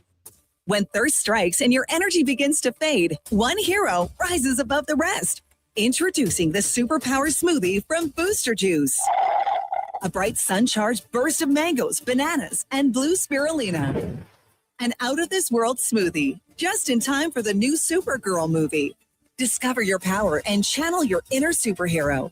Fly into your local Booster Juice and experience it for yourself today. And see Supergirl. Only in theaters June 26th. The Brick is thrilled to introduce the new exclusive Shaquille O'Neal home lineup of furniture. Each piece features premium Shacopedic memory foam for exceptional comfort, made to be lived in and loved for years. Each piece is built on a strong hardwood frame, offering sturdy comfort day after day. Head to any Brick location and snap a photo with Shaquille O'Neal. A life-size Shaq is waiting in store. Scan the QR code and upload your pic for a chance to win one of 4 Shaquille O'Neal home pieces exclusively at The Brick, saving you more. Get the lowdown with Low Tide. Weekdays from noon to 2 on Sports 1440. He's seen it all and then some. From stats to stories, he breaks it down like no one else. Proud to be Edmonton's sports leader. Sports 1440.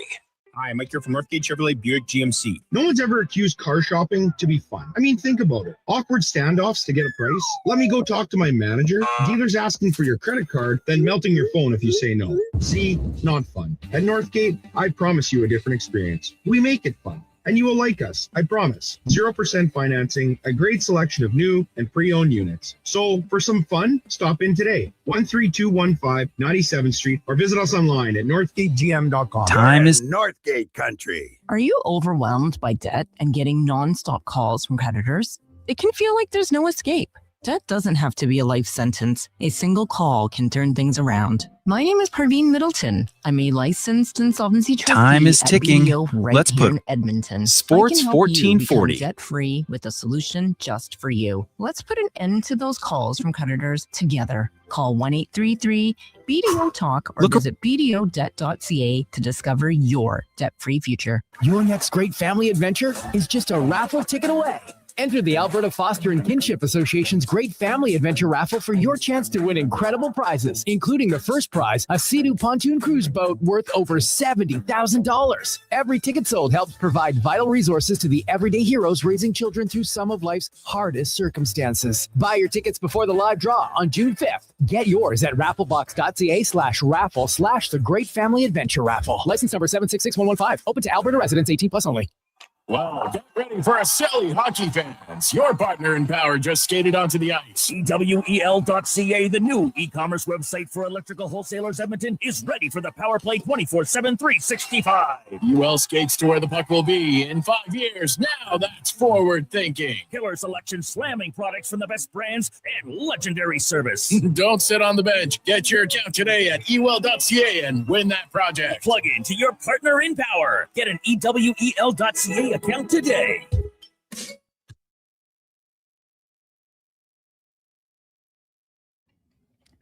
Portions of this hour brought to you by Elks Nation. Check out the new website, elksnation.ca. Articles, podcasts, and more breaking down the green and gold. The most in-depth W football coverage online, elksnation.ca. The Jason Gregor Show, the best of Edmonton sports talk and beyond. This is Sports 1440. Presented by PlayAlberta.ca, Alberta's only regulated online gambling website.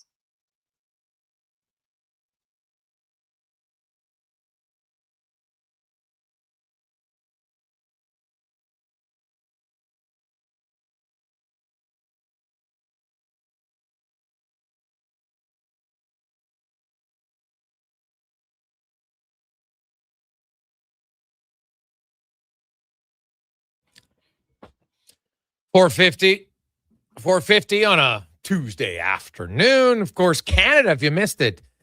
Canada, USA Thursday morning quarterfinal action. As Canada finished first in their pool, USA finished fourth in theirs. Finland will play Czechia, Switzerland versus Sweden, and Norway, Latvia. Norwegians finished second in their pool, so they'll take on Latvia, who was third in Pool A. So Canada, US. Another little matchup, little rivalry, be fairly intense, I would think. Some few Canadians who lost at the Olympics, few Americans who won at the Olympics on both of those squads. So it's always fun anytime you get a Canada, USA rivalry. And that game goes at what, I think 8:20 our time, Cons? Is that right? Believe so, yeah. Because I think it's like 4:20 local, so 8-hour time difference. So there you have it. So you might want to tune in for that one on Thursday morning. 833-401-1440, 833-401-1440. Now, hey, we got 14 spots left, okay? We want to get to 100 for kids, so that's 86. Want to get to 100 this week for kids sport. We had a great day yesterday. We had 83 yesterday. So we just need 14 more today. It's $25 a month for a year. Or one payment of $300. You get a tax receipt for it, and you get kids who otherwise wouldn't be able to play playing a sport, soccer, basketball, hockey. Some of them get multiple sports. It's a huge life-changing moment for these kids. So if you got an extra $25 a month, kicking around, you can put on your visa, you get a tax receipt for it. It'll be great. Kids Sport Week all week long, and our goal is to get to 100. We had a great Monday, so let's try to finish it off today. All right, 833-401-1440, 833-401-1440. Any businesses out there, any individuals, $25 a month. It's not very much to make a massive impact and difference for some kids. So we need 14 more of those before Friday, but obviously the sooner the better would be great. Now, we got a lot of texts to get to. Hey, guys, would a Nurse for a Parayko deal make sense for the Oilers? Well, I don't think Darnell Nurse is waving to go to St. Louis. So let's just start there. I'd be surprised if that was a place that he waves to go to. But let's pretend for fun that he did. Parayko for Nurse deal. There's Edmonton probably has to add more because A, Parayko is an Olympian. B, he makes 2.75 less. They each have 4 years remaining on their deal, so that part's the same. Now, Nurse's cap hit's higher, but the money owed to him isn't 9.25. It's $8 million this year, and then it goes down to 7.2 in each of the following 3 years. But the interesting caveat is Nurse has a $6 million bonus now on July 1st for each of the last 4 seasons. So let's say the Oilers pay the bonus on July 1st if they want to. Then you trade him, and he's got 4 years left on his deal, which says it's like $37 million in cap space, but in actual dollars owed, it would only be, doing the math, 21.6 plus 2 would be $23.6 million in money owed over the 4 years. So it's a pretty big difference, right? So there's always little factors into it. He'll have to agree to a trade. I'm sure the Oilers wouldn't want to. I don't think they want to pay the $6 million bonus and then just have him gone. That wouldn't be ideal, but might be part of it. So we'll see. Hey, Gregor, Nurse will waive if he wants to see the ice for his contract from Drew. Not really. Do you think if he doesn't waive Drew, that the Oilers are going to say, we're going to bench you now? Not going to happen. They gave him a no trade clause. You can say, hey, man, do you want to waive it? We got teams interested. Here you go. That's what they negotiate. All right, Colton Parayko said no to St. Louis. I didn't see them bench him. So I don't really envision that being a real key. Hey, guys, do you think the Oilers could give Montembeault a new home? I know he had a rough year, but he's on Team Canada, 4 Nations. Jack from Minnesota. I guess. Right? He makes $3 million. It's not going to cost you a lot because they got 2 other young goalies right now in Foster and Dobish. Obviously, he's emerged. He's clearly their number one. I'd have to look at his contract status. Let me look it up quickly. How many years he has left at 3.1 mil? I think he has just 1. So, that makes it a little bit easier, depending on what the return is. Like, it might be nothing. Remember, the Oilers got Ingram for nothing. Right? They just got him for waivers. Now, I don't think Montembeault would be the same. I think you'd probably have to give up something, but I'm not sure you're going to have to give up a massive amount, to be honest. And like, just he's lost his starting job there. People look at it and say they don't really want to play him, so they probably just want to get rid of him. Like, I could see Montembeault being moved on day 2 of the draft, right? 3rd, 4th, 5th round pick, something like that. We see lots of proven NHL veterans who get moved at that point. So, see where it goes. 833-401-1440, 833-401-1440. Lots more coming in on the rumor line. Hey, Greg, is there a surprise trade or a player that you would be surprised that the Oilers moved this summer? Well, obviously, so I'm taking out the Captain Obvious ones of the big 2. Sure. Well, obviously guys like Hyman, anybody, Nugent Hopkins, that would be, a surprise. But you look at, guys who have no movement clauses, right? Like there's Draisaitl, McDavid, Hyman, Nugent Hopkins, Frederick. Who else? Nurse, Jake Wallman. I don't think Matthias Ekholm does. Yes, he has on his deal, which kind of makes sense. Bouchard does on the last few years of his deal because then he's in the free agent era. Tristan Jarry has, I think, a limited no trade clause for him. So I guess the most surprising player to me would be a Podkolzin. If somehow they traded him. I don't think it's going to happen, but that would be the obvious. But who do I think could be traded? Well, I know people like there's no chance, but I'll just say this. Trent Frederick getting moved, I don't think is like a 0% chance of happening. I think they're going to try to rehabilitate and everything like that, but the term isn't great. I get it, but $3.85 million is not like horrible if a team thinks, oh, this guy can be a 15-goal scorer for us. Be physical. Done it a few times in his career. Could he do it again? It's possible. He wouldn't be the first guy who gets a change of scenery and plays better. Us guys get a change of scenery and don't play well, i.e. Trent Frederick. So we'll see. I guess that would probably be the one. Hey, Greg, is you hearing anything on the coaching front? No, it's fairly quiet. I know there's a lot of people who think it's Cassidy or bust. I don't think it's Cassidy or bust.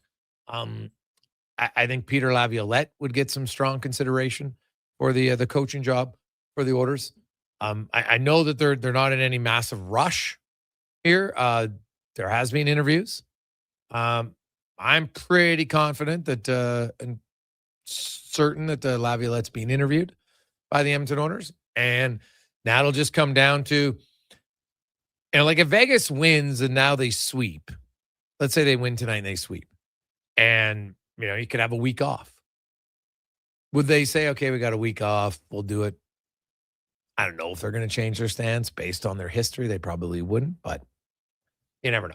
And so maybe they wait and see. And if the Stanley Cup final starts, well, then maybe Edmonton says, well, we don't want to wait then because now we might get to the 20th or who knows. So we don't want to lose our guy. So maybe they'll do somewhere else. So we'll see.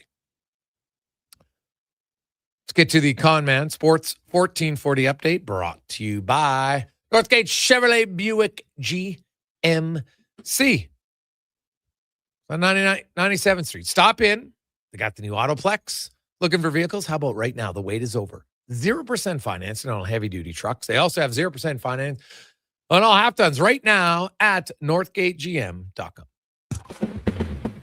The Sports 1440 update. Game 4 of the Western Conference Final. Golden Knights Avs from Vegas. Puck drop just after 7. Golden Knights lead that series 3-0. Over in Europe for the World Championships. Canada knocked out Czechia 3-2. The Americans over Austria 4-1 with that they'll meet in Thursday's final just after 8 a.m. quarterfinal action. That is the Memorial Cup 2-0 Kitchener Rangers taking on Chicoutimi, who's 1-1. Pucked up in that one just after 6 o'clock. In the association, Thunder and Spurs from OKC. Tip-off 6:30. That series tied 2 games apiece. Major League Baseball Blue Jays in action, just about to get going, taking on the Marlins. We'll have that one for you in progress on our AM feed following the Jason Gregor Show. A couple games underway. Nationals up on the Guardians 4-0. The Pirates lead the Cubbies 5-0 in the first. And Red Sox have a 2-0 lead over the Braves in the second. Later on tonight, Yankees, Royals, Brewers, Cards, Phillies in San Diego, Athletics hosting the Mariners, and the Rockies take on the Dodgers. Some news from the NFL. LA Chargers and safety Derwin James agreeing to a new contract extension, 3 years, $75.6 million, $57.5 of which is guaranteed. It makes him the highest paid safety in the league for the second time in his career. Coming up in hour 4 of the Jason Gregor Show, we'll get to Mark Spector of Rogers Sportsnet and hear the latest edition of Cam Tate's 2-Minute Warning. I'm Connor Halley. This has been a Sports 1440 update.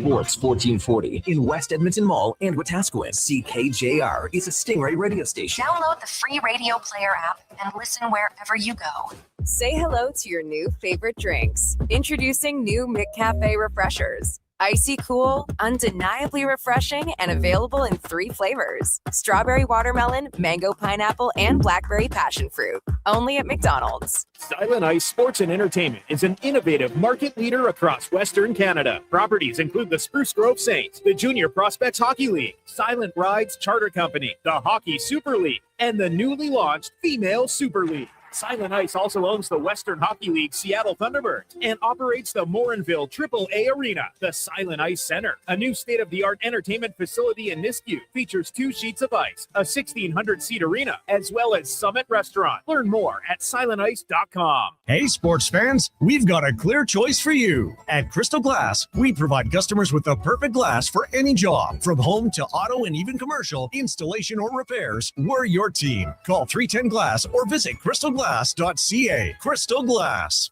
Rivalries run deep in Alberta football. Edmonton all the way. Calgary rules. How are you? When it comes to the best snack for 3-down fun, there's no Battle of Alberta. It's a clear winner. Wilhock Beef Jerky. The one thing every Alberta fan agrees on. So whether you're watching the game from your recliner or in the stands, make it a part of your game day. Wilhock Beef Jerky. Because you don't win Noon, games of course, with salad. Only available in Leduc. Northgate. Your weekend hotspot is at On the Rocks. Party with Edmonton's best bands every Friday, Saturday, and Sunday. And we got them all. From the Varkels to Tallboy, Radioactive, Curves, the Brute Squad, Morningwood, Roxilla, Punch Buggy, and more. Plus, the guy who keeps the party going every weekend. DJ Kenny K on the 1s and 2s, live. Get ready to have a good time this weekend. Your bar, your party. You're On the Rocks. On the Rocks. Just West Ave and 118th. A long weekend pit stop without a Toyota Prius plug-in hybrid can be hectic. But when you get a Prius plug-in hybrid during Red Tag days, you can take advantage of an estimated combined range of up to 962 kilometers and get there with fewer stops. Take advantage of Red Tag days on now. Receive a $5,000 lease incentive, plus get up to a $2,500 federal rebate for eligible customers on select 2026 Prius plug-in hybrid models. Visit shoptoyota.ca or your local Prairie Toyota dealer today. Bashaw Concrete Products. From concrete and septic tanks to blocks, precast water pads, jersey barriers, and aggregates. Farmers, contractors, homeowners. Plan your next project at BashawConcrete.com. Family owned, over 60 years pouring. Bashaw Concrete Products. Once again, start here. BashawConcrete.com. The job isn't done until the last load is hauled, and having a semi-trailer out of commission is not an option.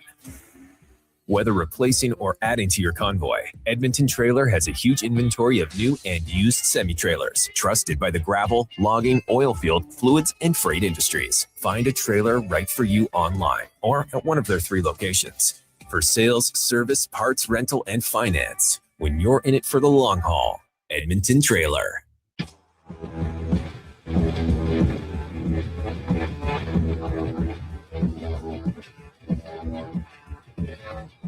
Portions of this hour brought to you by Cantork. We offer sale, rental, repair, and calibration of hydraulic, pneumatic, and battery-powered torque wrenches, stud tensioners, and flange maintenance equipment. Order today at cantork.com. The Jason Gregor Show, the best of Edmonton sports talk and beyond. This is Sports 1440. Presented by PlayAlberta.ca, Alberta's only regulated online gambling website.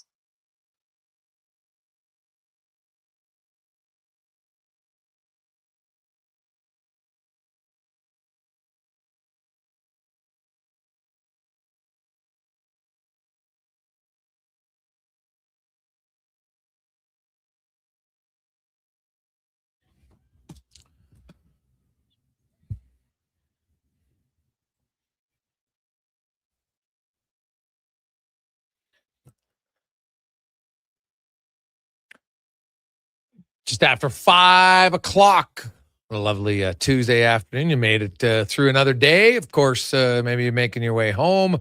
You will be catching the Jays, which, of course, you can listen to right at the conclusion of our show as the Jays are having another bullpen start today for them.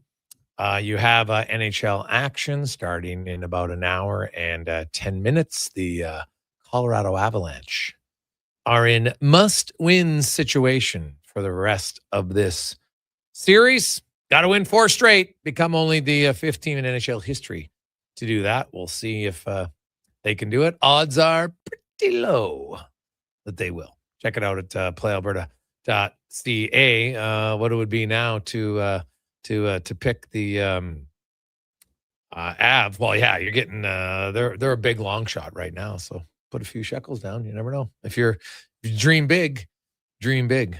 Check it out, playalberta.ca. Time now for the spec. Oh, also NBA. You should be watching the Thunder and the Spurs. I don't even care if you're an NBA fan. That game, maybe just turn it on in the fourth quarter. If you're not a huge fan, just turn it on in the fourth quarter. Should be a good game. Let's get to the spec report brought to you by GS Construction, your underground infrastructure specialists. And they are hiring right now for top men, pipe layers, operators, and more. Go to gsconstruction.ca. Look up careers. As Mark Spector from Rogers Sportsnet joins us. Mr. Spector, good afternoon. How you doing? Beautiful day. Doing great. How you doing, man? Oof, I'm good. Yeah, it is another nice day outside, which is fantastic. Hey, did you paint those blue chairs behind you? Is that part of your painting job this year? No. Those came blue. Oh, okay. I just put them together. It wasn't very hard. Oh, okay. All right. Because they look okay. So they're new. Because I was saying, man, those look pretty. Because any outdoor chairs, after a while, they start to fade. We always got to paint them, and those ones look a little. They look good. Great. So 2 tricks: cover them when you're not here, and buy them from Costco. Oh, why? Costco? They're like non-fading. No, but you know what they are, and I haven't tried this, but I'm 99% sure. Like if you took a saw to one of the arms and cut an arm off, it would be blue all the way through. I think it's blue to the core. I'm not chopping one up to check. Yeah, well, why don't you just try it and let us know? There's a couple nicks in it, and they stay blue. They don't turn like brown. They're not painted. Is my point. Okay. So maybe that's the key. Hey, what do I know, man? I'm just my wife buys chairs. They get delivered, and I put them together. That's all I got for you, buddy. Okay. Well, there's nothing wrong with that. Montreal Canadiens down 2-1. Overtime, man. Nick Suzuki, God, they had it. Like you set it up exactly. They gave up another breakaway. That's what Carolina does. They give up breakaways, and Montreal just didn't bury it. Yeah, there's certain points in a series that have to go your way if you're going to win. Like, you talked before the series started about Carolina's Achilles heel. They give up the most breakaways, and that means that when you're Montreal and you don't get a lot of 5-on-5 scoring chances here, 12 shots, 13 shots, when you get a breakaway, oh boy, like you better have a high rate of success, right? That's a point in the series that you need to exploit. There's not many holes in that Carolina team, Jay, right? They're a good team, man, and they don't give you much. And Freddie Anderson's playing awfully well. So yes, I would say to you that was a point in the game. But that goes in. It's a 2-1 series. You feel great, even though you got 25 shots on goal the last 2 games. Both went in overtime. As it stands, you're down 2-1, and you're going, man, like, how are we going to score 3 goals against this team when we get 13 shots a night? Yeah. Well, The one thing they might want to look up is Freddie Anderson on breakaways is much more susceptible on dekes than he is on shots. So maybe try to mix in a deke every now and then. Like, you look at Demidov's breakaway. What did he do?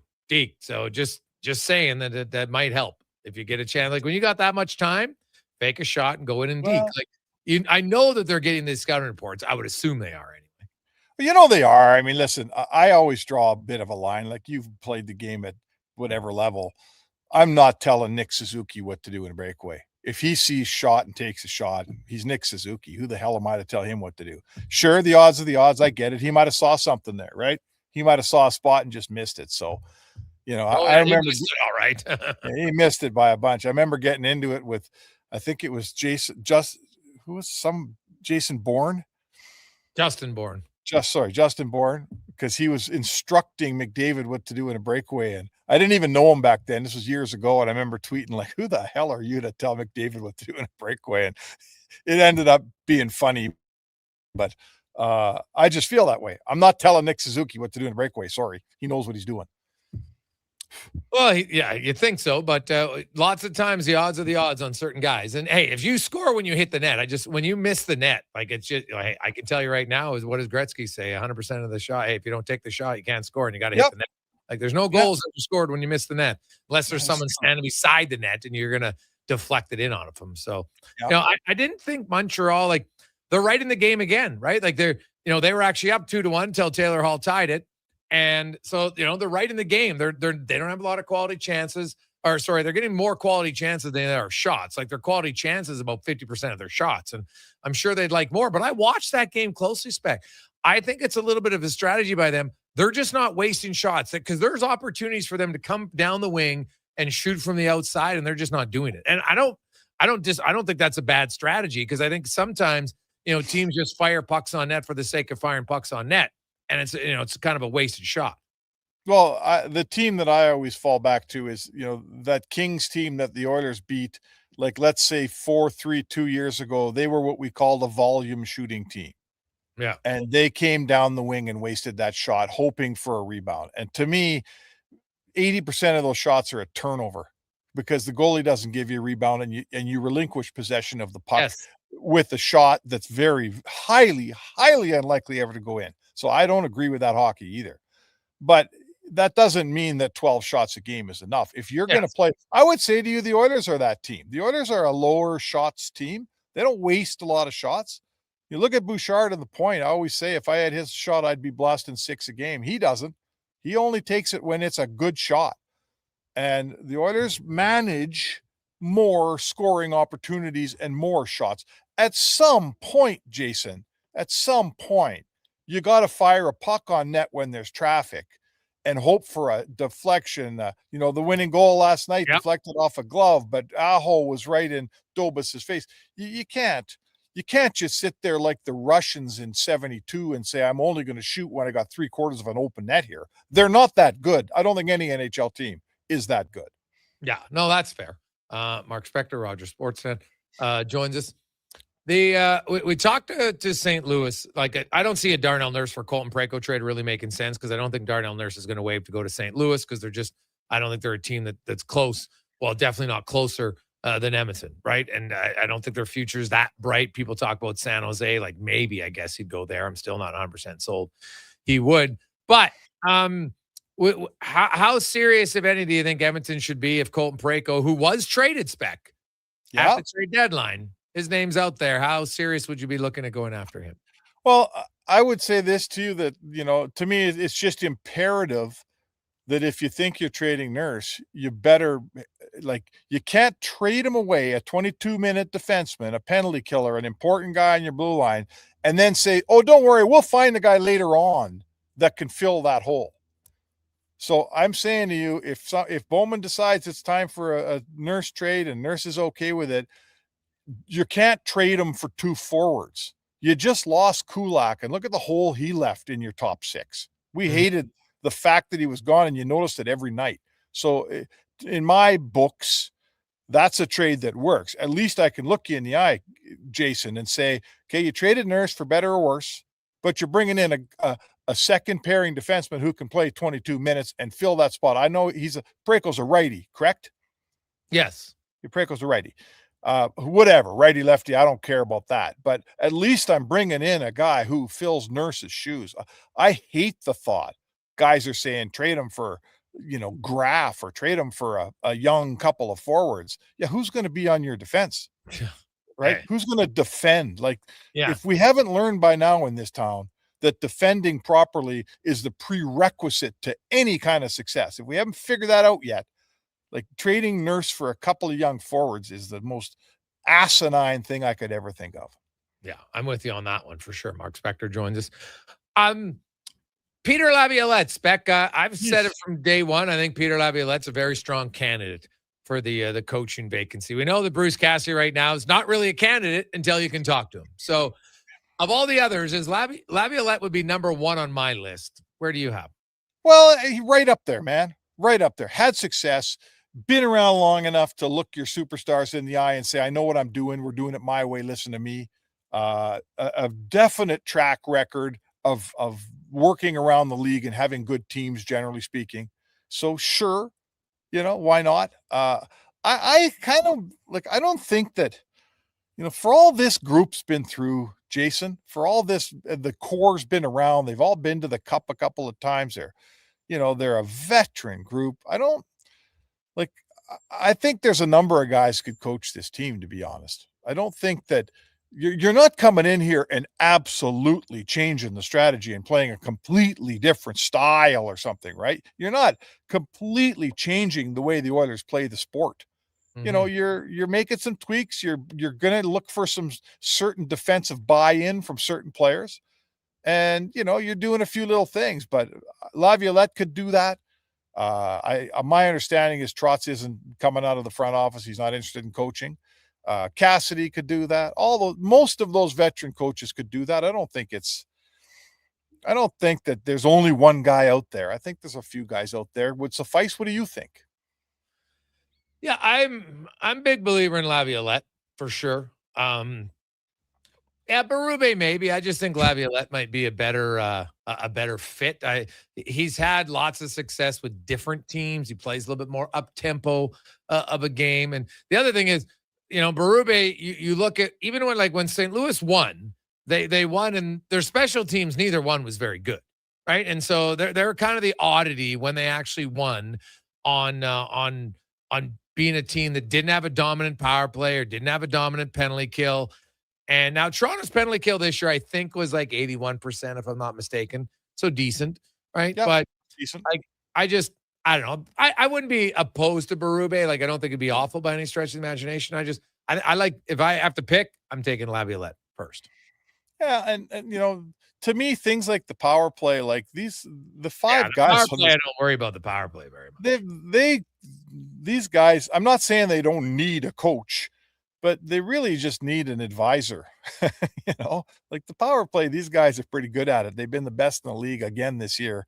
They've been the best in the league for 5 years. I'm not worried about the power play. They probably wouldn't need a coach, frankly, but it's some small elements of this team. And I'll tell you one thing about this team, Jay, after the regular season they had last year, after what we heard in those exit interviews, if Bowman can show these guys that he can provide them with a little bit of the right help and make a couple of the right moves here, I think you're going to get a very, very driven team next year. And I think this leadership group is very clear that they blew it last season. And the laissez-faire through the regular season was absolutely, they couldn't recover from it. It wasn't good enough. And they all know it. And they were all at fault for it, right to the top. Yeah. Mm-hmm. I think that you're going to get such a motivated group of players, that Oilers group. Everyone knows the McDavid windows may be coming to a close here. So motivating this team will not be an issue. Steering them, they need a guy to steer them a little bit. I think there's a number of coaches could do that.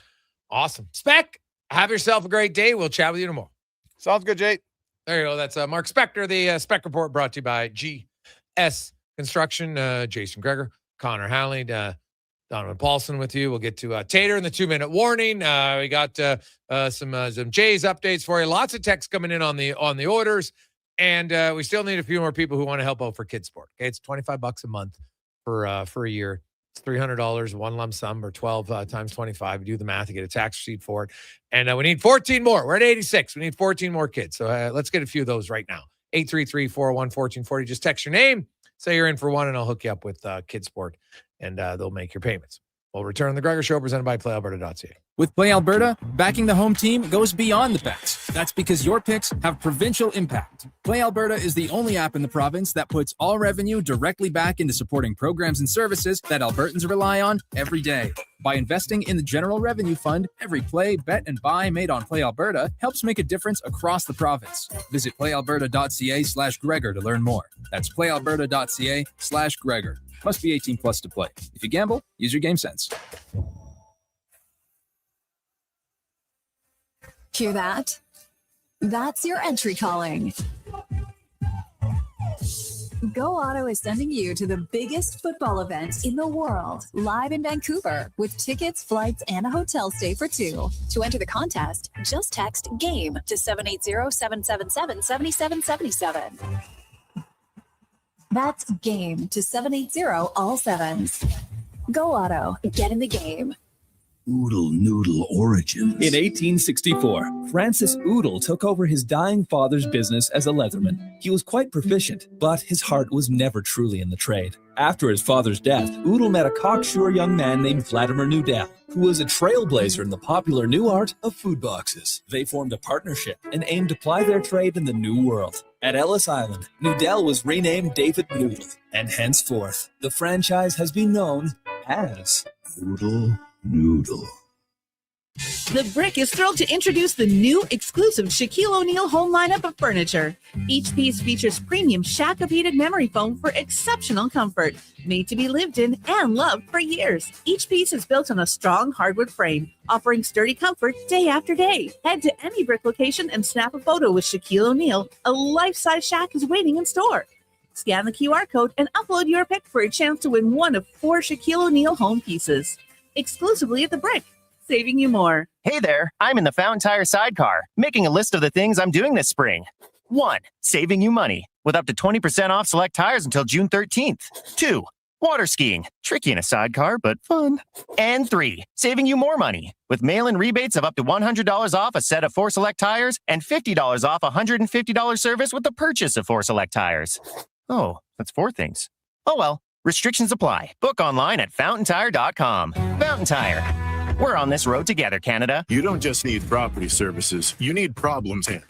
HireGood provides cleanup, debris removal, site monitoring, and safety attendance across Edmonton. We reduce issues on your property, keep spaces safe, and take pressure off your team. We resolve real problems for businesses while creating real impact, because our team is built on second chances, and they show up every day ready to prove it. Visit hiregood.ca or call and mention Jason Gregor for a first-time discount. HireGood. Stable jobs create stable lives. To the guy who said, I'll marinate the chicken, then forgot. Hi, your Safeway PA announcer here. We've got you covered with a variety of freshly prepared kebabs, ranging from chicken to beef and pork. They even come pre-marinated, so all that's left is pretending you made it yourself. And they're on sale this week. For more great summer deals, check our flyer at safeway.ca. Variety may vary by store. See flyer for details. I'm Dr. Vance Elliott. The goal of every one of the thousands of hair restoration procedures I've performed is a full, natural-looking head of hair. I work directly with my patients for the consultation, the procedure, and the follow-up, so we can achieve the best results possible. When people see what we accomplish, I don't want them to think, Wow, great hair transplant. I want them to think, Wow, great hair. Go to drvanceelliott.com and contact us today.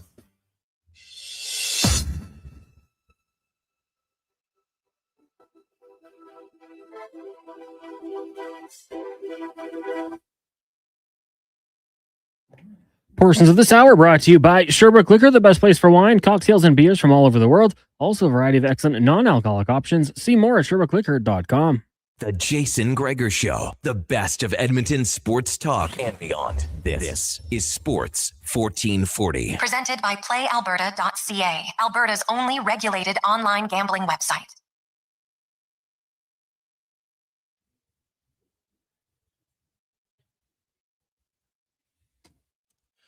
525, welcome back. Jason Gregor, Connor Halley. Donovan Paulson with you. And my goodness, like the Blue Jays' inability to either move runners into scoring position or get hits with runners in scoring position is absolutely horrific this year. Like they've just got no ability to play small ball. Can't hit behind the runner, can't advance the runner, they start, hey, runners first and second, no out. Don't even get a guy to third base.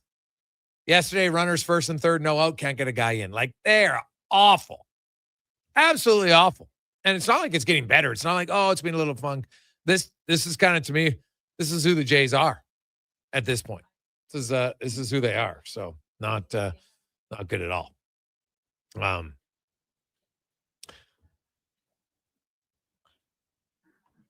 Hey, Gregor, someone's also be smoked. Bednar should be skidded just based on the Avs power play. To have that firepower and be that putrid all year was a disaster.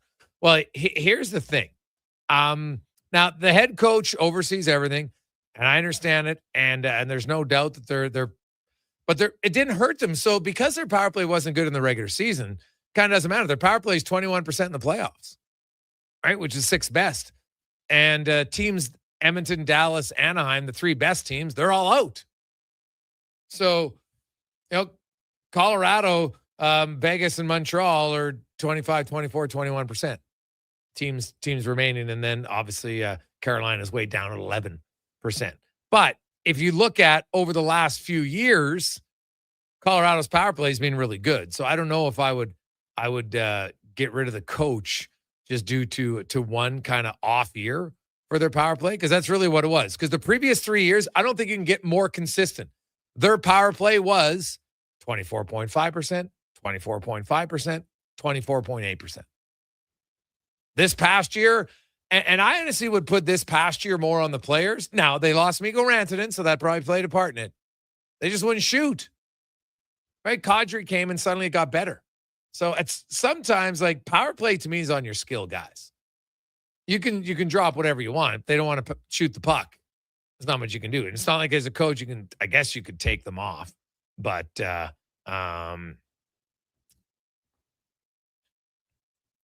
we'll kind of see where that goes. But I'm not. It is not.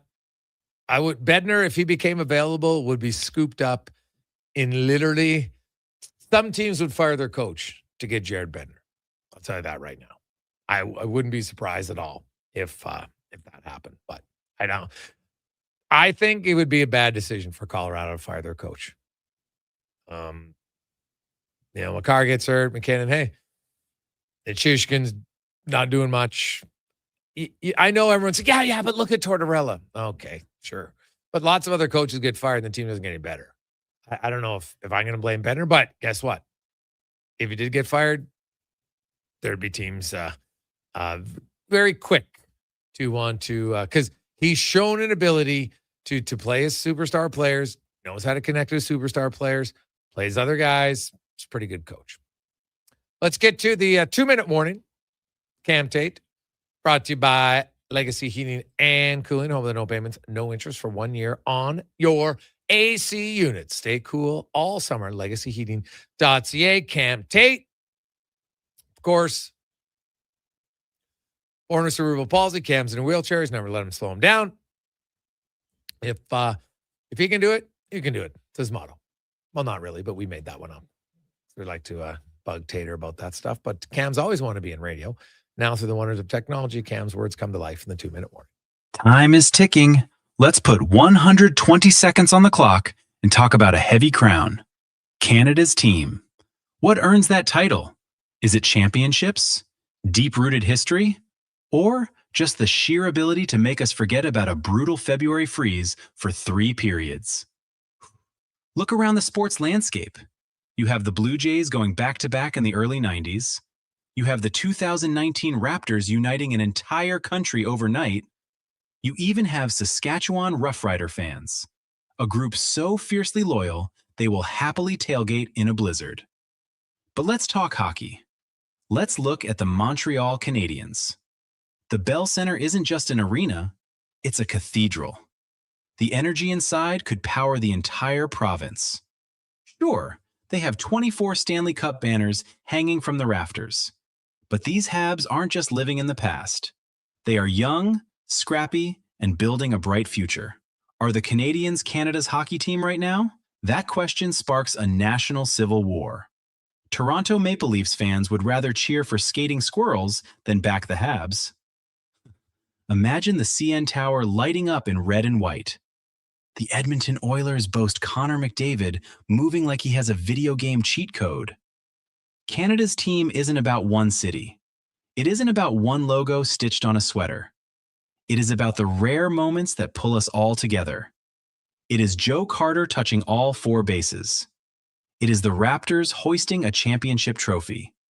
It is every kid playing shinny on a frozen prairie pond, and every fan screaming at their television from coast to coast.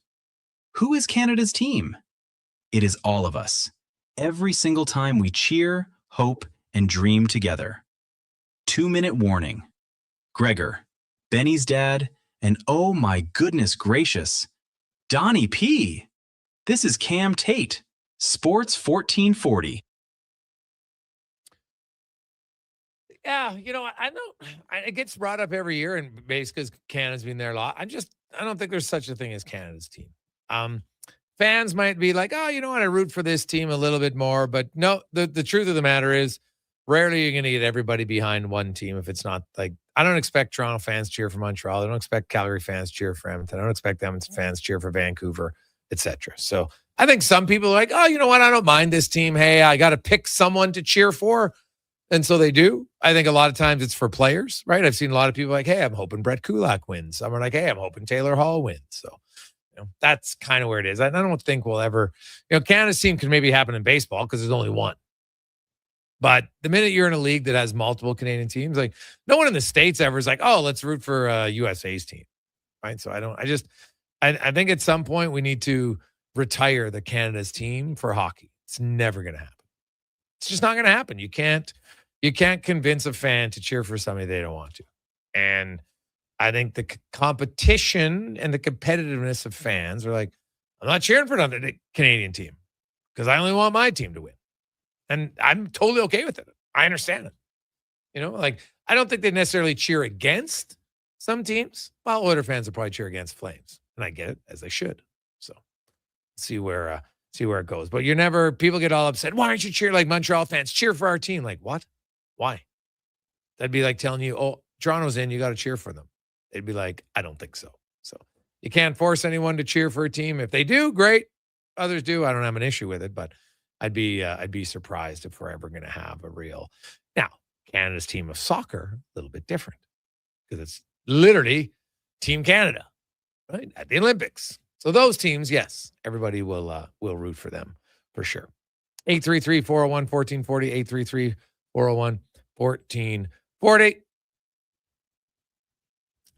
Hey, Gregor, that's what happened when the roster crashes back to earth and career minor leaguers and 200 hitters aren't playing way above their heads like last year's fluke run from Horngate. Well, I think missing out on a guy who was like a leader in hits and Bo Bichette probably hurt your team a little bit. But you've got lots of guys who just aren't hitting at all. I know they've had some injuries, right? Hey, not having Kirk, that's a big loss. I can't deny that, right? Like you take out your number one catcher, and Valenzuela's been okay for a young guy, but he's not Alondra Kerr. Just is. And, George Springer, who's not a career 200 hitter, he's not close to the player he was last year. Vladdy Guerrero, not close to the player he was last year. I'm not too worried about, like, Barger hasn't really even played.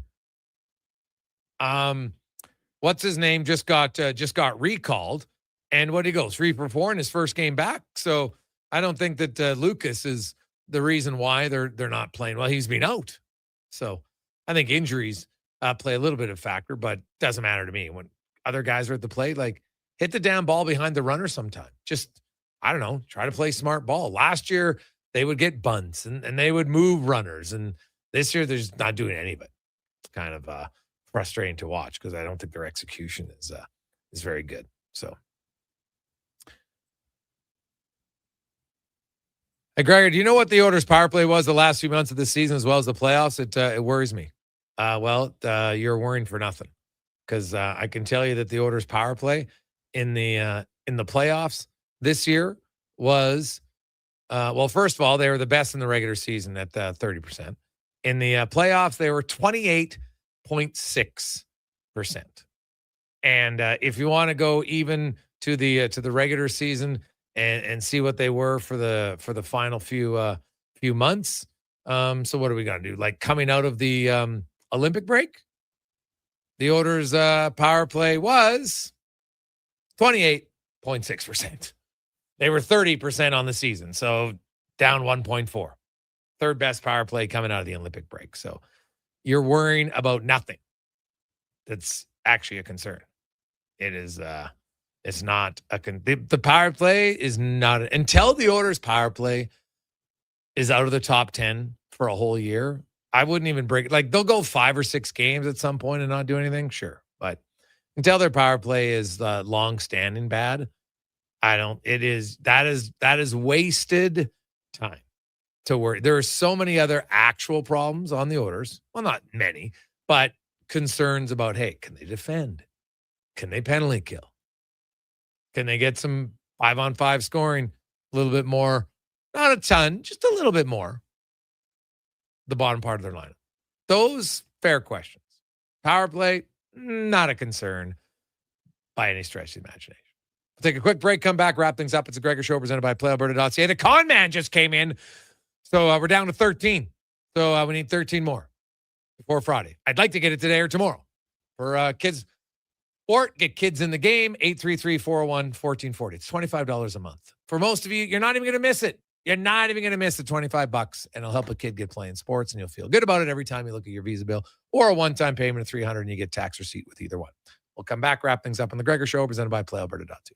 At Papa John's, get your everyday favorites for just $9.99 each when you order 2 or more items from the Papa Pairings menu. When you order more, you save more. Choose from medium one-topping pizzas, boneless wings, papadillas, breadsticks, cheese sticks, and desserts. It's easy to order all your favorites when they're just $9.99 each. So the next time your friends come over to eat your food, order off the Papa Pairings menu and save. Better ingredients, better pizza, Papa John's. Proudly locally owned and operated. And here comes Action Electrical Service Team sprinting onto the scene. These are your first responders for any electrical emergency. That's right. With their fleet of service vans and specialized gear, they assess, they service, and maintain electrical lighting and automation systems. They're all about rapid response. Quick diagnostics and repairs to restore power and safety fast. Hire the Action Electrical team to bring home a win for your project. Visit actionelectrical.net. Who's that working on the underground utilities over there? All-Star Construction, that's who. What about the street lighting? Yep, All-Star Construction. And the directional drilling, hydrovacking, neighborhood renewal, and telecommunication work? Yep.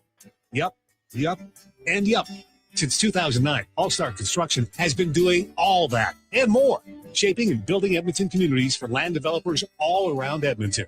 That's what All-Star Construction is all about. Are new McCafe crafted sodas just drinks or something more? Like Sprite Berry Bliss, Creamy Strawberry Coke, and Orange Dream. All swirled with fizzy flavor and topped with silky cold foam. Only at McDonald's. At participating McDonald's restaurants in Canada.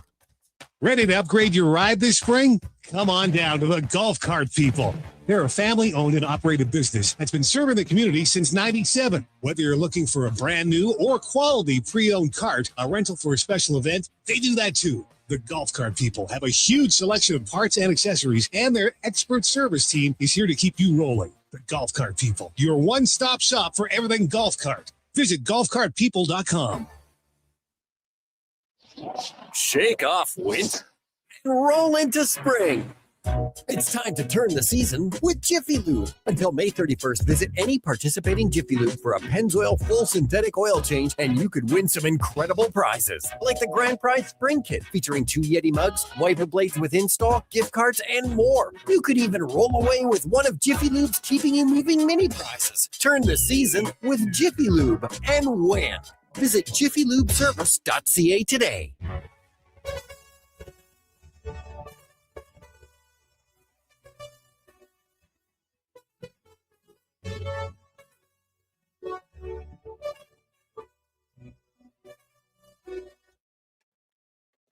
Portions of this hour brought to you by Crystal Glass, your clear choice for residential windows, locally manufactured and installed. Crystal Glass provides a beautiful product and incredible customer services for all of your residential needs.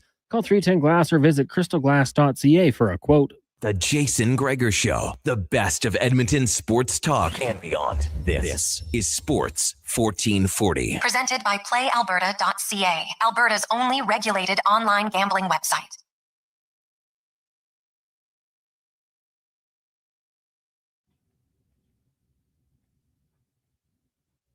Shohei was a 20 home run hitter his first 2 seasons in the league. Yeah.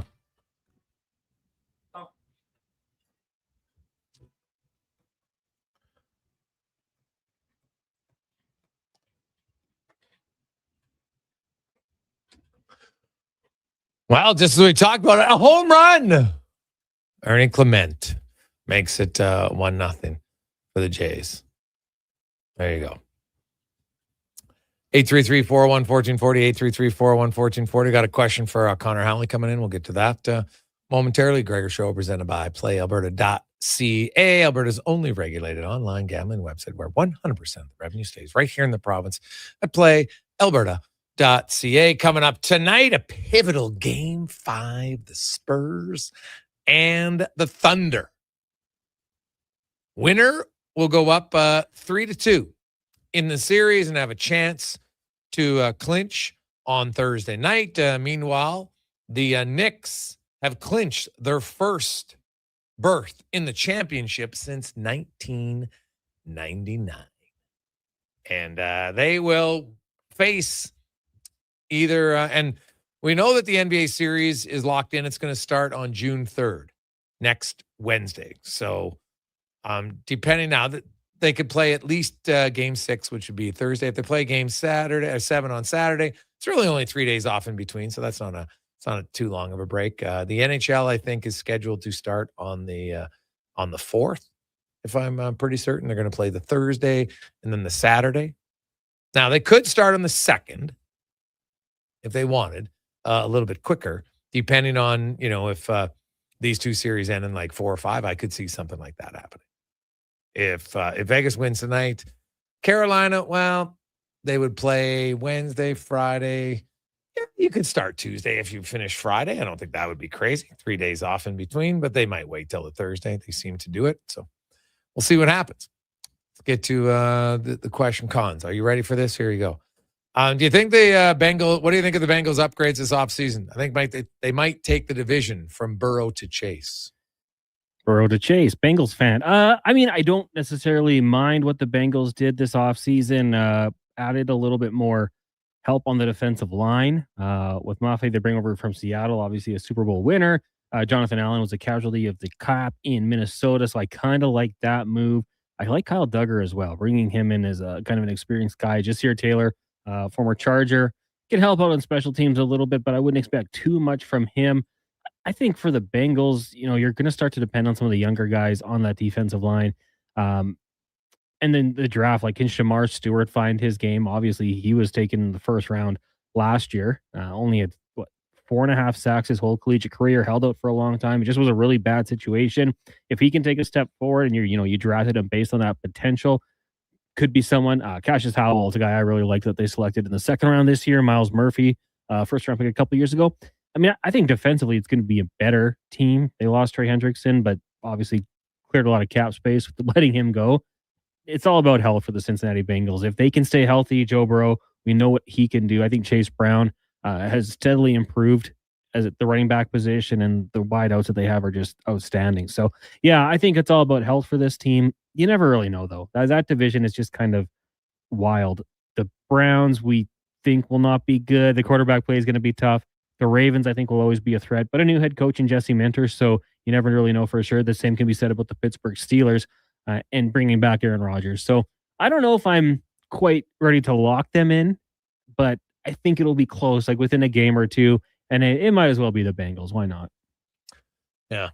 Hey, Greg, did you happen to see the CFL players' power rankings? What did you make of them? Yeah, well, they're anonymous players who voted, and they were asked to vote on the teams 1 through 9, and they had Saskatchewan 1, Montreal 2, so the two teams that met in the Grey Cup last year.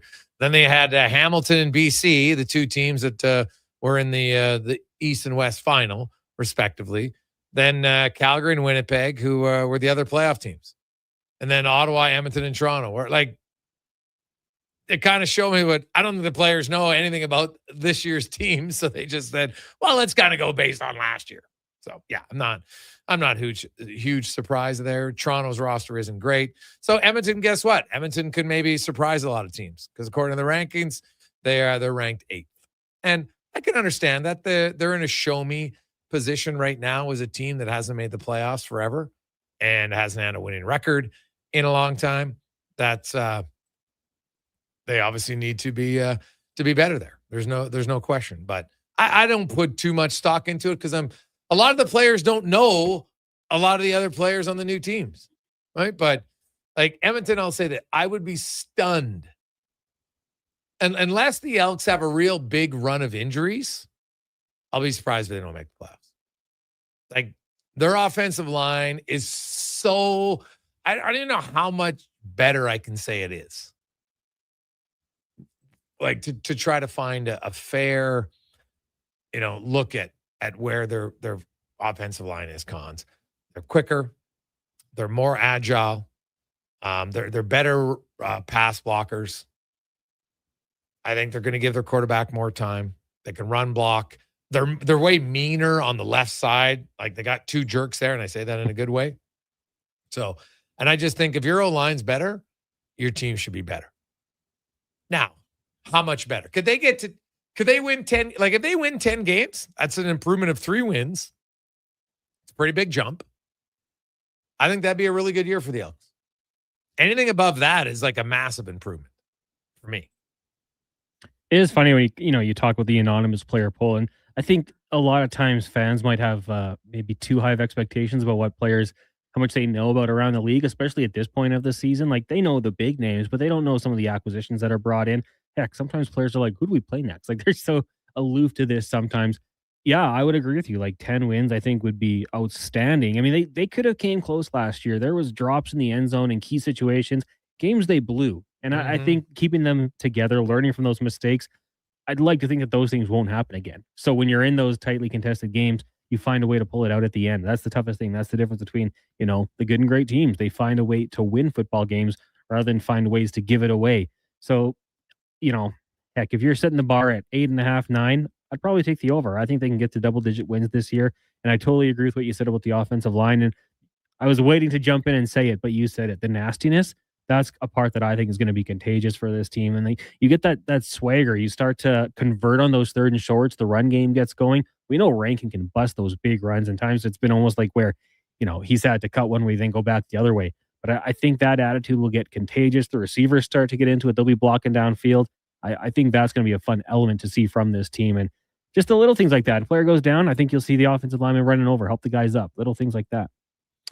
Well, and hey, there's pressure on the organization. Make no mistake. They need to take a step forward. Like you can't just keep, hoping that your team's going to improve. You have to improve at some point. And so I think there's definitely big expectations on the organization this year. And I think they understand that. I think they're well aware of it. And we'll see, kind of how they do. But it's you don't want to see a team, especially in any league, but be bad for this long. Right? Like you got to figure it out. But guess what? They really had no one to blame but themselves. Right? And not this current regime, but the previous regimes were a debacle. Right? Like ever since Ed Hervey left, all you got to do is go track the wins by the organization. And it's a continual massive decrease. Right? They haven't come close. You look at his 4 years, and then after, and keep in mind, the year after, that's still the majority of the team that he built. And then you look at Brock Sutherland and what he did to the organization, it was awful. Right? Like, and honestly, the board is just as responsible because they kept hiring. They were the ones making the decisions, and it was awful. Like really, it was a combination of the board and then the managers that they brought in, the presidents they brought in, that did not work, right? Did not work at all. So here's some news. Hearing that Tajon Buchanan is going to, his red card against Ireland was just a 1-game suspension.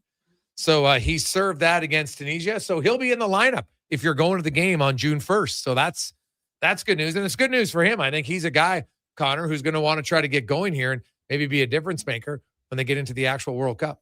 Oh, yeah, 100%. Obviously got the experience the last time around. And he's a guy who has scored some goals for this team, 58 appearances, 8 goals. So that's big and nice to get a win there. And especially for these two friendlies being on Canadian soil, I think a good opportunity for him, get back in there and some fans to see one of the better players on this team. So good appeal for them. There you go. 833-401-1440, 833-401-1440. Hey, Gregor, I think the Oilers need a coach who will hold everyone accountable, even 97 from Stanley. Yeah, I think that's fair. And it's not like, it has to be like the Connor McDavid isn't accountable. That's not what we're saying. But I think, to me, the one area where they need to be more accountable, Connor, is, hey, you got to manage the puck. You can't consistently just decide, you know what, we're always going to try the fancy play and give the puck away at the offensive zone blue line, the lead odd man rushes, and other things. Like, if you want the team to manage the puck in the defensive zone, now that doesn't mean you can't take some chances. It's going to happen every now and then. It just can't happen as frequent as it did last year, right? Like, I think it's a valid question when you look and say, well, how many points, how many times was Connor McDavid on the ice for, and then how many goals against was he on the ice for? Like, you need to be a better goal against player for your team when you're on the ice for that many goals for. And I know that not every goal against is his responsibility, no question, right? I agree with that, but you just, there needs to be a better ratio. Like, he was +7 at 5-on-5 this year. Nathan McKinnon was +58. Right? Like Marty Natchez, they were +50. Kucherov was +38. David was +7. And, he was on for 75. Now, McKinnon was on for 25 more goals for sure. Right? But David was on for 68 goals against. And I'm just like, Kucherov's on for 48. No one looks at Kucherov and thinks, wow, this guy's like a dynamic defensive player.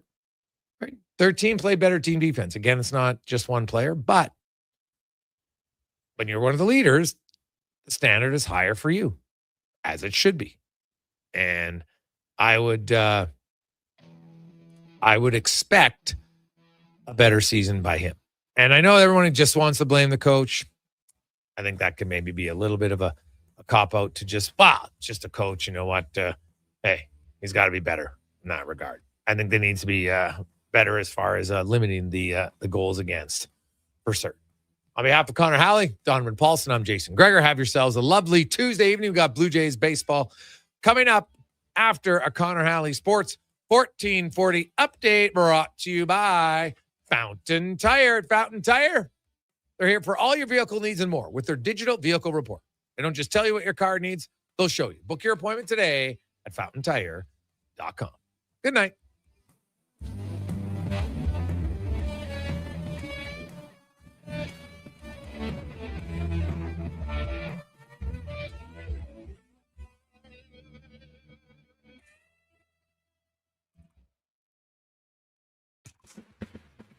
The Sports 1440 update. Game 4 of the Western Conference Final goes in about an hour and 10 minutes from Sin City. Golden Knights and Avs, of course, State's going to wrap this one up with a win, leading 3-0 at the World Championship today. Canada knocked off Czechia 3-2. With that, they'll meet the United States Thursday morning in quarterfinal action.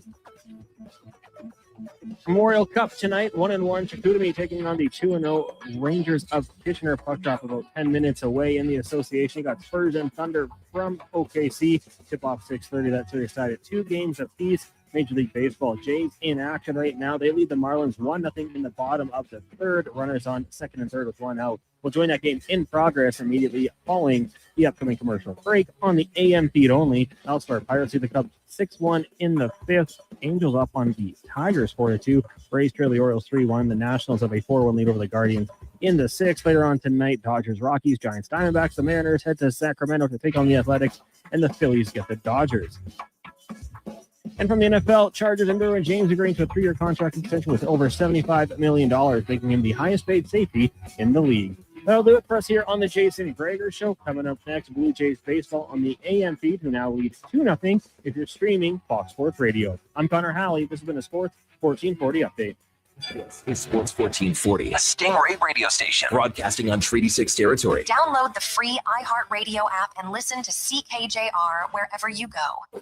Big guests, bigger takes. Jason Gregor brings the names you know and the stories you don't. Weekdays 2 to 6 on Sports 1440. Don't miss it.